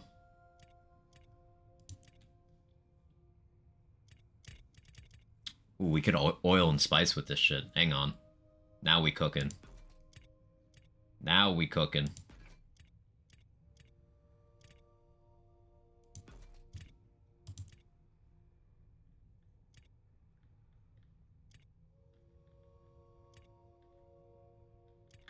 Where are my Torque Field Oaths? Bank always been 100. The backpack? No. Backpack was like 70, 75 vanilla, something like that. It's 100 in Redux. As inventory? Yeah, as inventory. Bank is still 510. And with all that spice, yeah, we're gonna literally cook them, Moo.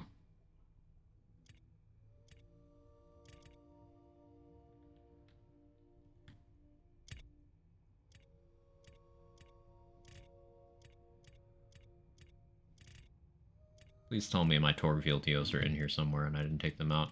I totally took them out on some build. Ugh. Pain. Whatever. Finally cooking with real ingredients.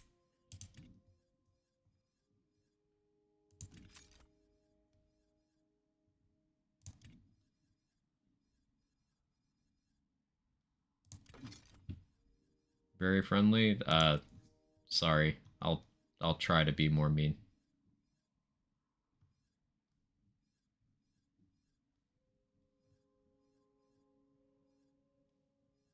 It's pure glass, more like pure ass. Got him.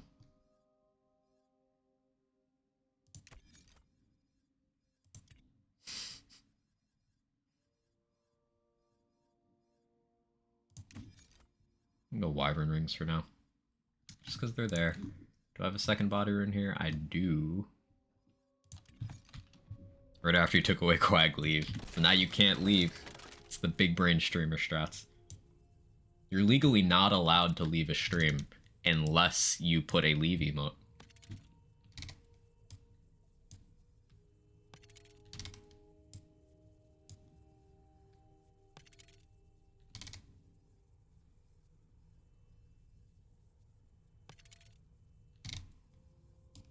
I want from the shadows thingy.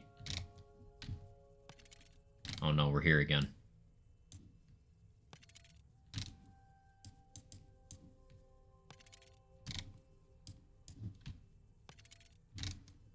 Don't do this to me, game. Don't do this to me. Oh, looks like the redemption broke today. I always thought it was stream duration, but it worked after like 5 hours the other day. I guess I'll do it. Quag, quag, quag, Chad, quag. How's that?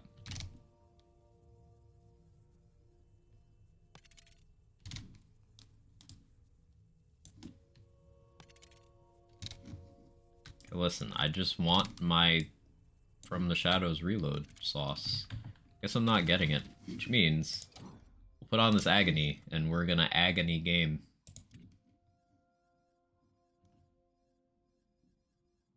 I could do corrupted plate mail with this.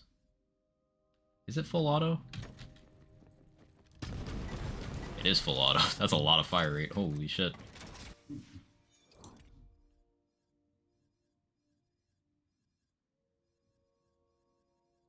What do I do with that information? I was gonna maybe go gunslinger.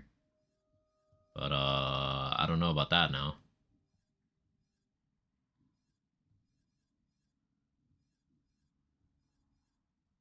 Guess we can still stick with fusion. Just have fun.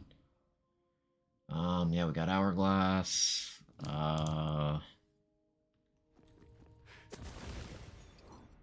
let's respec second class to spore.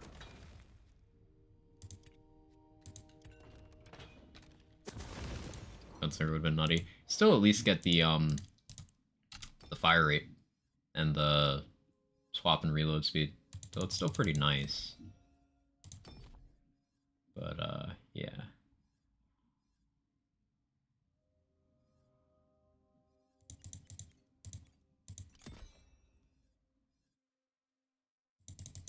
Whoever we're holding for the first shot thing, the ammo regen's going to be completely irrelevant here.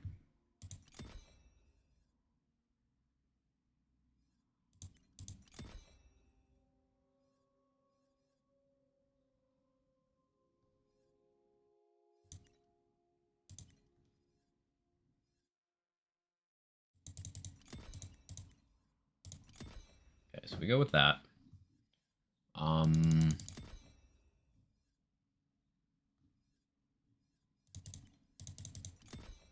And just standard stabo tree stuff over here, I suppose.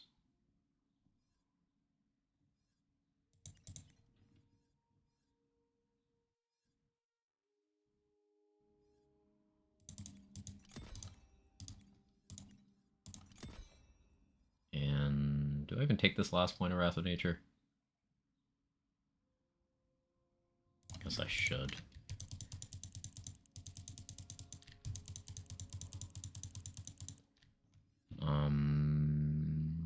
Let's go cooldown. Alright, this is gonna be a total meme. I don't expect this to even work. How doth thou like me now? But it could be funny. Think you can make it? The idea is that even if we down ourselves, we'll have agony for like a lot of damage. So we're just gonna try to sunburst everything.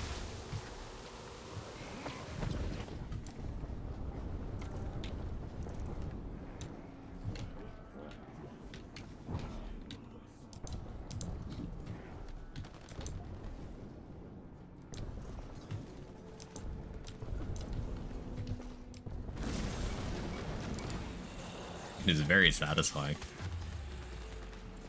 Now that I dotted myself, I can, oh, I should try this thing's alt fire, actually. Mortars! Oh, that's kind of sick. That's kind of sick. Oh, it does negative damage to Pigwort.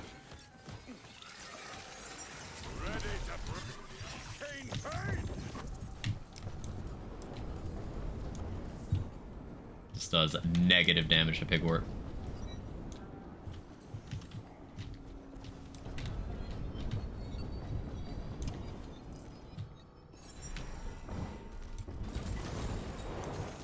I mean, sure, there's a fire resist, but like, I was hoping for more.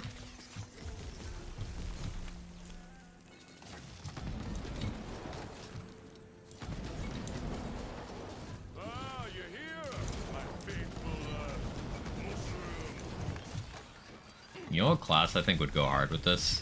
Fucking Deadshot. Because you would get the 8 points in Warcaster and then just keep casting, so you'd keep getting Warcaster and never have to reload. Things also wouldn't die because you'd be a Graveborn, but... And try this new build, instant Pigwort wall. I like Pigwort for doing that. Stops you from setting your expectations too high. That's how you find fun, good things. Yeah, experimentation stream. Deadshot, that perk sucks. Doesn't though. Deadshot and modifier slot's pretty sick.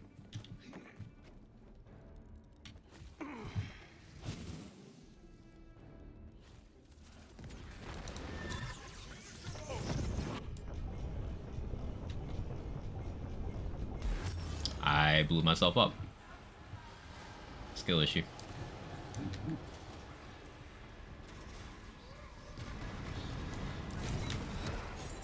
That's the way, you little rock Deadshot muscle. BO4 headshot damage boost does go hard. See?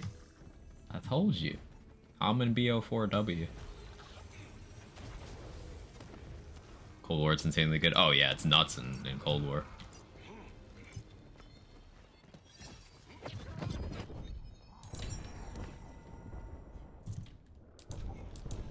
It is annoying this thing has a absolutely criminally shit dot. That's kind of different from every other launcher. I suppose different can be interesting, but in this case, I don't know if I love it. Do I have area damage? A little. Now that's more luck.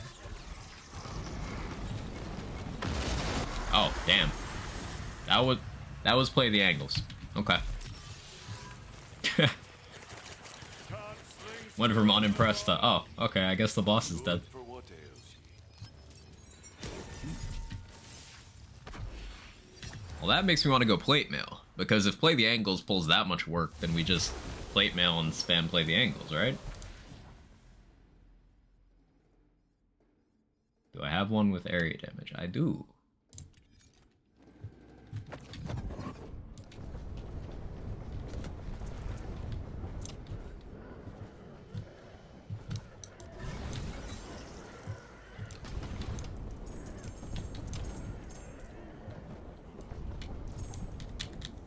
There we go. Marshmallow play the angles. If Marshmallow allows you to play the angles off it, that'd be an option. Yeah. Just stick Marshmallow next to the enemy so that you're hitting both sets of hitboxes at the same time. Could work. Gonna go cook foods later. Come back with food. But let me live through you.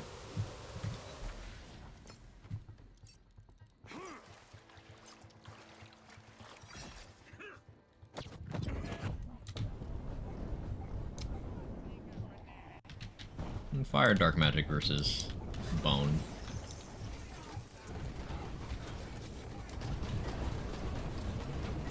And single target. Plus me not going for crit spots. But we have Echo Plate Mail Fate Breaker for that. I could also use a different launcher. Switch to like a cryo cannonballer real quick. Certainly an option. I'll steal my food. That's why I asked.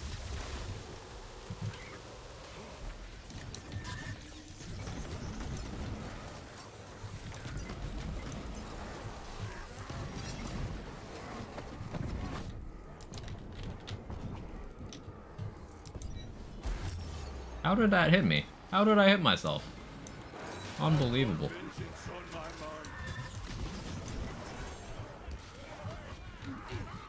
Worms won't go hungry tonight.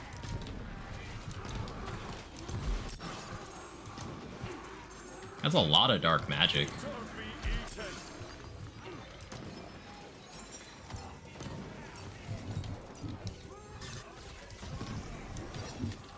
eaten. That was a lot of orbs. Request declined? Oh, okay. Well, I guess I'll have to take it then. Man, that sounded way more threatening than I intended.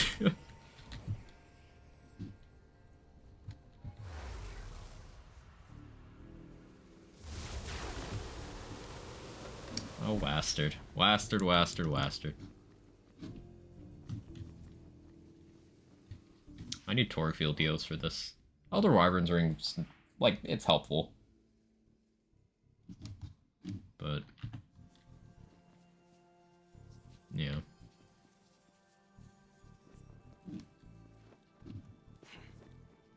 This isn't bad, though. This is definitely one of the more sustainable launchers.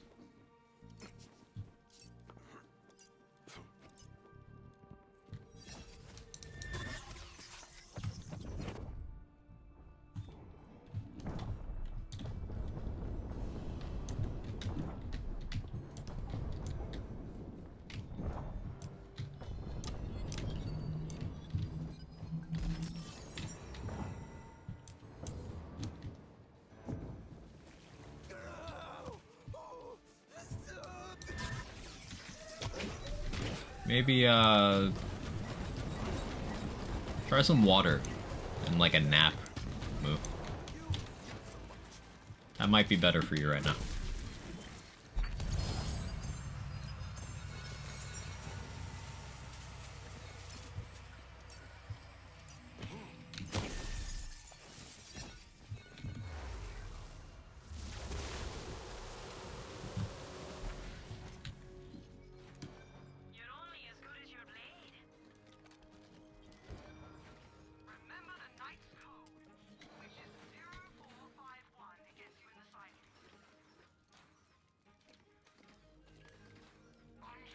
Oh yeah, rings.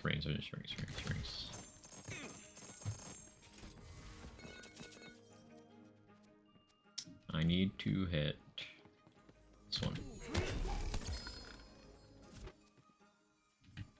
Show me Torg Fealty Oath.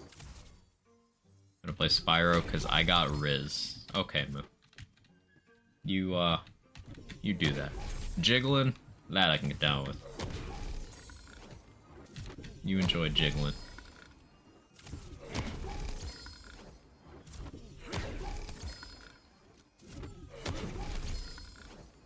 I'm kind of surprised there was no pearlescent launcher or Redux. They have plans to add things in the future, but it's something I really expected. And if we're being honest, I expected a specific pearlescent launcher. But who knows what they have in store for content updates.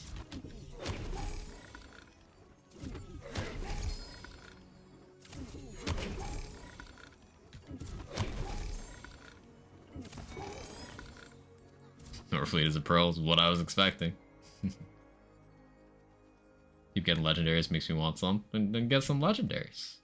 It's just that simple. Just simply get legendaries.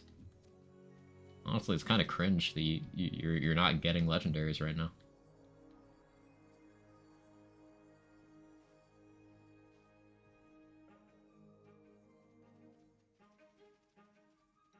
Did that build through Redux? Which is why I expected it in what owns Redux?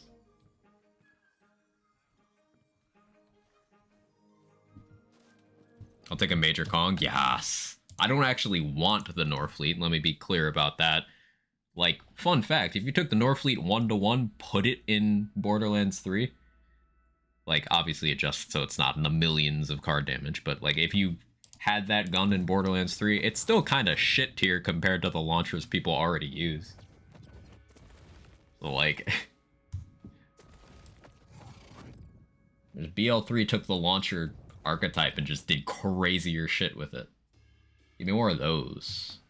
Or, even better yet, new things. I like new things. New things are pretty cool.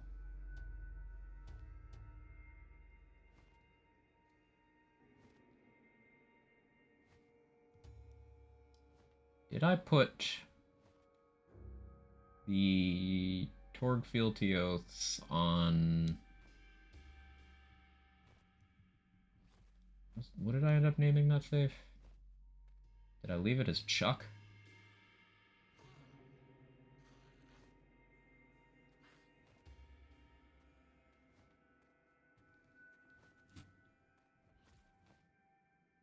No, I don't think I did.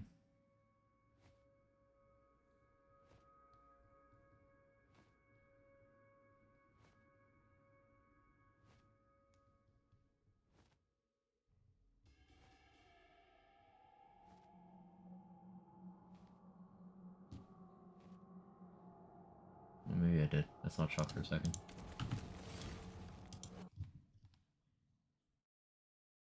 Black hole launcher that deals void damage? That would go hard.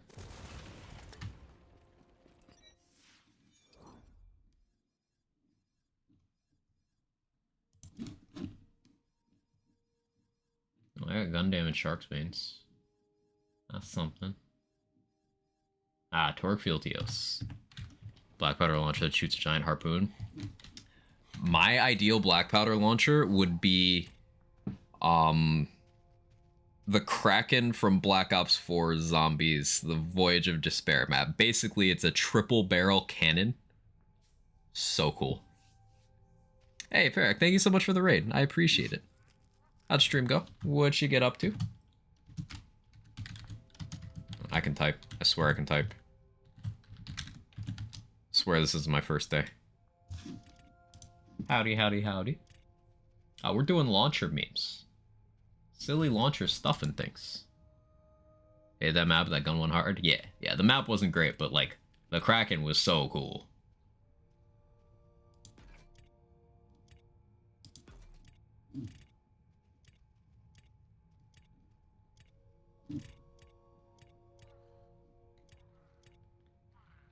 Started Resident Evil 5, boys. Chris jacked in that one. Yeah, it became such a massive meme. Like, I don't know. Chris just, he got tired of feeling helpless against all the bioweapons and shit. So he just decided roids are the answer. Yeah. it got silly. I still maintain that RE5 is one of those games that I have a lot of love for. That I think it's overhated. It's just fun. It is a fun game.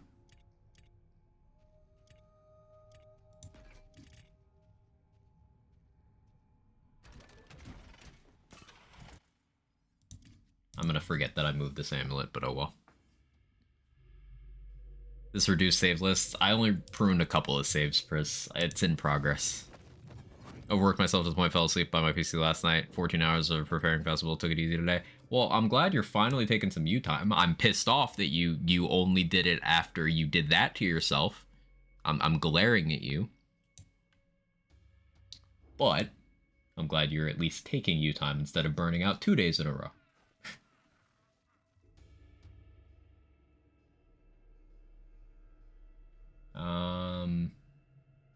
The fuck other save was I on? Oh no, I was on my main gun save. Okay. Going around killing things with inflammation only is so funny. It is. Inflammation is rad explosions in a spell that's also a flamethrower. That's also a dot. It's doing a lot. I'll tell you what last week looked like. No, I think caps were appropriate for that. I think that was a good accidental use of caps.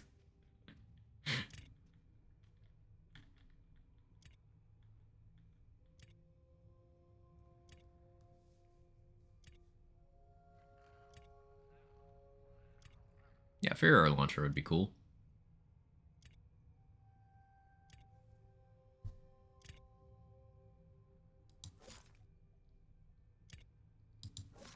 Okay, there we go. We got Torg.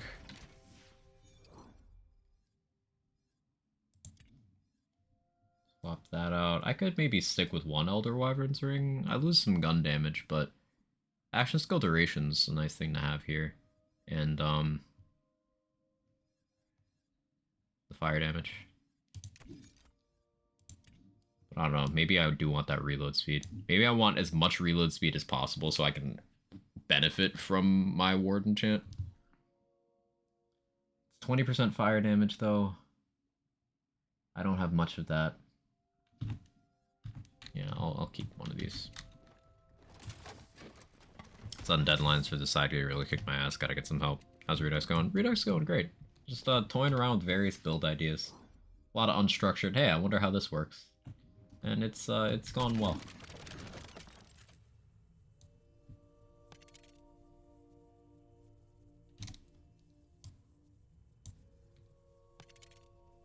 Oh, hey, here we go. We got that on our melee weapon, so I can switch back from Agony to... I could use an old god. I could use triple amp. I think I like triple amp here.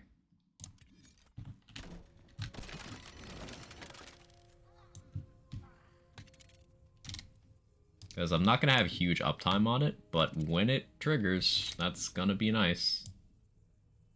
It's going to be good damage. Magazine size there. A different one here. There's one for splash radius, projectile speed. I want that. Of course you roll on that now. When I no longer want this from the Shadows enchant, that's when it just starts popping up.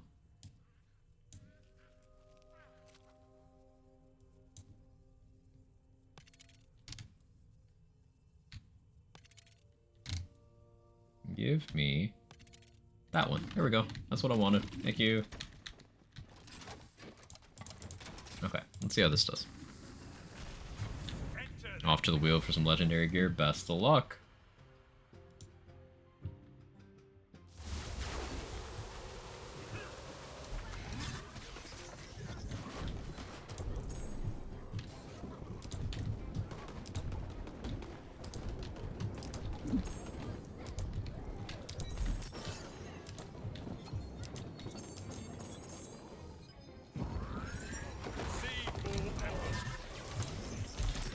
Oh, I know what I can do to benefit from the FTS.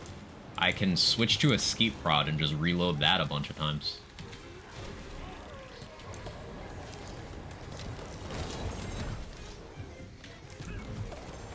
I have a skeet prod, right? I do. It's even equipped. Now, I found one out in the wild that had a 0.5 second base reload. This one's super slow. It's only a 0.6 second reload. So, honestly, I'm just disappointed with that.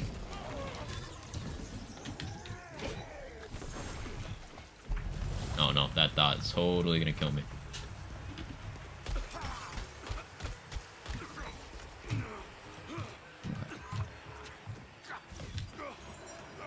For connoisseur, that'll help.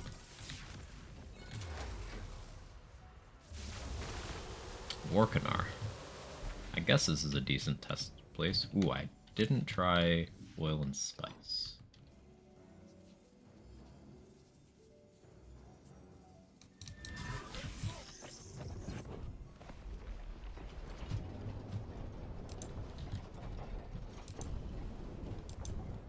Oh, that did nothing. This is good.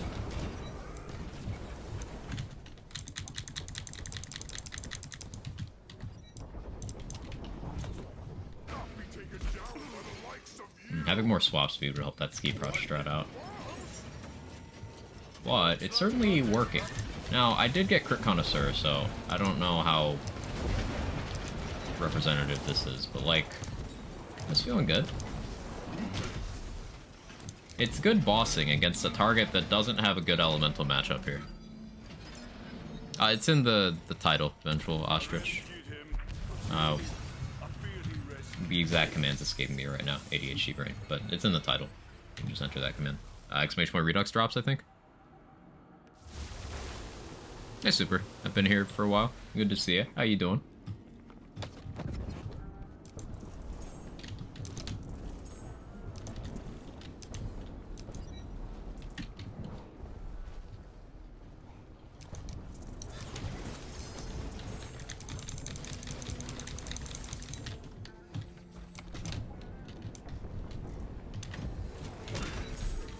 Okay, we kind of got this working.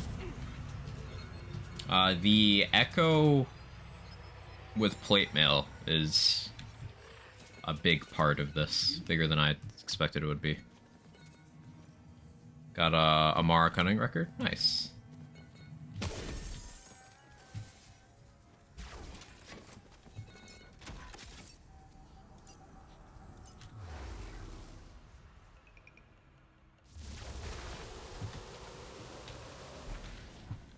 I don't need the delusion here. Struggling to think of what else I could even have equipped that'd be beneficial. Crossbolts only work on the weapon that applied them, I believe.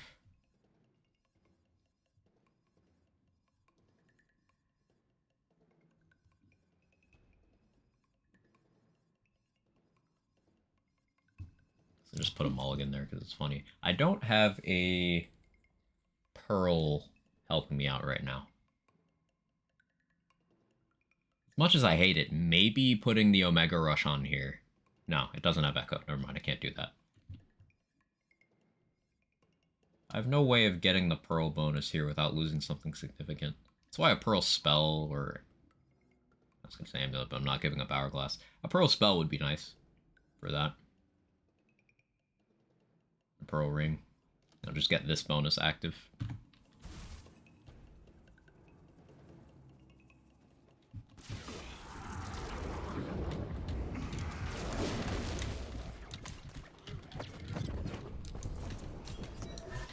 Hey, that did okay damage. Oh, wait, hang on. What happened there?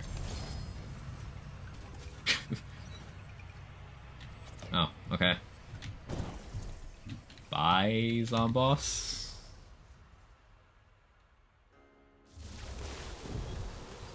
Okay. Spells are up. That had to have been play the angles. Looking for trouble. You found it.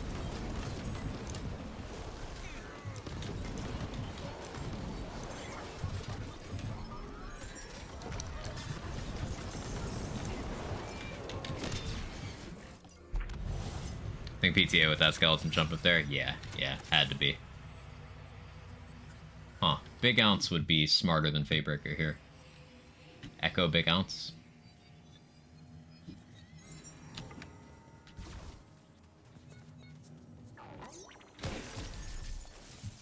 Even though I love Fatebreaker, Splash Radius could go hard.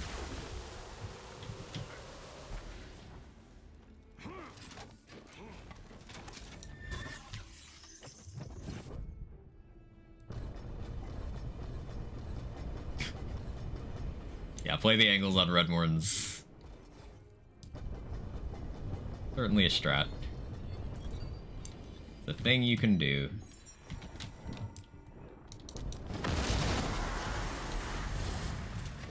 Seem to be confusing this game with BO3 and the kick charger. Nah, you don't shoot the kick charger this much. How you doing, Blueface?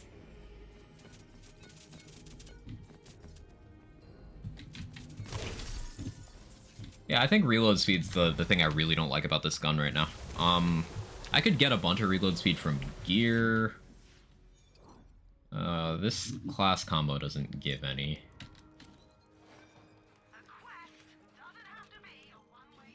Like, how much reload speed could I get? I have this passive already. Wow, I do have some shit. So I have 13% there. I could get Torg reload speed over here. Is the one over there reload speed crit damage? That'd be so nice. You're probably reload speed and mag size. Oh, it is that. Cool. Cool. We'll take that. Game does you one tabs on boss? Nice. Yeah, we're just having fun messing around with different items and stuff and things and things and stuff. Yeah, Kevin. You're absolutely correct. That is a good take. Good job, buddy.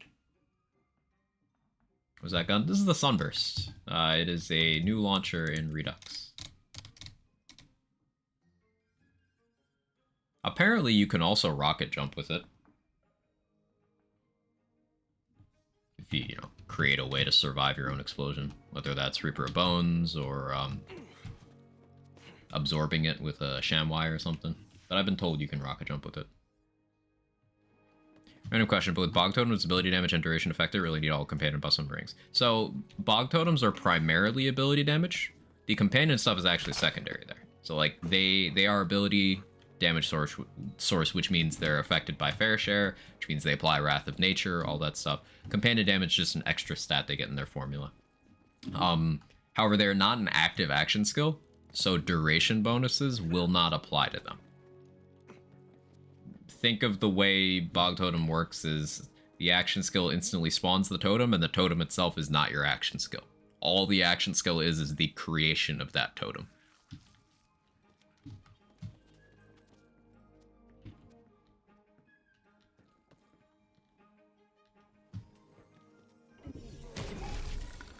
So either ability or companion buffs on your rings will work. In terms of crit stats, you want ability. Every time! There's always ads. Every time. Every time I explain something. I hate it. I hate it so much. I wish I could fucking turn them off completely. But like, the way I have them set up right now is what gets the least amount of like ads for new people, completely new people. But it still does this shit. It's so annoying. I hate it so much.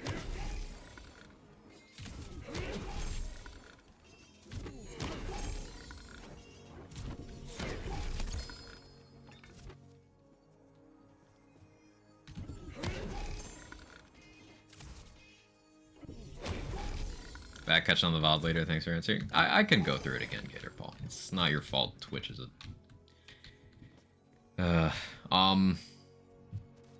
Yeah, so they're bog totems are primarily ability damage source, which means they apply things like Wrath of Nature. Companion damage just a second form of scaling they get. So on your rings, either companion or ability damage will boost them, but for the crit stats, their ability. So keep that in mind. Companion crit chance, companion crit damage do nothing for them. They apply Wrath of Nature, but they won't apply things like they won't benefit from things like joint training, because that's class feat companions. They won't apply claw debuff because that's class feat companions.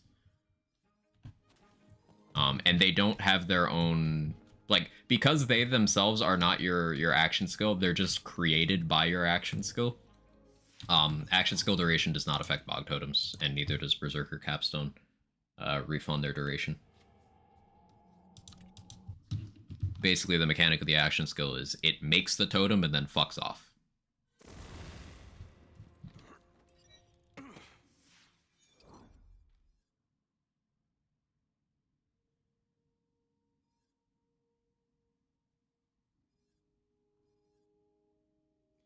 So Gunslinger would let me swap to the Skeet Prod and then reload for more FTS duration faster.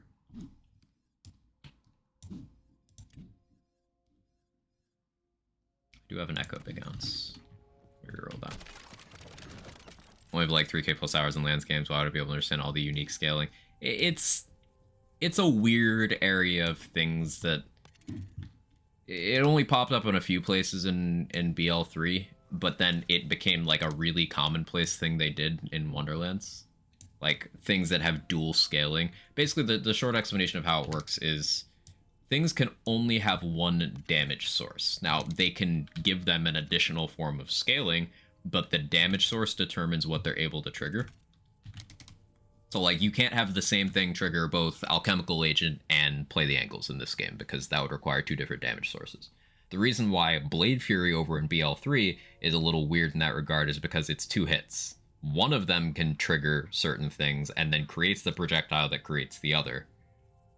But it can't do both at once. So, like, that's why Face Puncher can't trigger Unleash the Dragon and Indiscriminate, because it's not both of those things. Bog Totems can only do the ability stuff. That's why Dreadwind doesn't trigger Wrath of Nature, because it's already melee, so it triggers the melee stuff, despite it benefiting from both damage stats.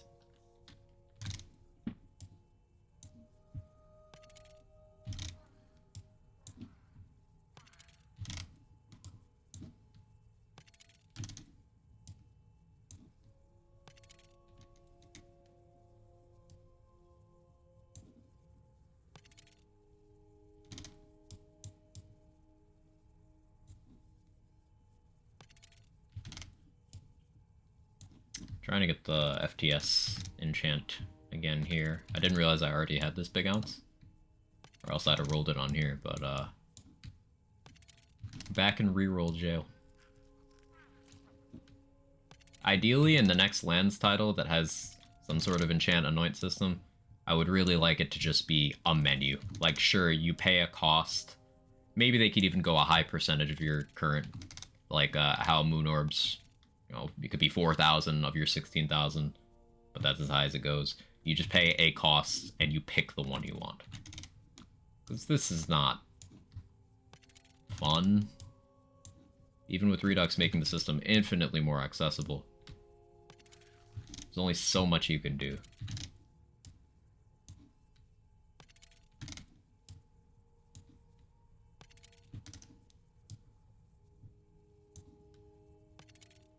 Like, it currently it's choose between whether RNG kicks your ass getting a drop, or does RNG kick your ass when trying to control the one thing you can about your existing drop. Not an ideal choice. There we go. Don't call out the viewers like that, Fate Maker.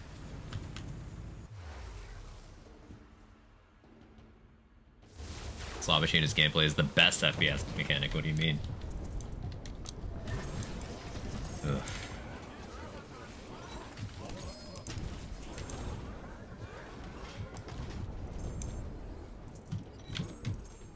Oh, slid too far. Okay, play the angles, picked up that kill. You'd be surprised, Raid. There's a very vocal crowd that really do enjoy the slot machine, and that ain't me. That just ain't me. Classic hero bait. Ooh, Banshee. This will go hard on Banshee. Fire on Flash? This is gonna be good. I'm excited for this kill.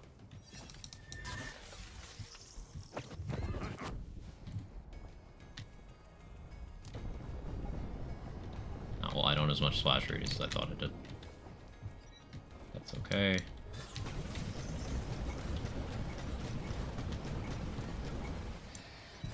Didn't do as well as I'd hoped. Guess maybe I could try ADSing and hitting the crit spot with this launcher. Kinda works. It's hard to see. This definitely does work though.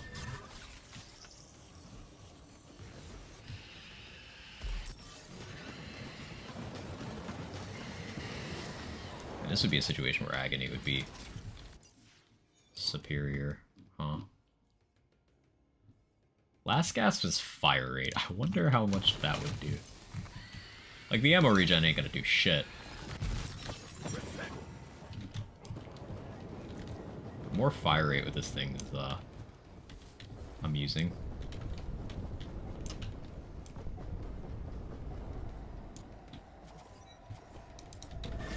Oh, you know what I could do? Something I've been looking for a reason to do for a while. I could do a triple adrenaline shield. So when it gets broken, I can just reload. The last gas has 20%.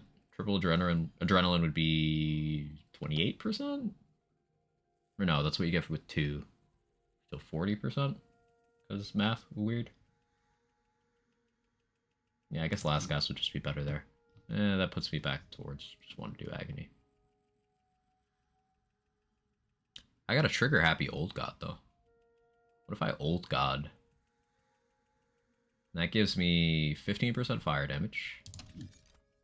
Then I could equip both of the fealty oaths.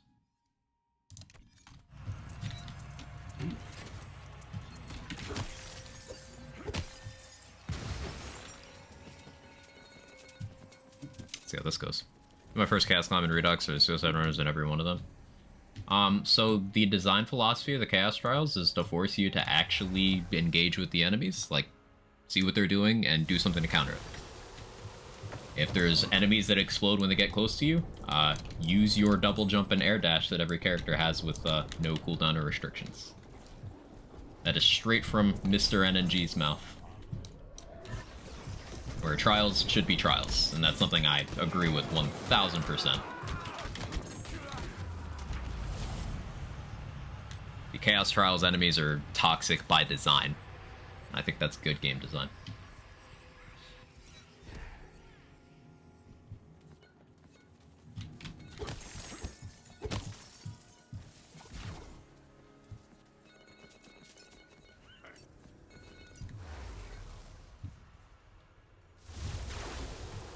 Ooh, Celissa.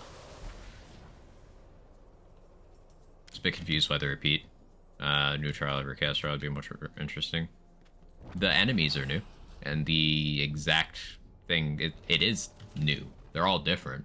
Just some of them have some shared concepts, but they are all different. There might be room reuse a little bit, if I remember correctly, but like, they are different.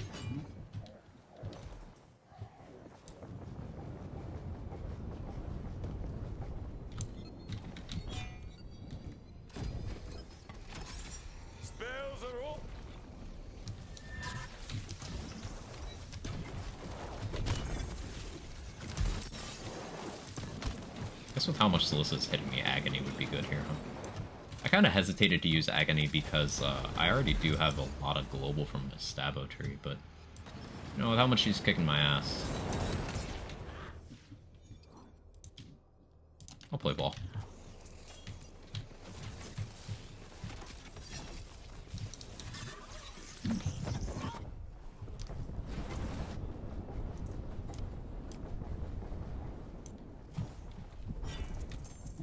I get the dark magic efficiency for the plate mail this way, so that works out for me.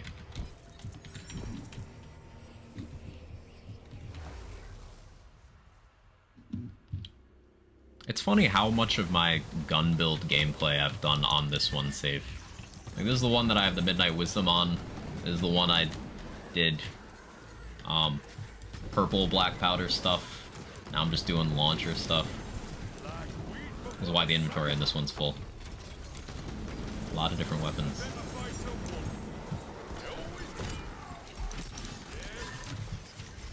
Stuck.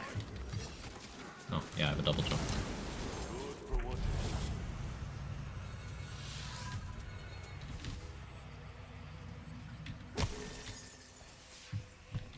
Now I wonder about the extra ammo cost one.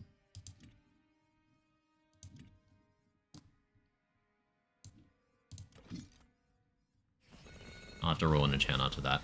Because it's 2 ammo per shot, but it's an extra projectile. Maybe I keep that as like a finishing option.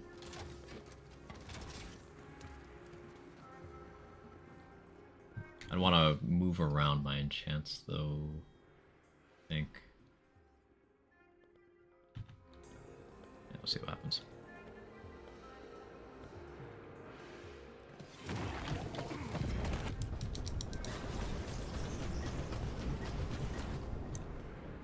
I'll switch to this one now.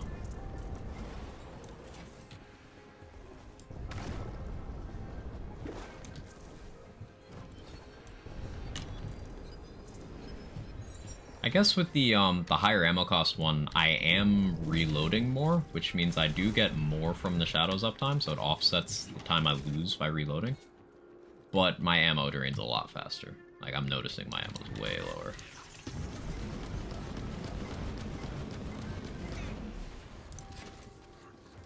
Maybe we don't do that. I should let him hit me to turn Agony on right now.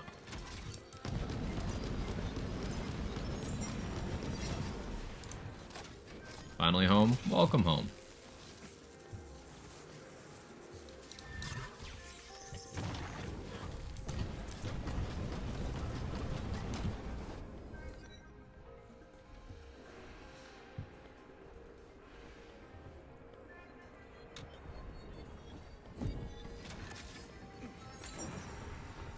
And next phase is fire resist, but I have plate mail, so... What happens if you directly hit an enemy with oil? Do anything? I don't think it does.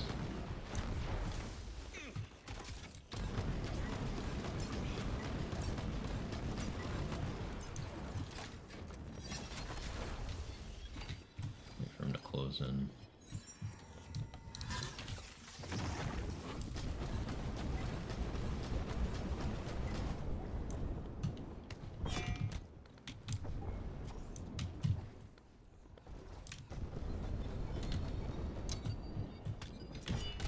Plate mail echo, my beloved. That's such a fun interaction. I love corrupted plate mail.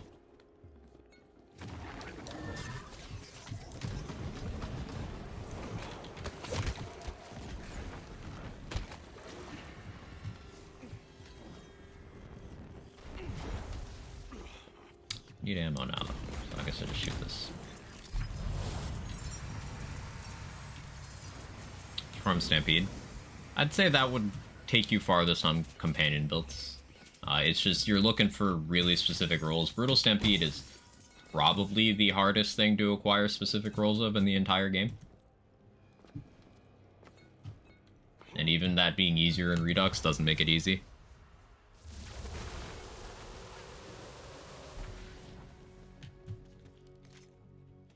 They're speaking the language of the gods. I don't understand that reference.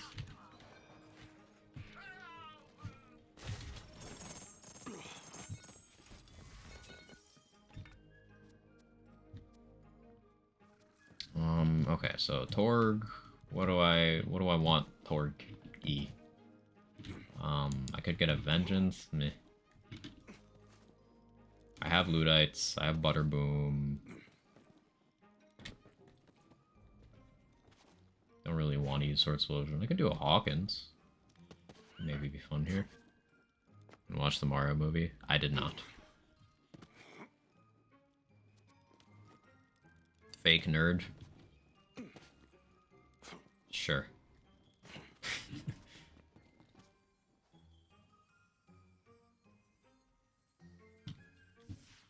What do I want different on a plate mail here? I guess, well, I want Stabo primary because that from the Shadows duration is really nice. It's got all damage, it's got area damage. I guess it could have only been better with gun damage. Stabo Spore gives me the fire rate, it gives me swift death.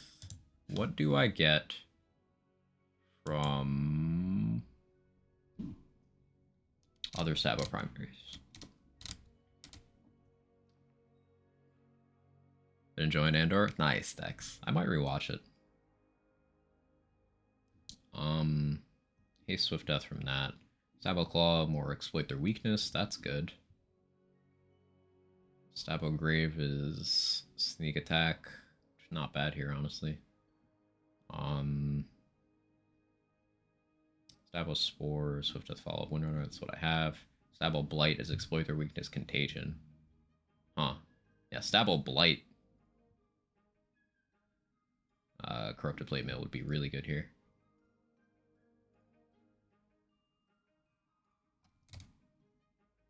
Like, Spore Stabo gets 1,000 cuts, which is going to be more damage. Like, more Bullseye, more Eagle Eye, more 1,000 cuts, just good damage skills. But, like, I lose FTS duration, so I'm not certain. It's probably still fine, though.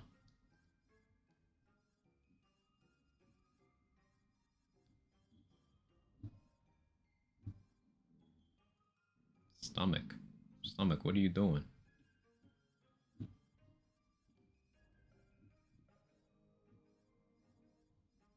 I really not have a plate mail with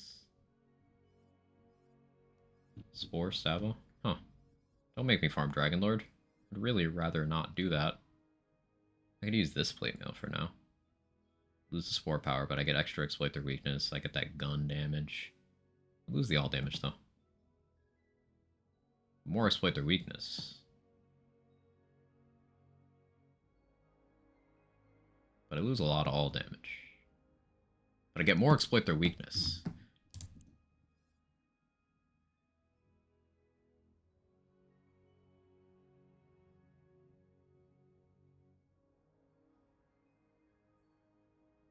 Let's stick with what I got for right now. I get more benefits from this.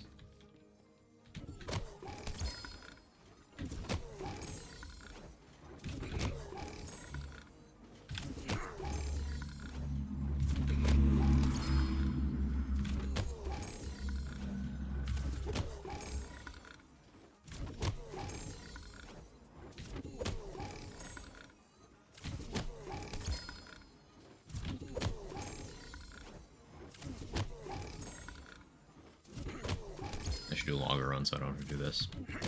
Is Redmorn like immune to cryo? Redmorn's elemental immunities will depend on what element heads he has active.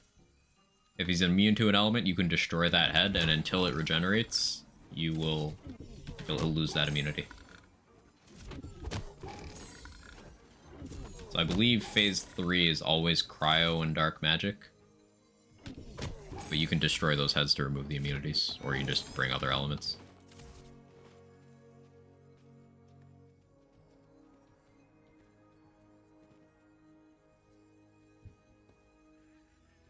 No plate mail, Sag.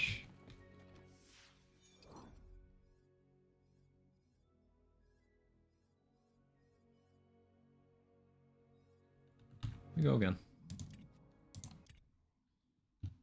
Into elements, let's go. Redmorn's one of those cases where diversifying is pretty good.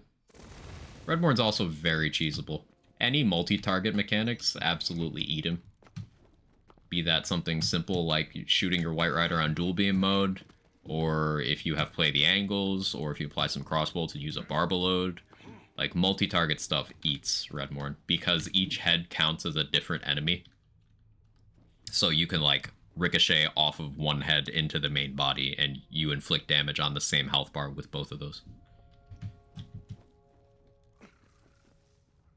You're using something like AoE and whatnot. Like Skeet Prod, Barbalode, Redmorn eats him instantly. It's really funny.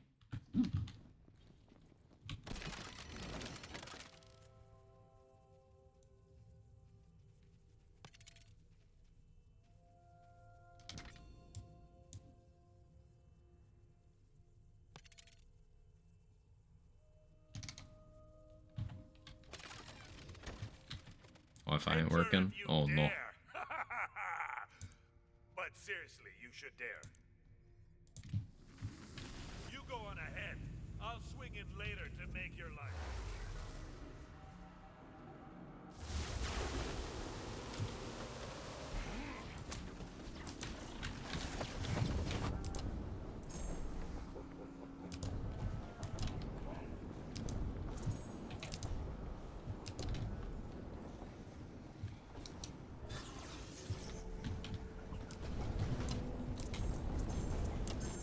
Like wheat before the sight.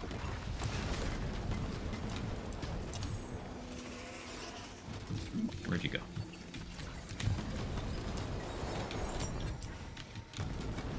And not in the good Fort Minor song sense. The I need you to die sense.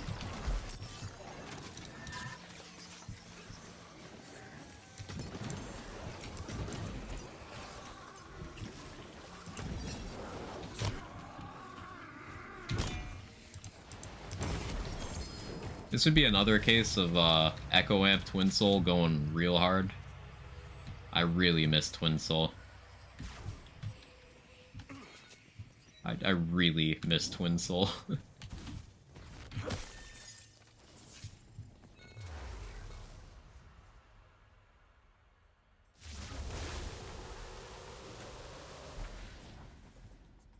Waiting. Realization. Okay.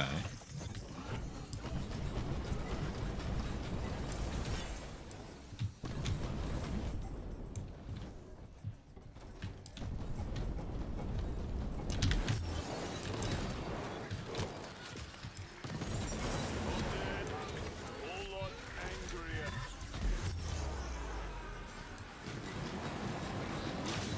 Oh, so yeah, downing myself in a boss's face and letting Mushroom revive me while I take advantage of free agony. That's pretty good.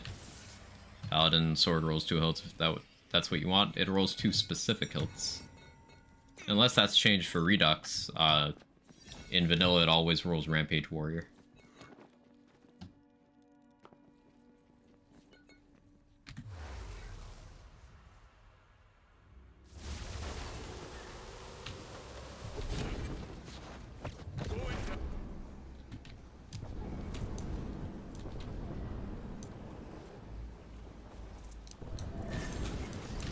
You've heard that one before, Rapid Fire? I gotta say, that one's new to me.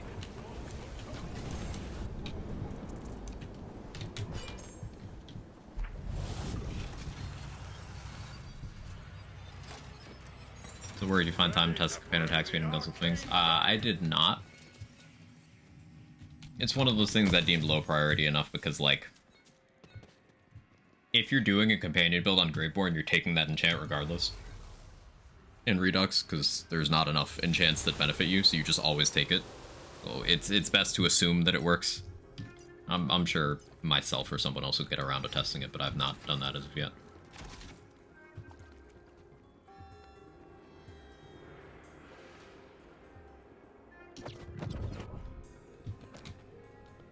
Stupid terrain.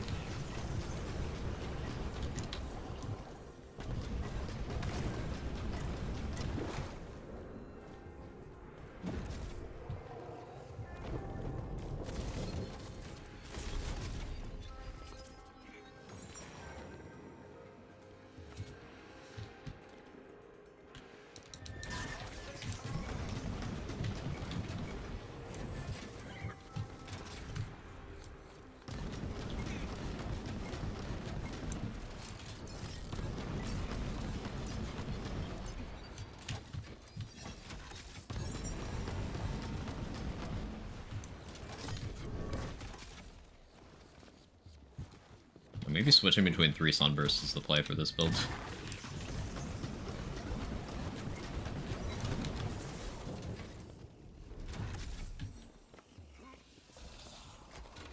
Like, I wish I had more swap speed, but...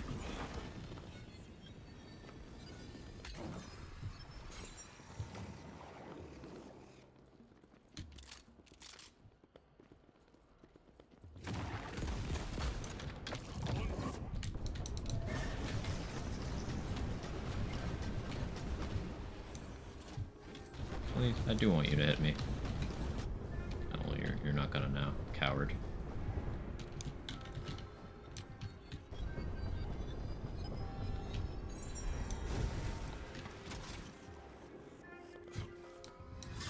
Actually, too pregnant when fighting some mech fight. I've seen that anime.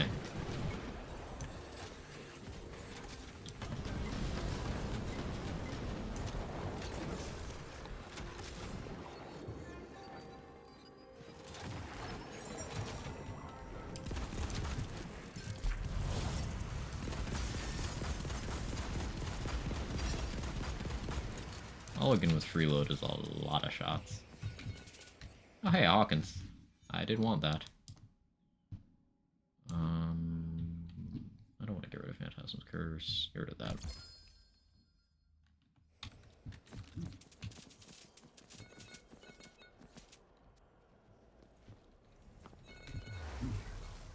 What a conversation. Hey, Butter. Dog quag Chad. Yeah, reading this chat with no context is like,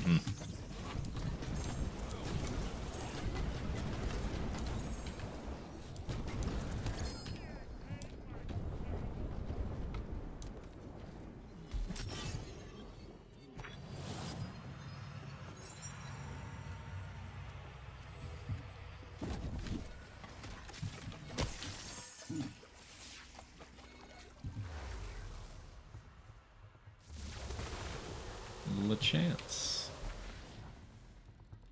I'm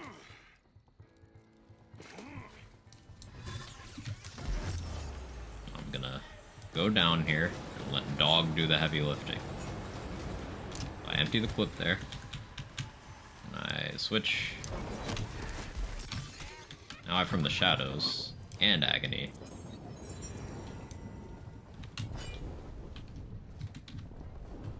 And I forget to reload my weapon. That's critical for this damage rotation.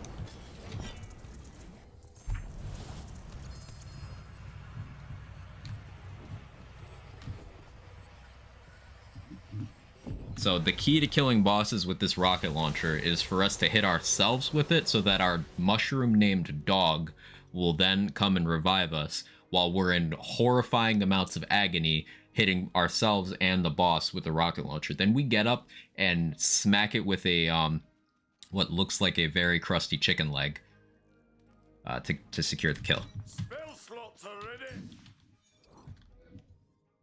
I know it's not a chicken leg, but it looks like a chicken leg. Like, it really looks like a chicken leg. It might actually be a chicken leg.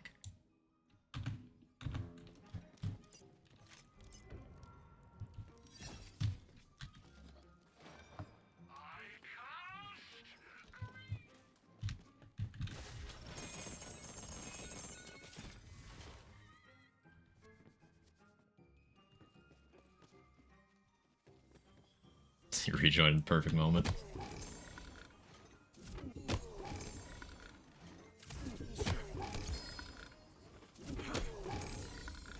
Dog's always there to help in times of agony. True.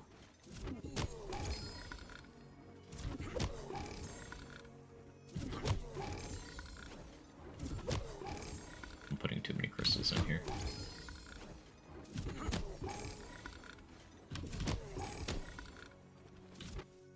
I can't be fucking bothered. I hate doing that so much. It's so awkward. Fair share with ability, crit chance, ability damage, area damage. That's like really good stats for that. Shame it's this one. I mean, I guess if you were doing Stabomancer Blizzard? Like...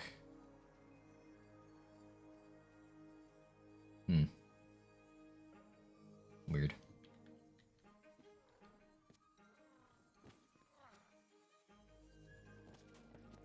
That drops again. We go again. We go again. I need to try oil and spice. I need to see if, like, there's a practical use of that, because if I'm remembering correctly, the detonating the oil puddle is like 4 times damage, which is a lot. It's just, I don't know how big the radius of that is. Like, if an enemy has to be physically standing in the oil, then that's like a problem. One skill gives extra damage to revive a pet. Right, I forgot it does that.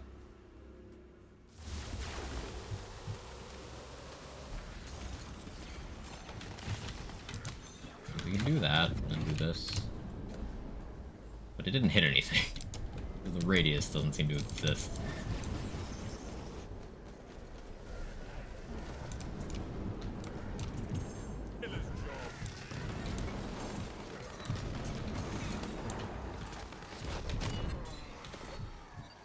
Spice laser hand? Yeah, that's a thing. It's just, like, think about the logistics of that. Okay, you could do that, or you could just laser hand the enemy. Right? Like, what do you accomplish? Unless you manage to laser hand through the enemy and hit the puddle, then I guess that would be an option. Unlocking Redburn is freaking awful. I don't really agree. I don't mind that mirror. I think that mirror is enjoyable. It's structured like a takedown. You have to wait a little bit more than is enjoyable, but Redux speeds up the minecart, and that's by far the worst one. I think that mirror gets more shit than it deserves. Personally, anyway. Jumped into a barrel. Having to start over if you die, yeah, that part sucks. Like, that did fucking nothing.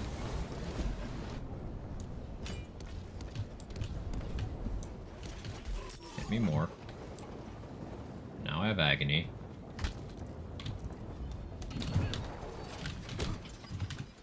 Big echo. Now that's more like it.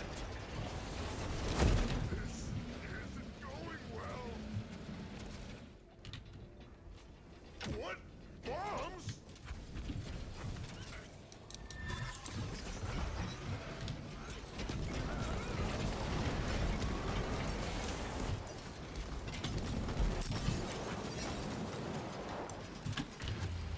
Oh, I'm stuck inside of the boss. If you can't beat them, put your face in their asshole, I guess. Imagine not always having agony, fake gamer. True. I am a fraud.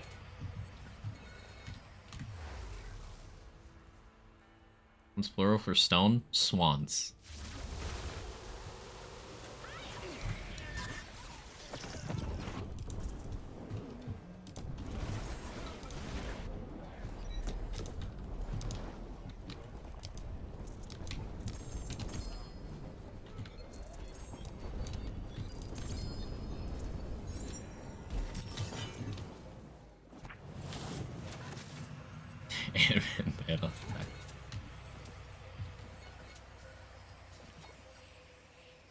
Alright, here's the plate mail. Spore Stabo. All damage. Doesn't have the area damage roll. That's a deal breaker. I really need the area damage. Because we ain't a berserker. We can't just get more. That's an amp fate breaker. But we won't get echo. And echo is really good.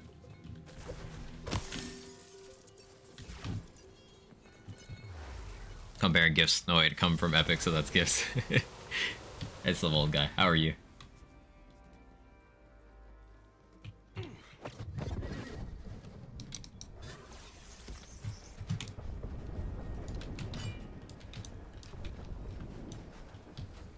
I maybe should have let Nightmare hit me.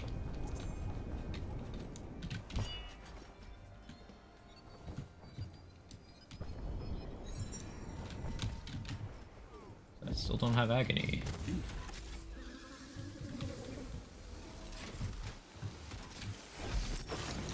Now I have agony.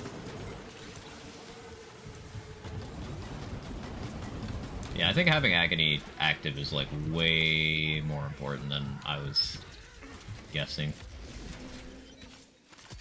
Because since I am using a plate mail, the dark magic efficiency from it is kind of helping me stay alive, too. That's cool.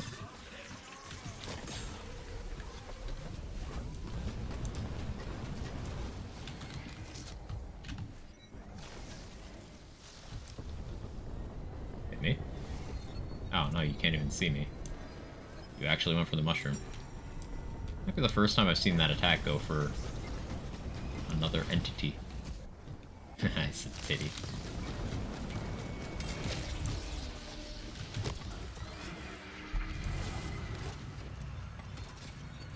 Ah, you're here, my faithful, Quagsina. Fusion with area damage to awe. That's scary. Like, I guess fusion is an option for this, predictably, but I'd really rather just not. I like plate mail. We're gonna plate mail.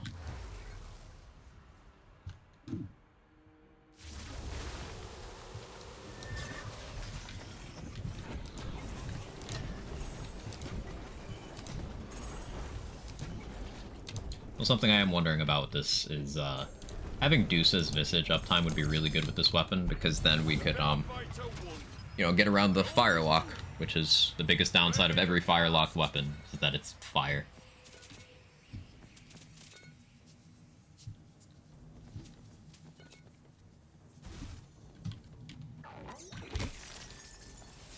Like, being Blightcaller rather than Stabomancer here would let me maybe get Restore the Veil, though I don't know. I could have Restore the Veil and max freeload. I just wouldn't have played the angles anymore, but I think that's fine. Because then Restore the Veil would help me keep my wards active. This fire weapon's great, except for the fire. Yeah. Like, think about every fire-locked weapon in Lands games. Would they not all be better in a different element? Like, generally speaking? Hellwalker, one of the reasons why Hellwalker is massively overrated is because it's locked to a shitty element.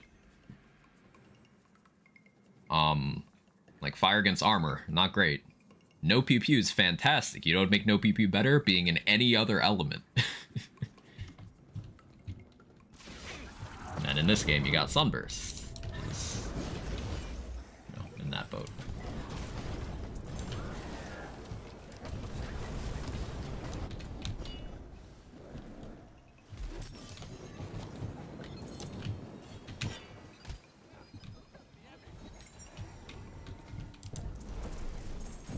Free Radical and all elements is a scary thought. Free Radical doesn't even really need to have that conversation because Shock is a much better element to be stuck to, but like, yeah, if it could roll in all elements. I mean, look at the Herald. Look at the Borderlands 3 Herald. It's insanity and it can roll in every element. The Fire element lobby has a lot more pull than the others. Yeah, Free Radical's already ridiculous. And I think it would have been a lot weaker overall if it had been locked to fire instead of shock. Now, there's, of course, some situations where being locked to fire instead of shock is an upgrade. But in terms of the end game in that game, that's fewer. Like, that would have made it stronger against Hema. That's not insignificant. But that would have made it weaker against the Maliwan takedown. It would have made it weaker in the areas that matter of the Guardian takedown. Fire is not a beneficial element lock unless the majority of stuff you're dealing with is flesh bars, and that's just not how these games have worked. At least not in 3 and Wonderlands. More so in 3. 3 has a really big armor shields bias, whereas Wonderland's a little more spread. Seen the crossblade last time somewhere? I got one as a drop like 2 streams ago, and I still have them in my backpack from pre-Redux. Love of Breath of the Dying and Shock. Corrosive is one of the best elements anyway, so right, yeah, being locked to Corrosive is not harmful. Like, Radlock and Firelock are problems. Kind of like how Dark Magic Lock doesn't do guns any favors in this game, but Firelock is still a problem in this game as well. Like, being locked to Shock or Cryo is no problem whatsoever. Being locked to Poison, doesn't really help you anywhere, but it also doesn't hurt you as much as fire. An eyelash in my eye I'm trying to get out. I have really long fucking eyelashes, so this happens all the time. Wow, that was a terrible bunny. We go again.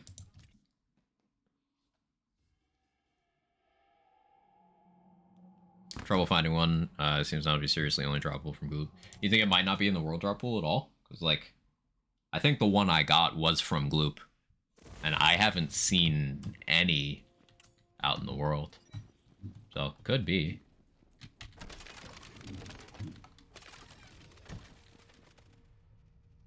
Was a strata mailing the bunny? Putting in, like, very small amounts of crystals, Kirk, and then punching it will force it to spit out individual items for, like, less overall crystals. You still have a good chance of getting a decent drop. So you get more overall items by just putting in as little as possible and then hitting it. You get more blues, but you get more items, so in theory it balances out.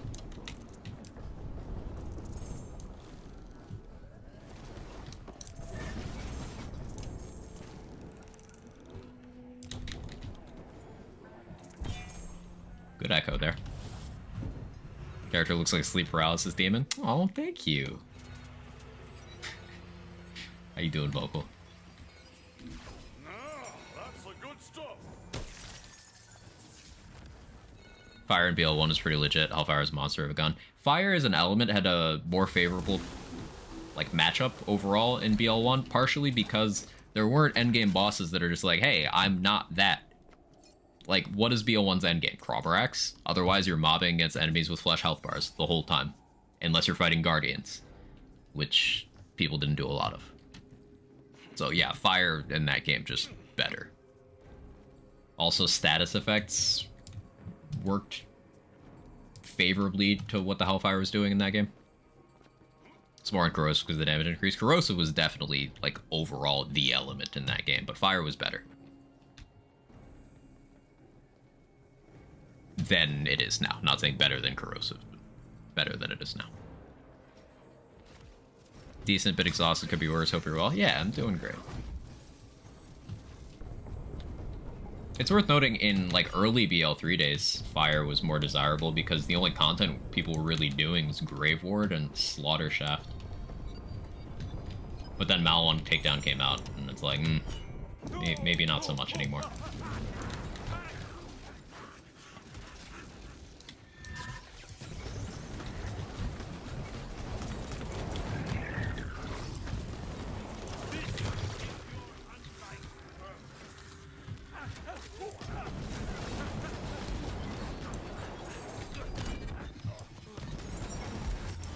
Oh, well, guess I have Agony on now. Nice play the angles. Strict Mirror not the same thing as Shamwai? No, it's not the same thing. Reflect and Absorb do very different things. Also, Trick Mirror does not make any puddles. Trick Mirror has much better capacity. Reflected projectiles by the Trick Mirror, like the special ones, I believe they count as spell damage, so they can trigger some different things. But they're very different items.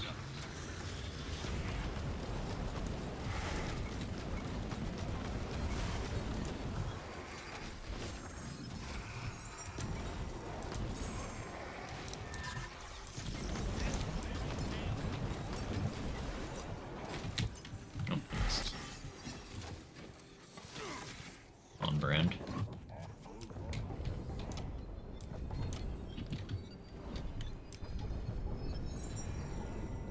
It's very hard to hit him with, like, all of the projectiles.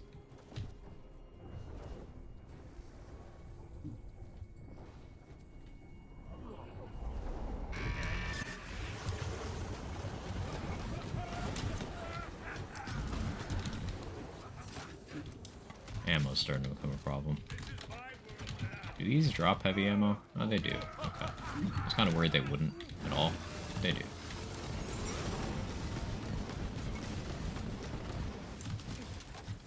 Like, Deuces would probably have cleared Bernadette in one shot here.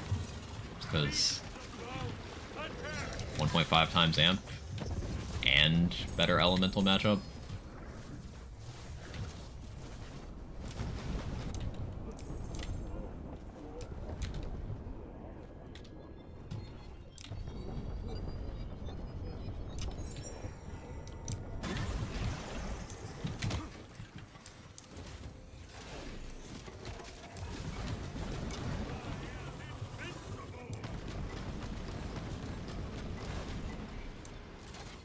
Trick Mirror plus Frying Pan. Enemies get close. Garlic Breath Run combo. Just fun.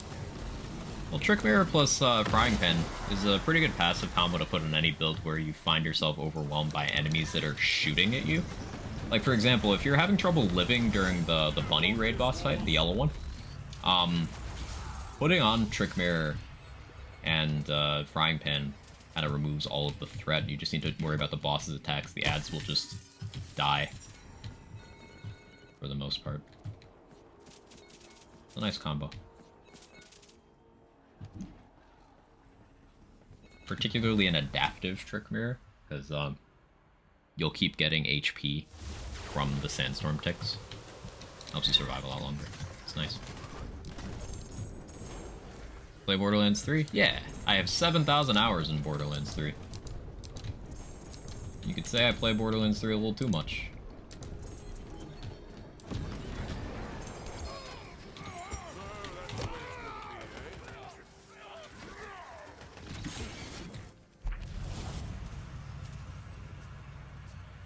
Also speedrun record. I have at least one right now. I believe I still hold Amara True Guardian takedown. And I got like second place in Amara True Malawan, second place in Flak True Guardian. Various third, fourth places.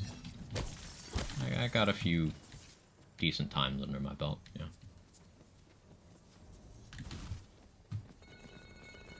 Which was better, this or BL3? The one that stops you from comparing things that way. Like, better for what? Better at what? And no matter what the answer to that is, everyone's personally going to have a different measure of what makes something better or worse for them. It could change with their mood. I'd say don't compare things, because it just makes some things look bad and it makes you miss out on experiences. I hate comparing things like that.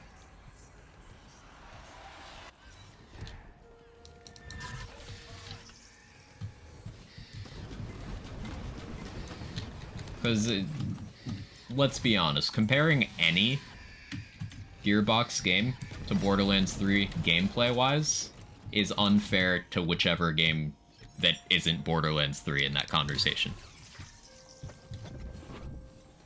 This plays most likely Deceptix. Deceptix doesn't do endgame time trials, Lacosius. Deceptix does any percent. Like, story stuff. Deceptix and Gar would do that. It's different from time trials.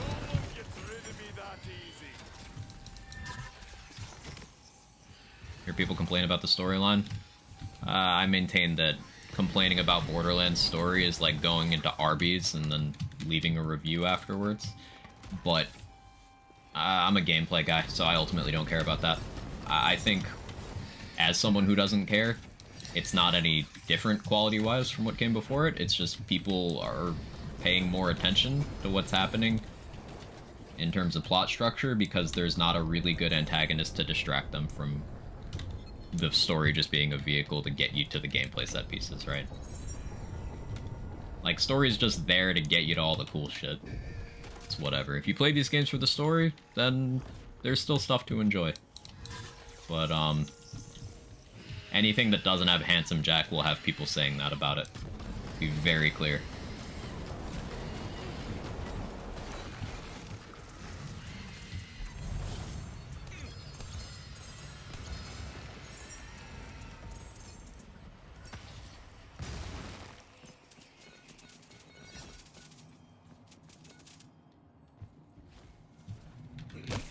If it's not clear, I don't have any particular love towards the way the Borderlands fandom likes to create divides in terms of if you like this thing, you can't like this thing, or if you like this thing, then this thing's bad. I do not like that.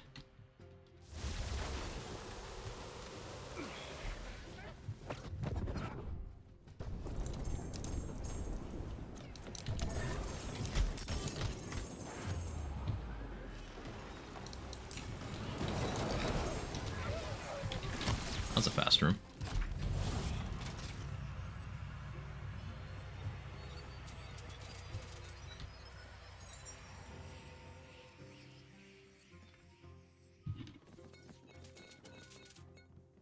Fandom and social medium generation tends to do that across the board. I feel like less so on the generational thing, because that's what everybody does on social media, regardless of which generation you're part of. Like, if you're a part of the generation that grew up with it, if you're the part that's born into it, if you're the, you know, the people who are 2 generations, 3 generations removed from that, doesn't matter. It's what everybody does on the internet, period. Or in the age of the internet.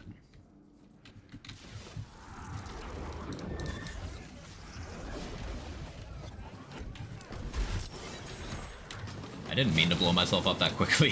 Full disclosure. That was an accident. Kind of just worked out nicely because Play the Ankles is goated. I'm gonna continue to blow myself up, though.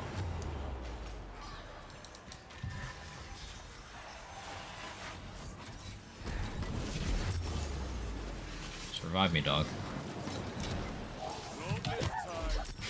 It's a funny boss kill. Rating them's easy. BL1 9 out of 10, BL2 best out of 10, BL3 fun out of 10, Wonderland's calculus out of 10. See? Easy. See, I don't agree with that. I am morally opposed to your ranking, and therefore we are now blood enemies.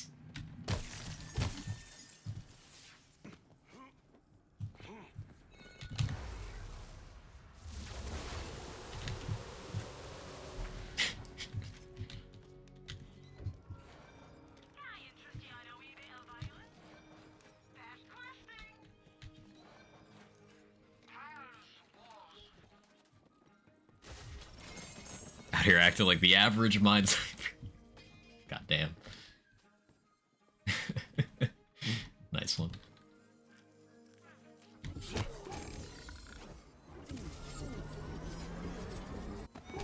If we're talking my own personal opinions on these games, because I may as well get it out there, because I'm sure at least one person is curious because of my response.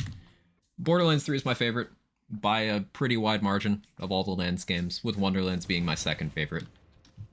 And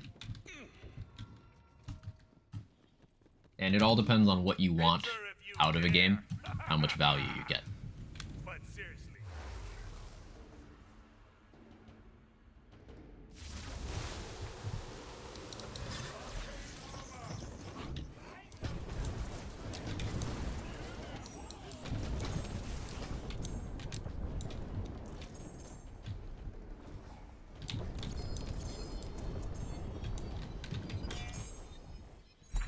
Thought it'd be immune to cryo, just one-shot it, let's go.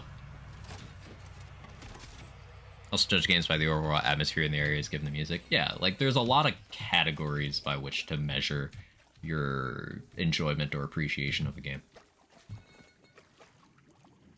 Like, I think the first Borderlands game has unmatched atmosphere. It's got great music. I love the grim vibes and the way they do character storytelling in that game. I think that's really cool. The gameplay of that game is so clunky and outdated that it takes a lot for me to even want to put up with it. And it does not have endgame content in any significant quantity, which is what I primarily play these games for. It also doesn't have any real meaningful choices in skill tree making, because you can just get everything. So I still think it's a great game, but it misses on things that I do care about. Borderlands 2 has horrific endgame balancing, but for people who like doing like one life playthroughs or themed runs like Allegiance runs and stuff like that, and that kind of content, it's got a lot for them to do. So just because it's not for me doesn't mean it's not for someone. And this game, Wonderlands, it's more content light than Borderlands 3, but so is every other Lands game.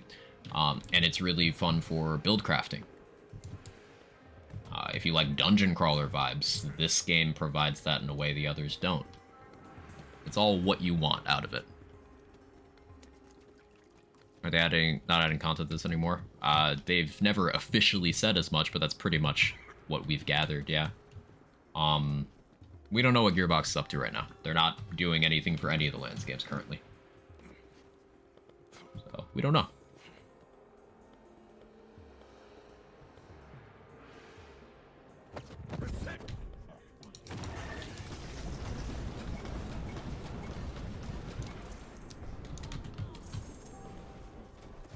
Nice play the angles over there.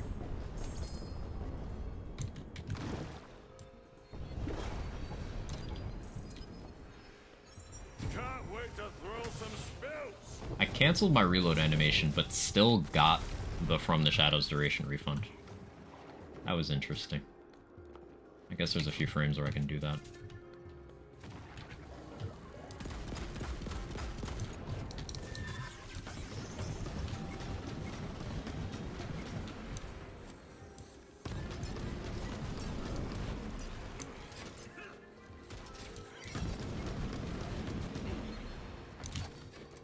That's a more expensive one.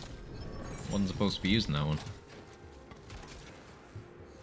What endgame content is there for Wonderlands? So the Chaos Chamber is a randomizer with 60 plus individual rooms and 12 bosses. 12 plus bosses. So it's like if you've ever played Diablo 3, it's like if Rifts were a Borderlands activity. That's pretty much how Wonderlands works.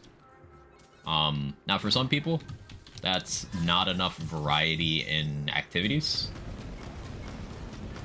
So it tends to wear thin for a decent portion of the fandom. However, the kind of people that tend to like running Rifts in Diablo 3 tend to just kind of vibe with the chamber. What content is here is good, it's just there's not too much in terms of variety.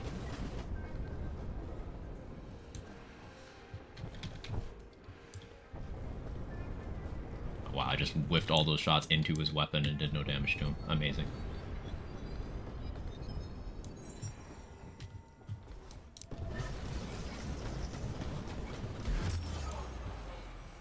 I don't want the ads? Shit.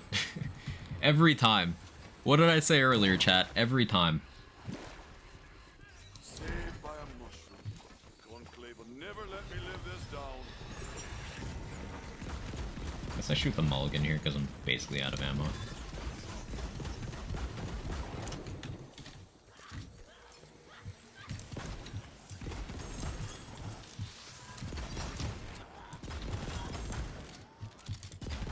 Yeah, I guess that's a problem with this build. Like, I've invested so much into the Sunburst that it's just made the mulligan better. Anyway, back. Welcome back. So the endgame content of this game is the Chaos Chamber, which is a randomizer dungeon. It's got 60 plus rooms, it's got randomized side objectives, randomized enemies you'll find in there, randomized mini-bosses, 12 plus randomized bosses at the end of it, and then you got 4 raid bosses you can access through doing sort of hidden puzzles in the Chaos Chamber as you do runs. And it's a lot of fun. That's all good. But that's it. So it's the endgame content in this game is that randomizer dungeon. That sounds sick. It's great. It's a great activity. Like, Chaos Chamber itself is awesome.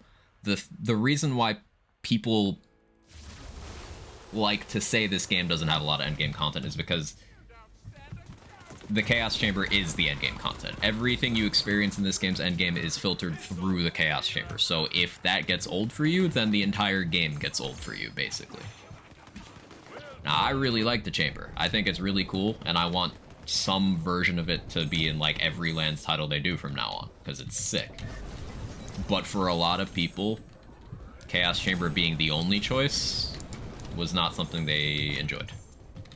Like in Borderlands 3, for example, you've got a bunch of different kinds of activities. You got your takedowns, you got your proving grounds, you got your circles of slaughter, and you got your standalone raid boss. In this, it's just which kind of Chaos Chamber do you want to do? Which is not a bad thing on its own, but people like variety. That's what it boils down to.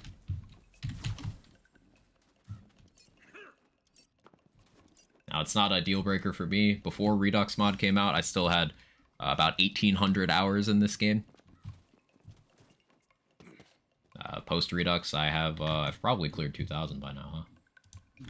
Let me look.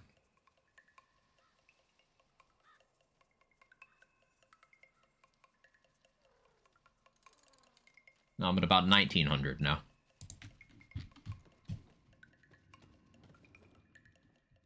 That's not including my pre-launch time, so I guess if you include review copy time with the game, that's over 2,000. But...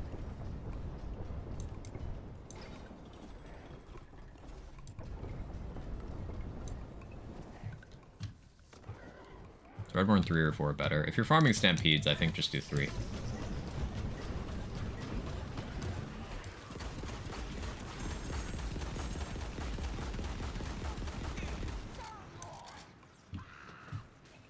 $100-hour stream when Hades 2 comes out, Kirk. No, I'm not promising that. Do not clip me. You can tell him I'm cool.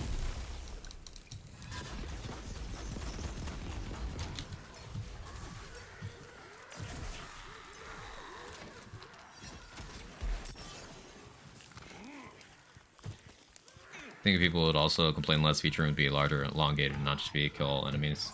I mean, having different objectives to clear rooms would be something I'd be on board with. But remember what happened the one and only time in Borderlands 3 they asked players to do something other than kill all enemies?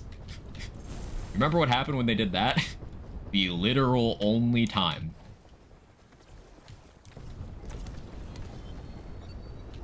So, like, I get why they didn't.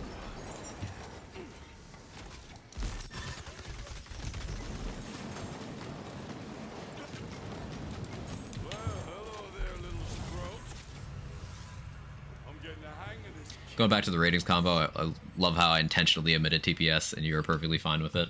Well, I knew it was a meme. I like TPS a lot. I think TPS did a lot of stuff that it doesn't get appreciated enough for. It's much like this game where it's more content light, so people kind of write it off more because of things they've heard than personal experience with it.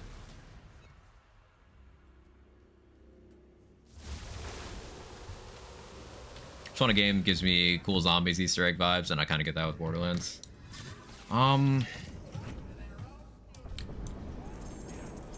also a zombies fan, or at least I was before they just started making shit games. And before all the Activision moral stuff came out. Now I don't really play zombies anymore, but I really enjoyed Black Ops Zombies in its day. Yeah, I'm trying to think. In terms of like doing wacky builds and stuff, messing around with guns that do really interesting things, I think Borderlands 3 would probably be most what you're looking for. Borderlands 3 just has the most kinds of content too. So it'd cast a wide net at things you might be interested in. I'd say if you're gonna pick up one, BL3 is more likely to be up your alley. But I think you'd like the Chaos Chamber in this game too, so eventually both. I know it's not really a helpful answer. Is Armored Core 6 gonna be a mech Souls game? I don't know if it's gonna have Souls-like elements. That hadn't occurred to me. Like, not every FromSoft game is a Souls game, it's just lately that's been all of their games, you know? Like, since Dark Souls, that's been what they've done, but like, they do other things.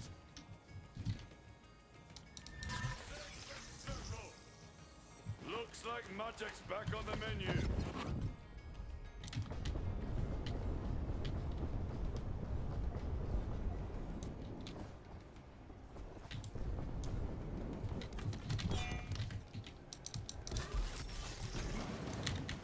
You have terrible timing, Banshee, and I fucking hate you.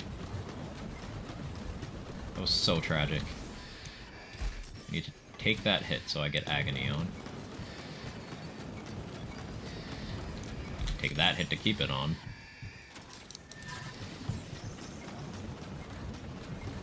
Ugh.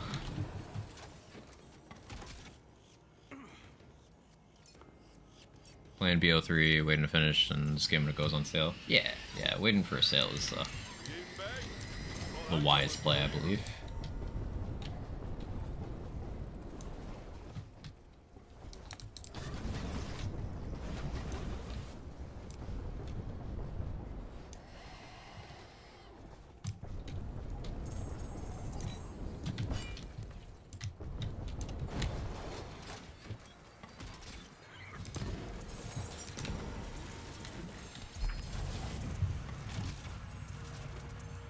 TPS has some great stuff, double jumping, Oz kits, great skill trees, cool extra rarity, it was useful, laser weapons, a good arena.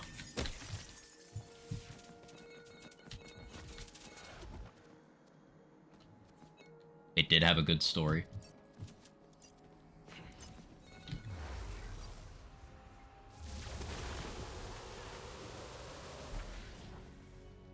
With D4, Zelda, Final Fantasy 16 coming out, I don't think I'll have time for Armored Core 6, even if I wanted to play it. Yeah, I'm trying to think what's coming out games-wise that's gonna suck me in. I was really looking forward to Jedi Survivor, but, you know, it doesn't fucking run, so sad. I'll be playing D4. Not on stream, but I'll be playing it.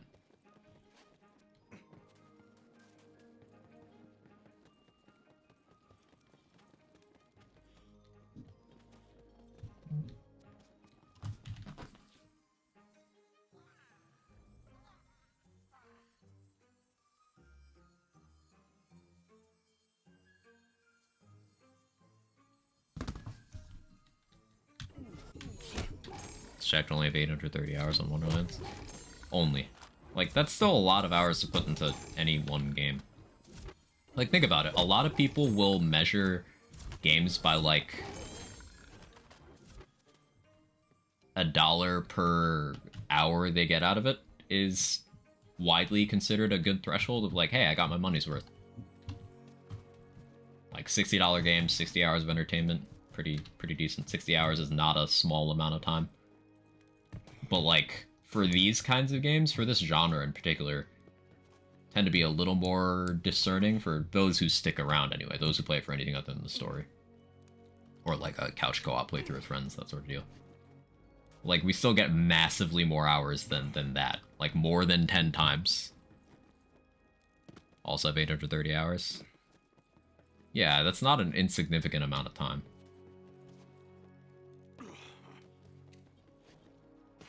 People should not compare themselves to shit like me having 7k in BL3. That's a lot of that was I was using the game to distract from some life shit. It was an outlet when it first came out. Some of it is, you know, streaming's my income. So for several years, I would go live as my work day and play it in my off time. That's how you get those kinds of numbers.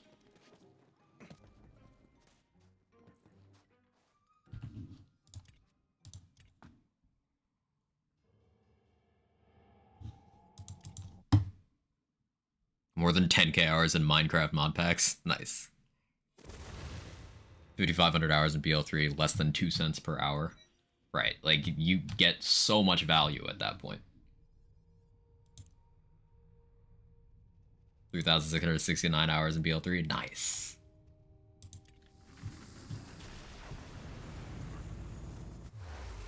Tried to get the first Jedi game and couldn't, story didn't grab me. Gameplay from Survivor looked almost identical, would be able to tell them apart. I have avoided watching Survivor gameplay because I don't want to be spoiled on anything other than the mechanics I already know are in there. And the stuff people clickbaited on YouTube. Plot-wise, which, fuck those people, putting massive spoilers in their title, knowing that the algorithm's gonna push it to fucking everybody. You're trash, I hate you. I don't care that it gives your channel growth. Fuck off.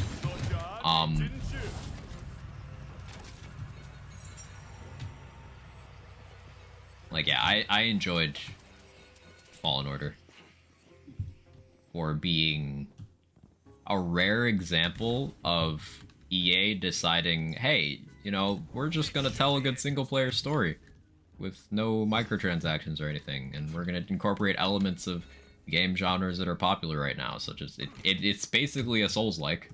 You know, very, very soft Souls-like, but it's basically a Souls-like.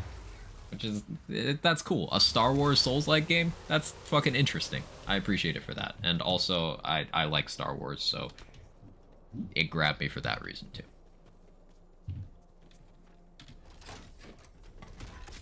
But yeah, it was definitely a hit or miss game. There's a lot of people who just weren't impressed by it. As someone who was impressed by it and looking forward to the sequel, I'm extremely disappointed that the PC port for the sequel is just utter shit. It's genuinely the first time I felt ripped off by a game release in years.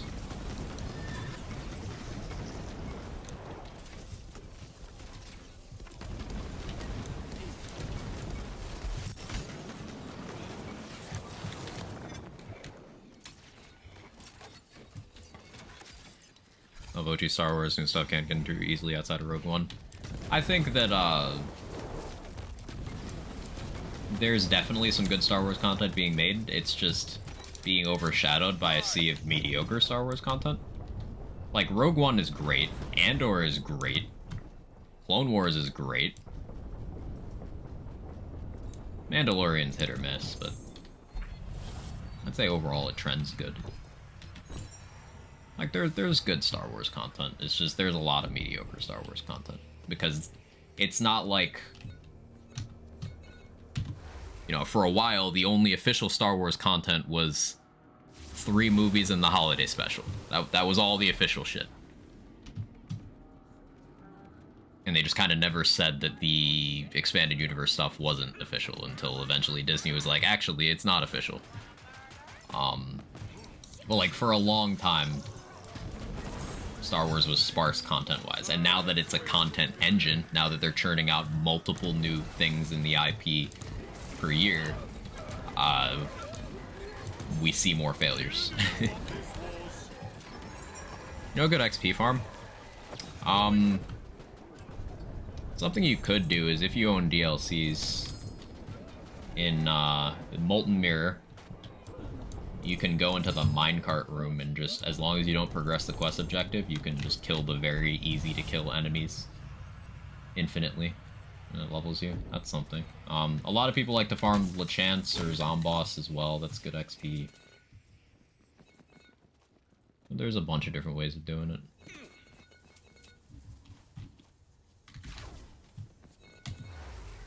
Or skipped out on a lot to say I can't get into it. Just little I saw, just last 2 or 3 trilogy. The trilogy was kind of a low point for a lot of people. Like I think Force Awakens for what it was at the time wasn't bad. It's just like little lack of creativity, but retread's acceptable when you're trying to like reestablish an IP that hadn't done anything new in a while, right? But then they just never improved on that. And then the next 2 movies just weren't good. Or at least were not good for what they were attempting to do. So that garnered a lot of ill will from people. But I will say that there's a lot of things attached to that conversation that I think should be mentioned, like the Star Wars fandom being one of the most toxic fucking fan bases ever. And the fact that most actors who worked in the prequels and in the sequels have at some point just gotten absolutely shat on by the entire fandom publicly to the point of issuing death threats and them wanting to fucking off themselves. So I think that's a necessary part of this conversation.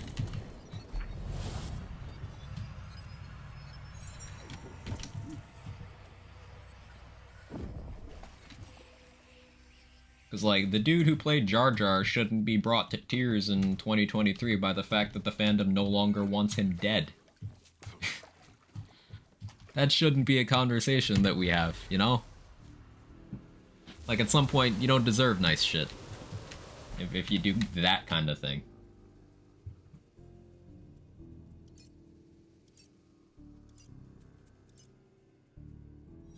Might be toxic, you're never Star Wars toxic. Yeah. Return with my cottage pie. Welcome back with your cottage pie, Viper. I think the story ideas for the trilogy shifted mid-production too. Yeah, they didn't have a plan. They just straight up didn't have a plan, Dyson. Like, they did not have an overarching plan, and it showed.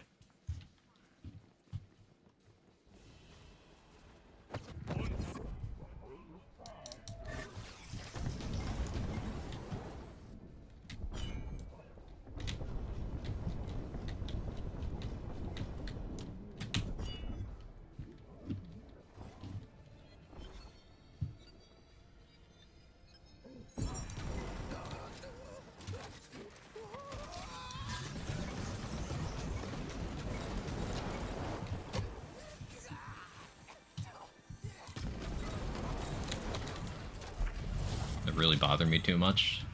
That's because you seem like a sane and level-headed individual.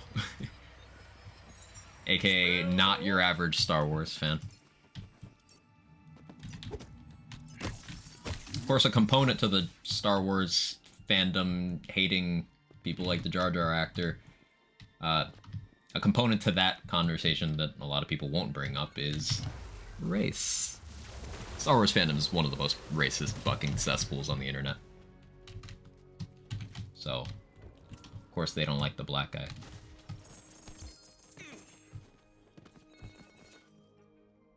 Now, you might say that's a reach, but let's look at everyone they've done that to. The black guy in the prequels, the black guy in the sequels, the Asian woman in the sequels, or the three... Oh, sorry, the black woman in the Obi-Wan show? Can't forget that one. Those are like the 4 most shat upon people who have worked in Star Wars. And let's see. I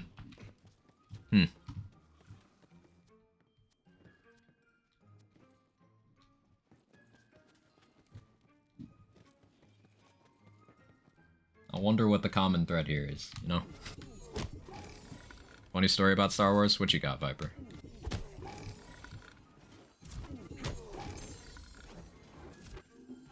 One of my uni housemates who I lived with for 2 years is a mega Star Wars fan. Loves them, only seen 8, 9, and part of the one with Hello, General Kenobi. But one day I'm super tired. He's talking to me about Star Wars, so just nod my head, agree with everything. To say he thinks I've seen them all multiple times. I just got all my info from Beams. In fairness, Revenge of the Sith, the one that you haven't seen with the General Kenobi thing, I'm pretty sure every single scene of that movie has been memed in some way. Prequel memers are built different. I am fairly certain every scene of that movie, if not every frame, has been memed at some point. So you could learn the plot entirely from memes. Pretty easily.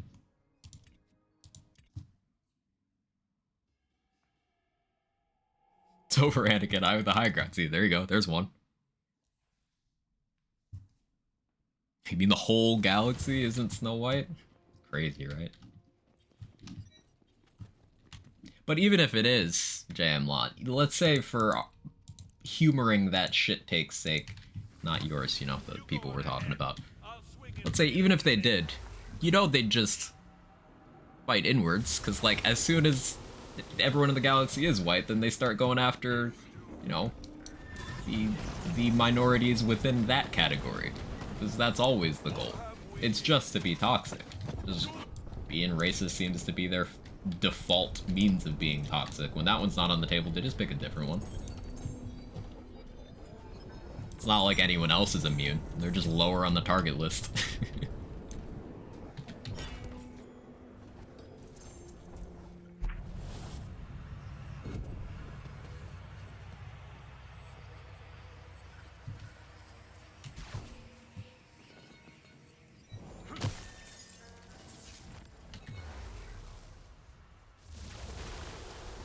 This is where the fun begins. I love Revenge of the Sith memes so much.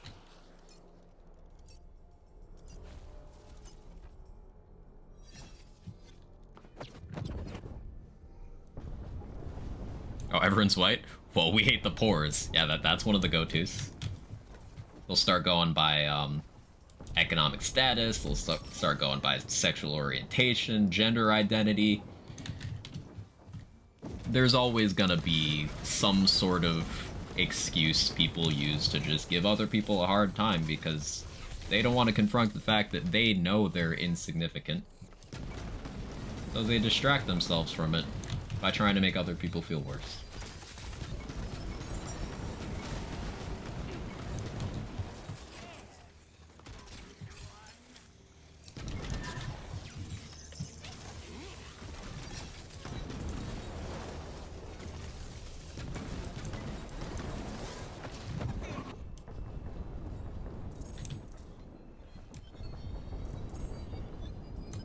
That was good damage. Ooh, that works out pretty well. I like that. So the times 5 for like when I really want to burst. Everyone should just be normal like SpongeBob was. You know they'd find a way, Irish. You know they would find a way.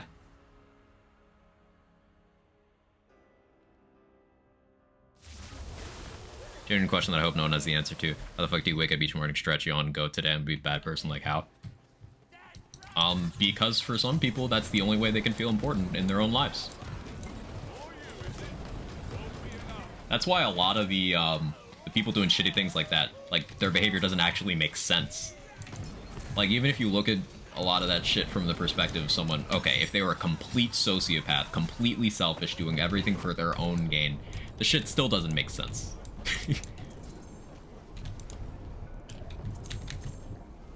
It is genuinely just a knee-jerk reaction to them not liking something about themselves and deciding to make it everybody else's problem.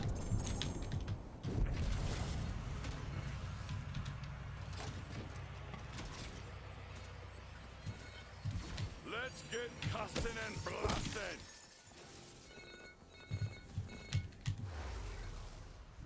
You don't think they're bad people? Main character syndrome.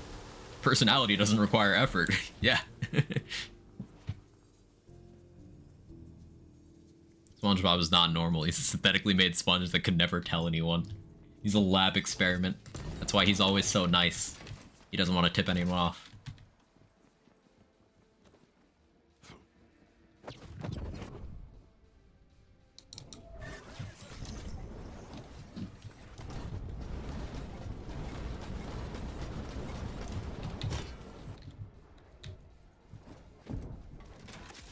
An extreme lack of self-responsibility also contributes to that.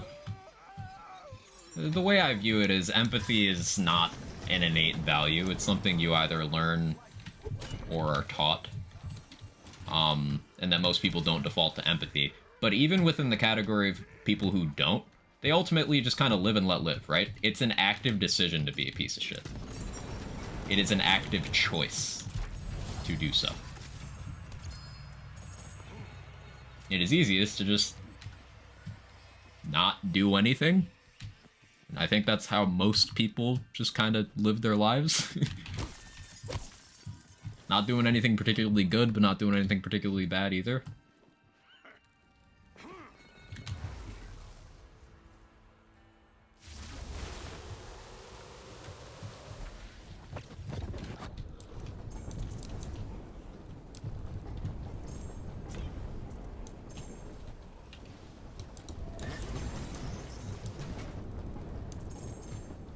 Like, most people, the worst thing they'll do in their day-to-day is run a red light, knowing they're not supposed to. But then you'll have some people who the worst thing they'll do in their day is go try to make someone on the internet kill themselves. When they know they're not supposed to. And it's like, hang on, these are two very different classifications of, I did an oopsie.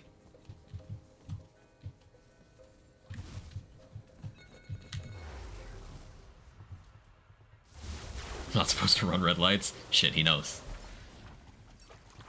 One guy at my work has a different problem each day. It never has a clean day. However, it's only one problem a day. I have to take 20 minutes a day to do my Tom side quest and I go back to my day.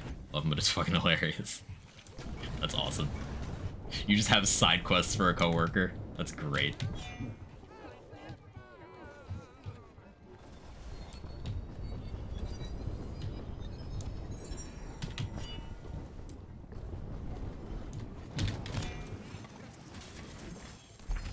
You're cheering to get a chance? Absolutely, Onyx.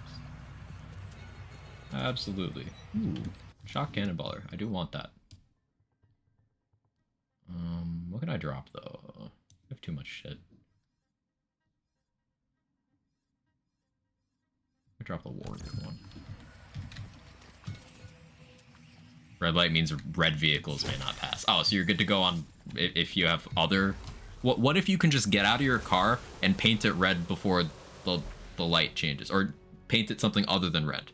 Does it count then? Like, if you get out of your red car, put a blue stripe on the side, get back in, you can go?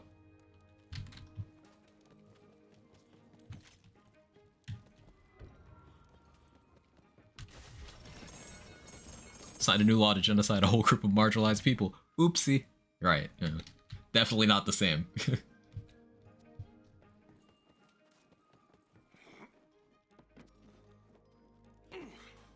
Car covered with LEDs, I can change color on demand. Ah, you're winning then. Traffic is nothing to you. This is the skill tree right now, Onyx. Pretty standard for if you're gonna do like Mistance or gun build in general. Obviously freeload is in play here, whereas in vanilla it's not. But play the angles, Wrath of Nature, freeload, 1 in contagion, 1 in elusive. Pretty standard stuff. Freeload is awesome. This is what's letting us shoot launchers so much. This skill is amazing. It's just Cloud of Lead, but like better. And Cloud of Lead is one of my favorite skills.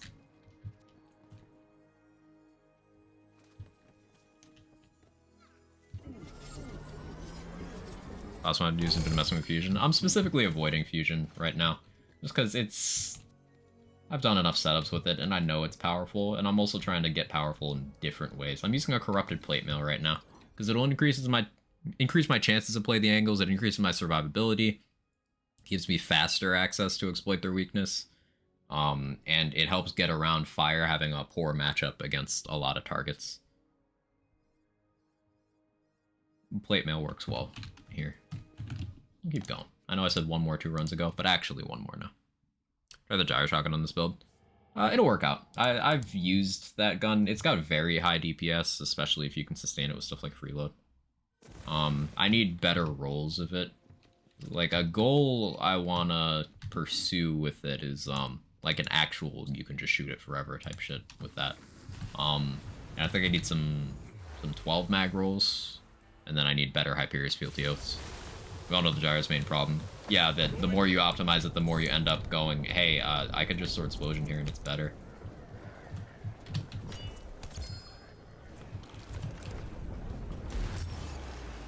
Oh, jeez. Thank you for the free agony. Wait, hang on, that's a sentence.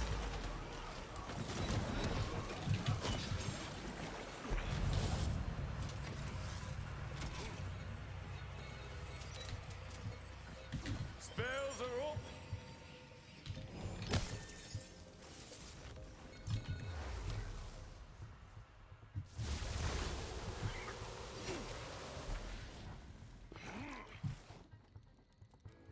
Let's try Sigil, take the L. That comes to revive me.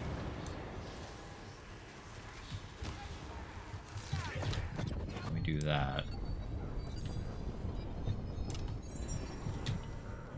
Not the miss.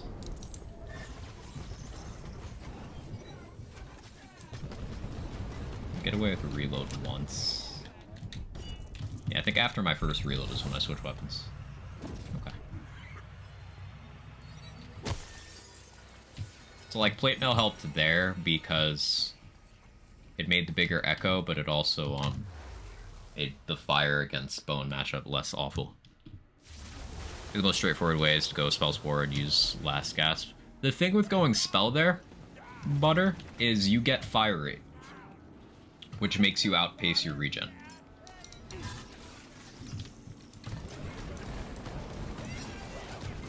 Now sure, you get a Warcaster, which helps. But you have to like actively avoid the fire rate, and that just has you taking dead skill points, at which point you could just take other stuff. Like legitimately, you could just grave Reaper of Bones and keep it broken that way.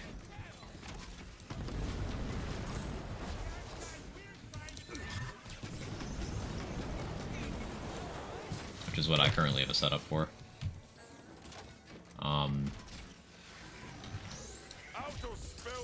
Blight Caller in Redux, the Bog Totem Augment has ammo regen. Now it also has fire rate, but it has ammo regen.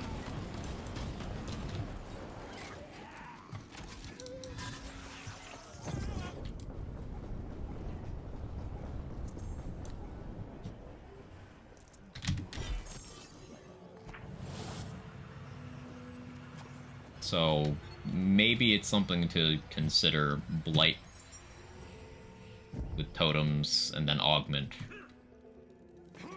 and then spore, because that'd still be a spore blight gun build, but then you don't get freeload going down that far, so it's questionable. Maybe actually play Universal Soldier. I had higher hopes for that, then it ended up working out. But with a gun that has enough, like if you're shooting long enough, yeah, that probably works out well. Streaming later and later. I just forget to stop sometimes, some old guy. Or not some old guy, OGK. I was reading one message while responding to another. See, this is proof I've been streaming too long. How you doing, OGK? As long as reload speed does not increase, rate of fire increases are always a plus.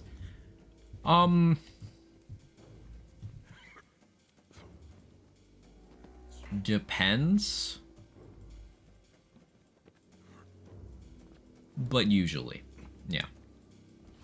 Because you have things that have internal cooldowns. Stuff like, Blade is an example. Blade has an internal cooldown. Fire rate increases will make you get fewer Blades per mag.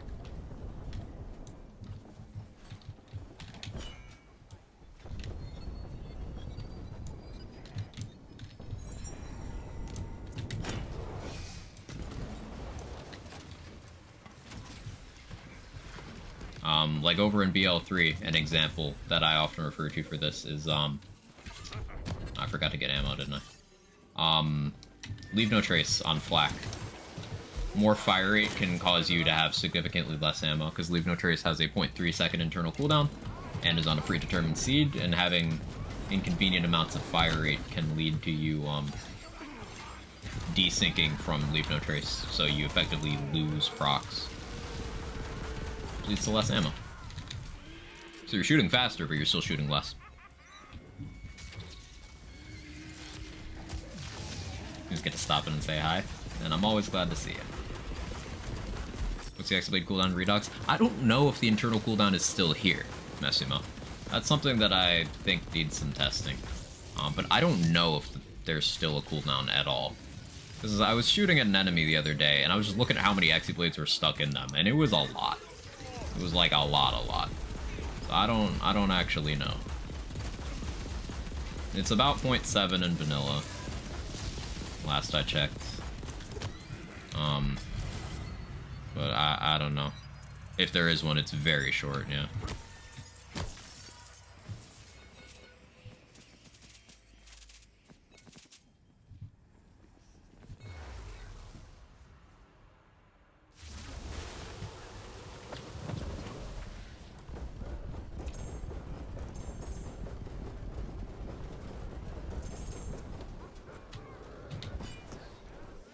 I want to equip a hawk in here.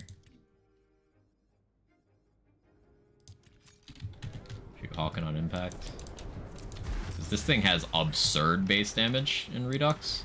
Like, it's got launcher base damage. Kind of crazy. Tizzle, thank you for the raid. I was just talking about how I've been streaming too long. Now there's more witnesses. How you doing? I appreciate it. Welcome, welcome. How'd stream go? What'd you get up to?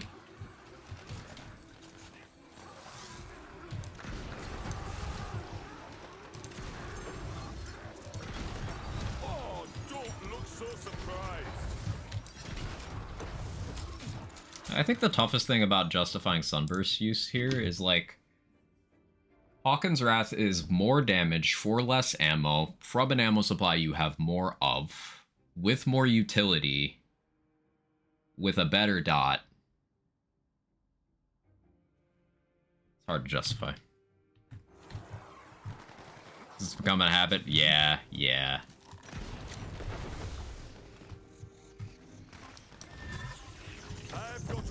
Well, what were you doing? The goat. The milkman. Playing new Warframe updates. Relaxing even though it's a roguelite update. It's a roguelite update. You know, Viper was omitting what the update was in an attempt to protect me from expanding my games backlog. But now I know. Now I'm aware.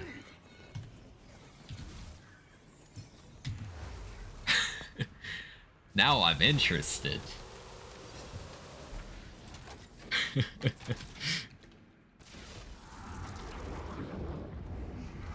Tizzle's lying, Warframe got deleted. Oh, okay. Wait, what does this do? Okay, that doesn't do much to zombies. But can you imagine? For mobbing, that's pretty crazy still.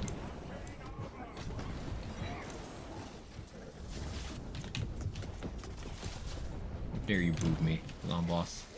Just cringe.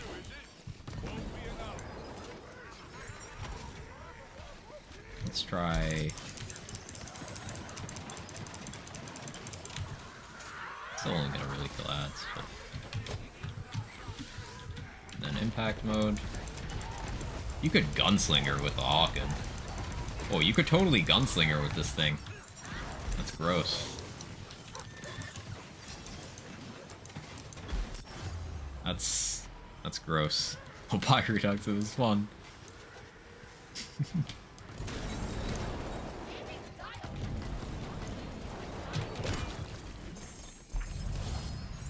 Ready to cast. Yeah, I'm okay with Sunburst being just, like, worse, because I shouldn't have to justify using a cool weapon to myself. Apologize to Quack's time backlog. It won't make it in for a while, in terms of, like, me actually doing it, but it's definitely, it's circling. It is under mental review. Negotiator's fun.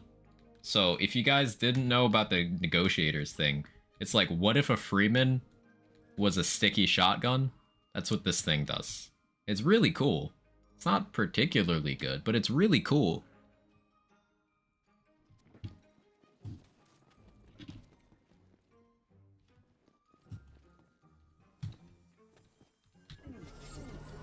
We all have terrible game backlog.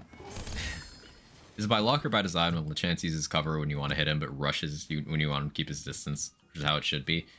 I think that it's just them giving the boss good AI, which we're so unused to that it's weird when it happens, right? Is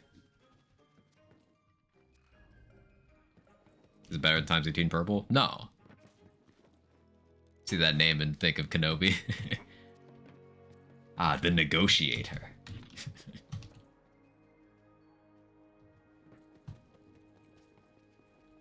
If you don't want any Warframe info, hit me up. Kind of same as Godfall, and then I know 95% of stuff. Let's go.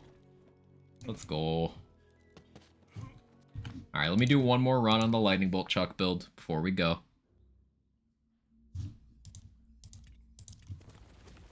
Just one more. Just one more. One? I have too many saves.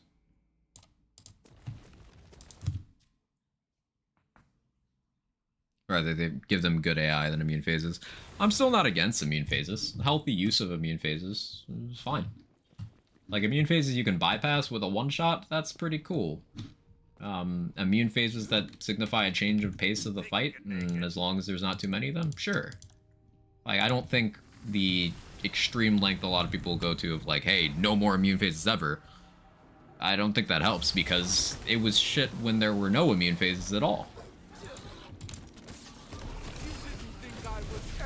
Like, it's shit when we get 11 in a fight, but it's also shit when we get 0. So.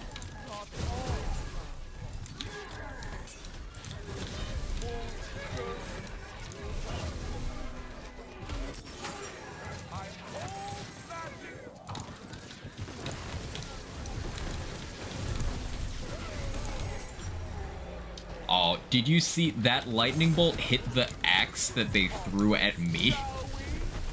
Pain. Can't stand Fyodor for that reason. Yeah, Fyodor is just a slow fight. You lose so much momentum between phases. It's like, I could kill this guy instantly, but instead, he's gonna go immune 4 times. And, yeah. I like the bullet health aspects, but they could have made the immune phases, like, time-based. Like, if you don't clear this in this amount of time, then you do an extra phase. But instead, it's no matter how well you do the fight, it's you get interrupted constantly. That's not fun. I totally get that. Aaron, like your name, by the way. Immune phases where they can damage me and I can't them are my main issue. I'm good with them giving me breaking enemy charges up or something. Yeah, the ones where they're attacking while you can't hit them, those suck for sure. Agreed. Theodore is a boss fight with 3 built-in side quests. I respect the attempt, but because of the combination of the slow pacing of the fight, the interruptions, the lack of reward from the fight, and the soul cell hitboxes, the fact that most builds cannot physically interact with the soul cell hitboxes, that all gets me. Like how they did Scourge immune phases with items, unfortunately, kills some stuff with them. Yeah, if they'd given fewer items, it would have been, like, perfect. Hey, Atris. Glad to see people are enjoying Redux. You think there's a good chance this will have an impact in the direction of future Wonderlands design? I have no idea, and I always recommend minimizing that aspect of the conversation, because that's how we end up with, like, if someone felt like being Nintendo, that's the justification they use for being Nintendo, right?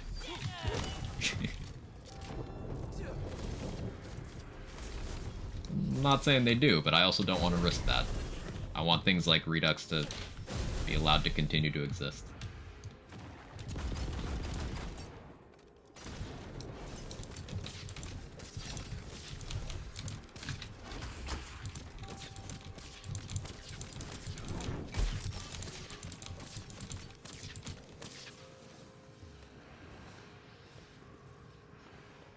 No one likes Nintendo, not even Nintendo. They probably regularly copyright claim themselves.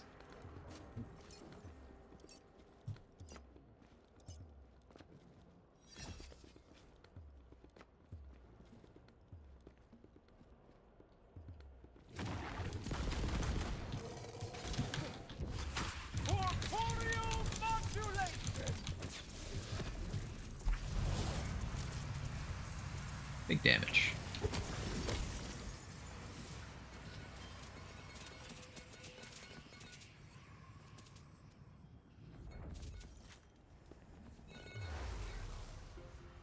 Oh, my ISP is starting to do the thing.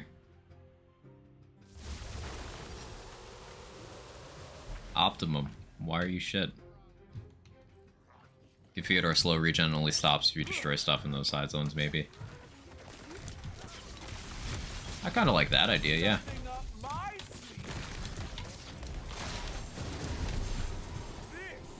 Easier time finding the Holy Grail than a reasonably discounted first-party Nintendo game.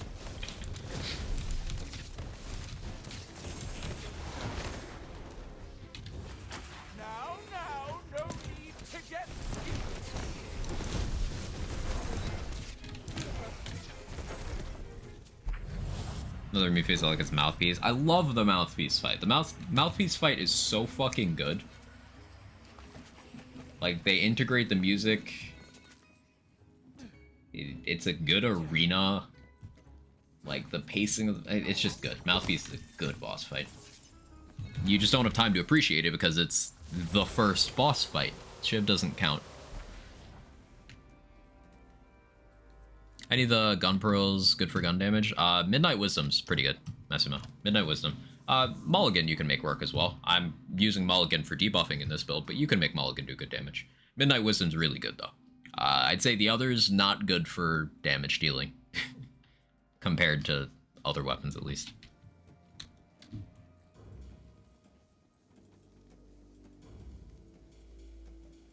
feel like wrong to suggest they aren't aware of Redux. Oh, I'm not saying they're not aware of Redux.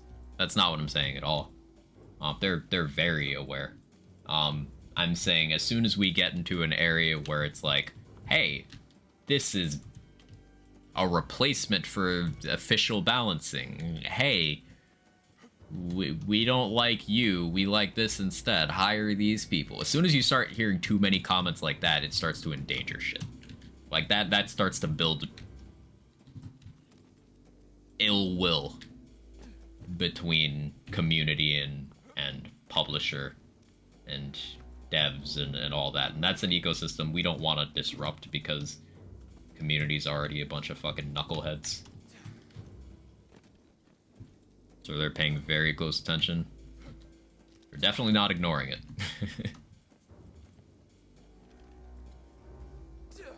So I think the safe play here is local enjoyment and expressing hopefulness. Maybe we keep it to that.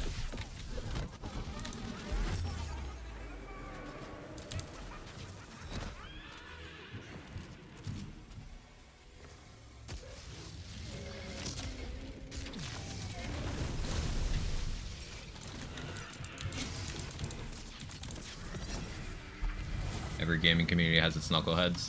Yeah, doesn't mean you shouldn't play around it. Acknowledge and try to excise where you can.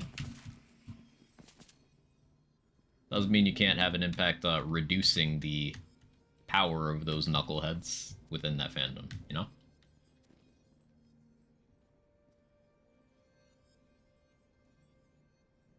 This is an interesting Tyrant's Truth. So, like, Tyrant's Truth in Redux, even though it's just regular gun damage, that's pretty valuable. Like, 35% per class feat companion. 35% gun damage is not small. I can maybe find a use for that somewhere. It's a cryo-caustic salt and battery. I want that.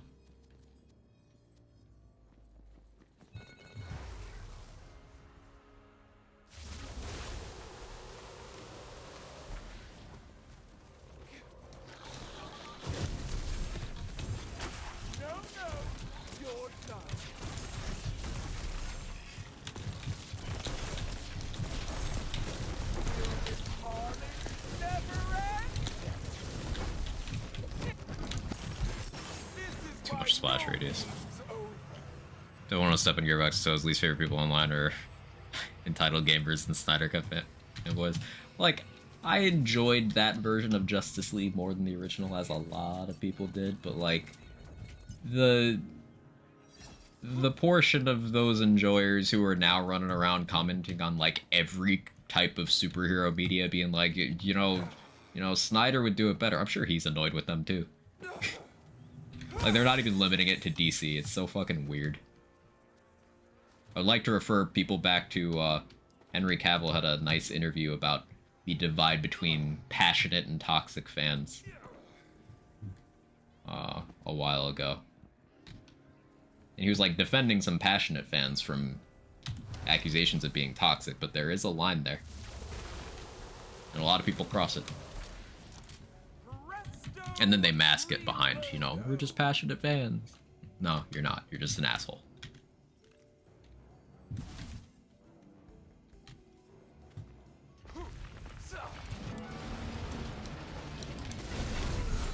For example, with Resident Evil 4 Remake, character of Ada Wong was voiced by a different actress from previous iterations of her being voiced. Now, this is not the first time that actress played that character. She played the character live action in the Welcome to Raccoon City movie, which admittedly was not well received, but she had played the character before. It was not new. However, gamers did not care for her performance, so they decided to completely bully her off of the internet. Which is a bit of an overreaction. But the conversation isn't just, hey, this performance didn't land for me. It's active harassment of someone for work they did. Under the guise of being passionate fans.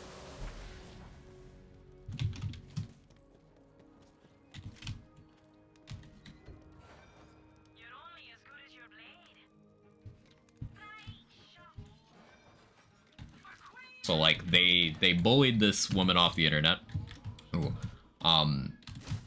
And she pointed out that a lot of the reason why she was in the role is because the character had never been voiced, the character being an Asian woman had never been voiced by an Asian woman before. So, you know, she was stepping into that role, and it was a good moment for, you know, representation and cultural impact in gaming. That's all correct stuff.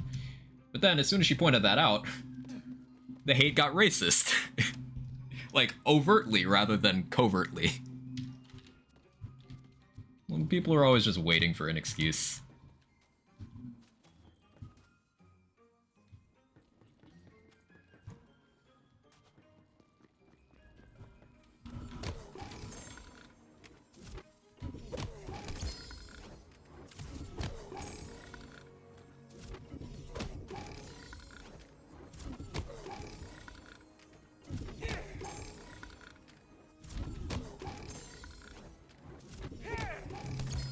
Hey Scott, how you doing?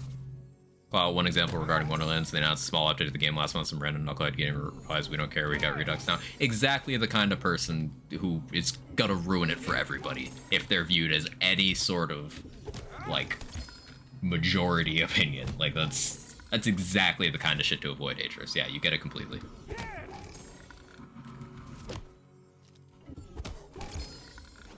Some people just suck, and unfortunately, we cannot just pretend those people don't exist. We can, but that doesn't fucking help anything.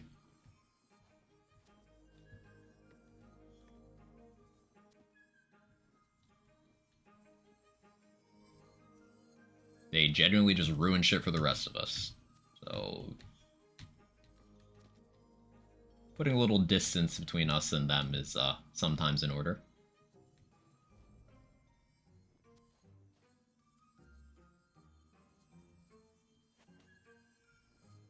Because, like, let's look at when a loud section of a community is just kind of flinging their shit at the walls. You think from, like, a dev publisher angle, how much do you think they differentiate between those people and the people who are just quietly enjoying? How much of a differentiation you think there is in those emotional moments? I don't want to be lumped in with shit like that.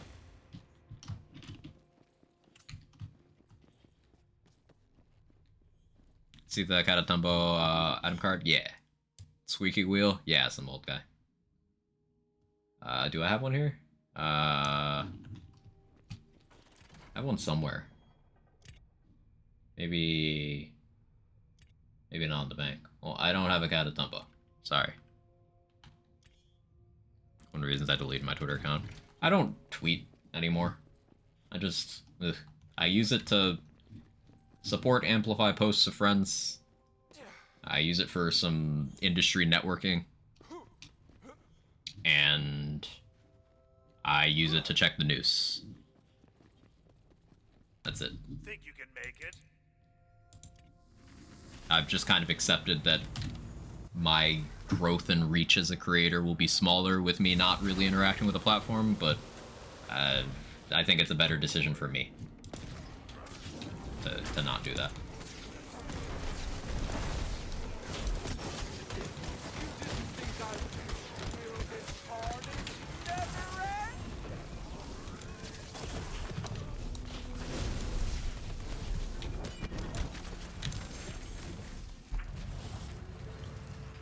It would behoove us non-knuckleheads to proclaim how much we enjoy what devs do more often. Abso-fucking-lutely. Because, like, if you got a room full of 100 people, 98 of them are just quietly sitting there doing their thing, and then 2 of them are trying to light the place on fire. Inaction is sometimes viewed as, acceptance, right?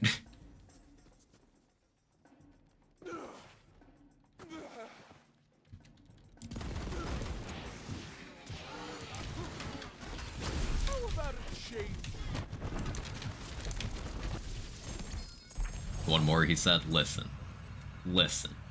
We're having a conversation and this is just backdrop. I don't have a problem. I just want to throw lightning bolts.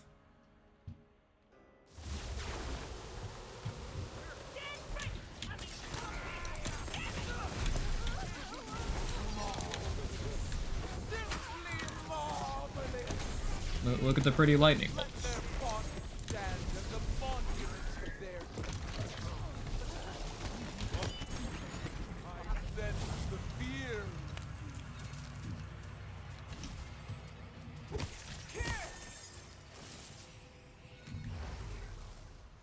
It would behoove, benefit. Synonym for that. Quack, one more run. It's different for everyone, and understandably some folks still need it and amplify perform their work. Yeah, that's been a big reason why watching the platform go to shit has been awful, because, like, I have a lot of artist friends, for example, who were not really able to use the platform to promote themselves anymore, because the algorithm changes and all the people leaving. It's just, it sucks.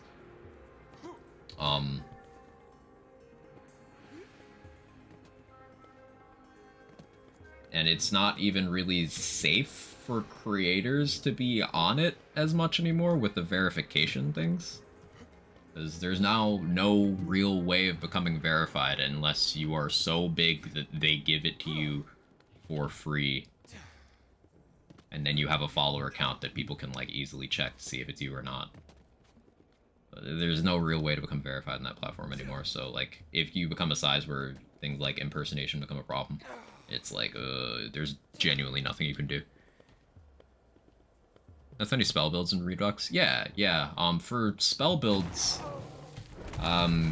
we've kind of discovered, due to formula and the Agony Shield, that, Berserker is a better optimal, like, secondary class to pair with Spellshot for spellcasting. It's really cool.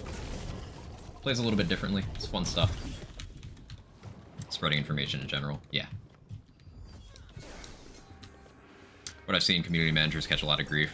Destiny community gets super bad a couple times a week. Yeah, community managers in particular. Like, it's literally their job to deal with those people. And so they just... Unfortunately, their job description is dealing with the most toxic people in one of the most toxic spaces on the internet. It's like, wow. They don't get enough, pay.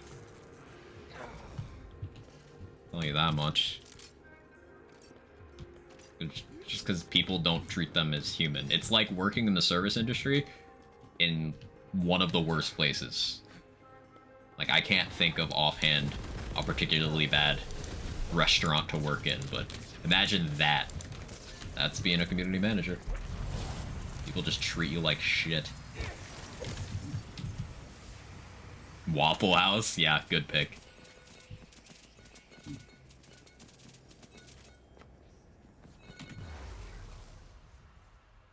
It's unfortunate that the ability to organize create safe space has basically gone away. Yeah, it's a niche that's not filled by any other platform. It's something Twitter had that was uniquely Twitter's, and that's probably why Elon Musk decided to take a massive shit on it. If we're being completely honest.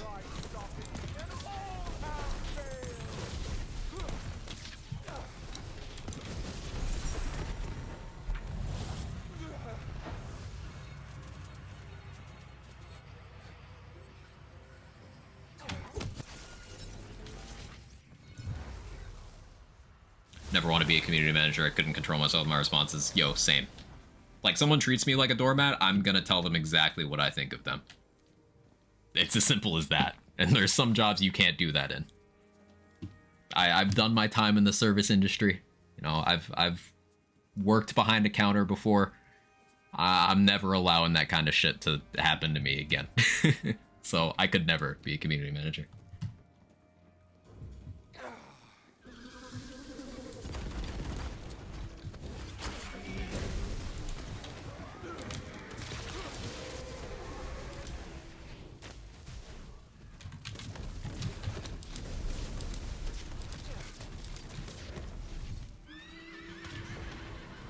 Out of the martial arts shops that work at Waffle House? I do, but I don't have the mental fortitude.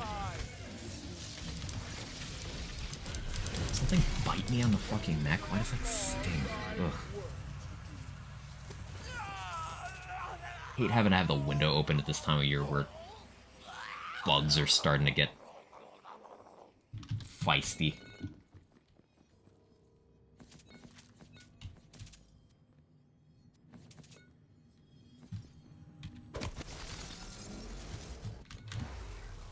My capacity for BS is very low, so I can never be the face of a company.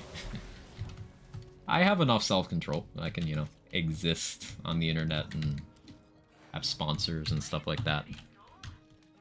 But if it was the entirety of my job description to specifically try to appease and field people who are just there to make my life hell, nope, couldn't do it. That's a bit beyond what I could handle.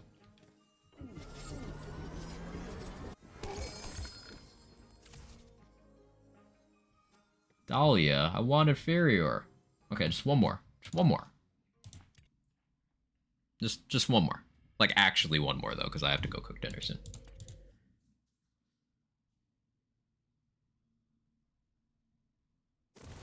Wait, look at it. Same dude who wants to connect humans to technology, takes charge of social media, kind of sells not gonna lie, some supervillain moves. Oh, dude definitely thinks he's a supervillain.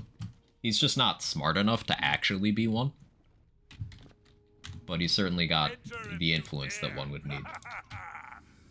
But seriously, you should dare.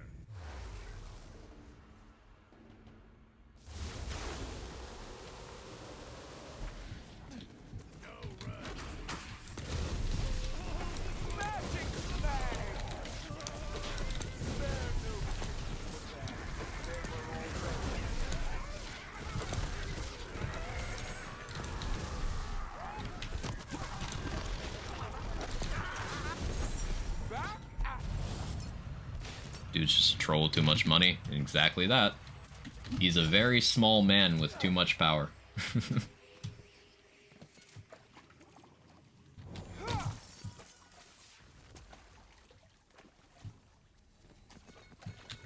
1000% thinks he's a Bond villain. He thinks that highly of himself, yeah. I feel like being the War Thunder community manager has to be a weird experience because you have to deal with the general toxicity stuff. You also have to constantly tell players not to leak classified documents.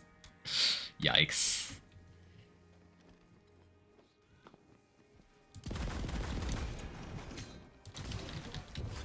The hits keep on coming. I need one of these guys to hit me once. I don't have agony on.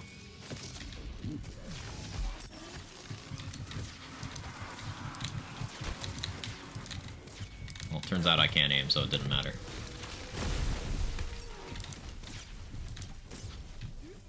Alright, fine, get down here.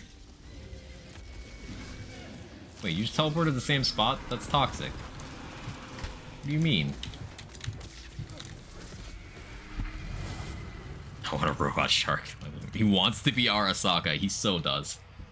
He 1000% wants to be Saburo Arasaka.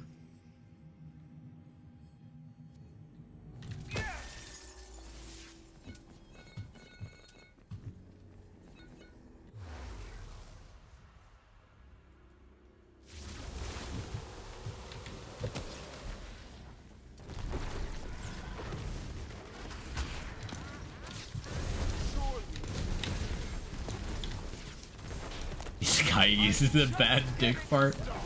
Yeah, yep.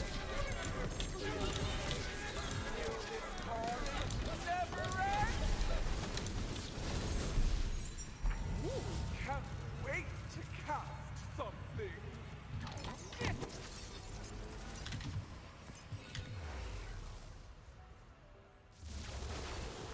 Vorkanar. I love bullying Vorkanar.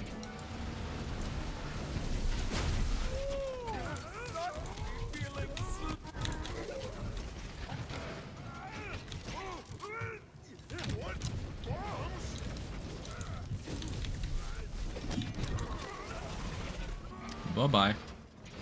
He's Arasaka. We need Keanu Reeves more than ever. Protect Keanu.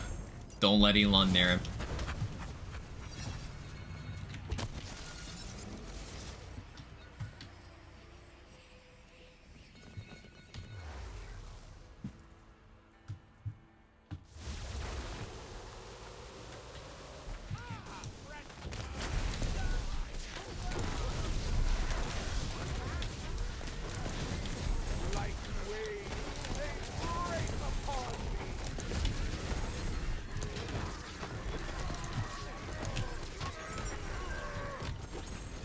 Like, Bloodshots are not nearly as good as Fear Knots, but the splash radius, it just makes them so good for distributing damage.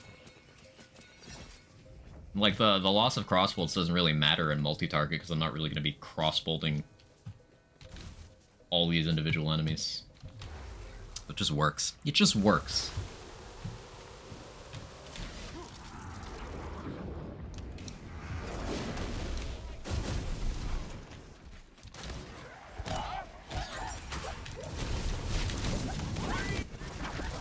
Goodbye. Pass swiftly to that dark beyond, friend. I love this build so much. Hey, it's up 5 minutes. Cool. Gonna get some work done. Thanks for hanging. Thanks for being here, Atris. I'm actually gonna call it quits here as well. Yeah, I had a good time. Thank you for hanging out as always, everybody. Thank you for all the raids, all the chatting. We had deep talks, we had silly talks, we had nerdy talks. All good stuff.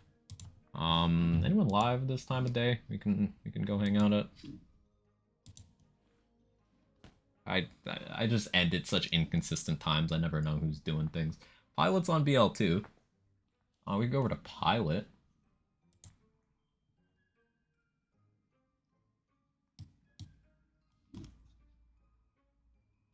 See, how long's Pilot been on? Less than an hour? Yeah, let's go to Pilot. We had Wiggly Talks. We had Wiggly Talks. We had Jiggly Talks. Yeah, let's raid pilot. So you got 2 options for raid message. Well, you have 3. If you don't have emotes, just put Quag raid or something. But you've also got the classic raid message of Quag, Quag, Quag, Chad, Quag. Or you could spam Jiggling. Quag Jiggling. Which I think is the superior option. I'm gonna put a bunch of Quag Jiggling because he's jiggling. Just look at the little guy. He's jiggling. He's doing the thing. But yeah, let's head over there. Thank you guys so much for hanging out. It really does mean a lot. I appreciate you. I plan on being live tomorrow. I have no idea what. You know, Redux has just been kind of my go-to as of late. Maybe more Redux content. Maybe I finally resume near Copium. I have no idea. But I hope you have a wonderful rest of your day. Bye-bye.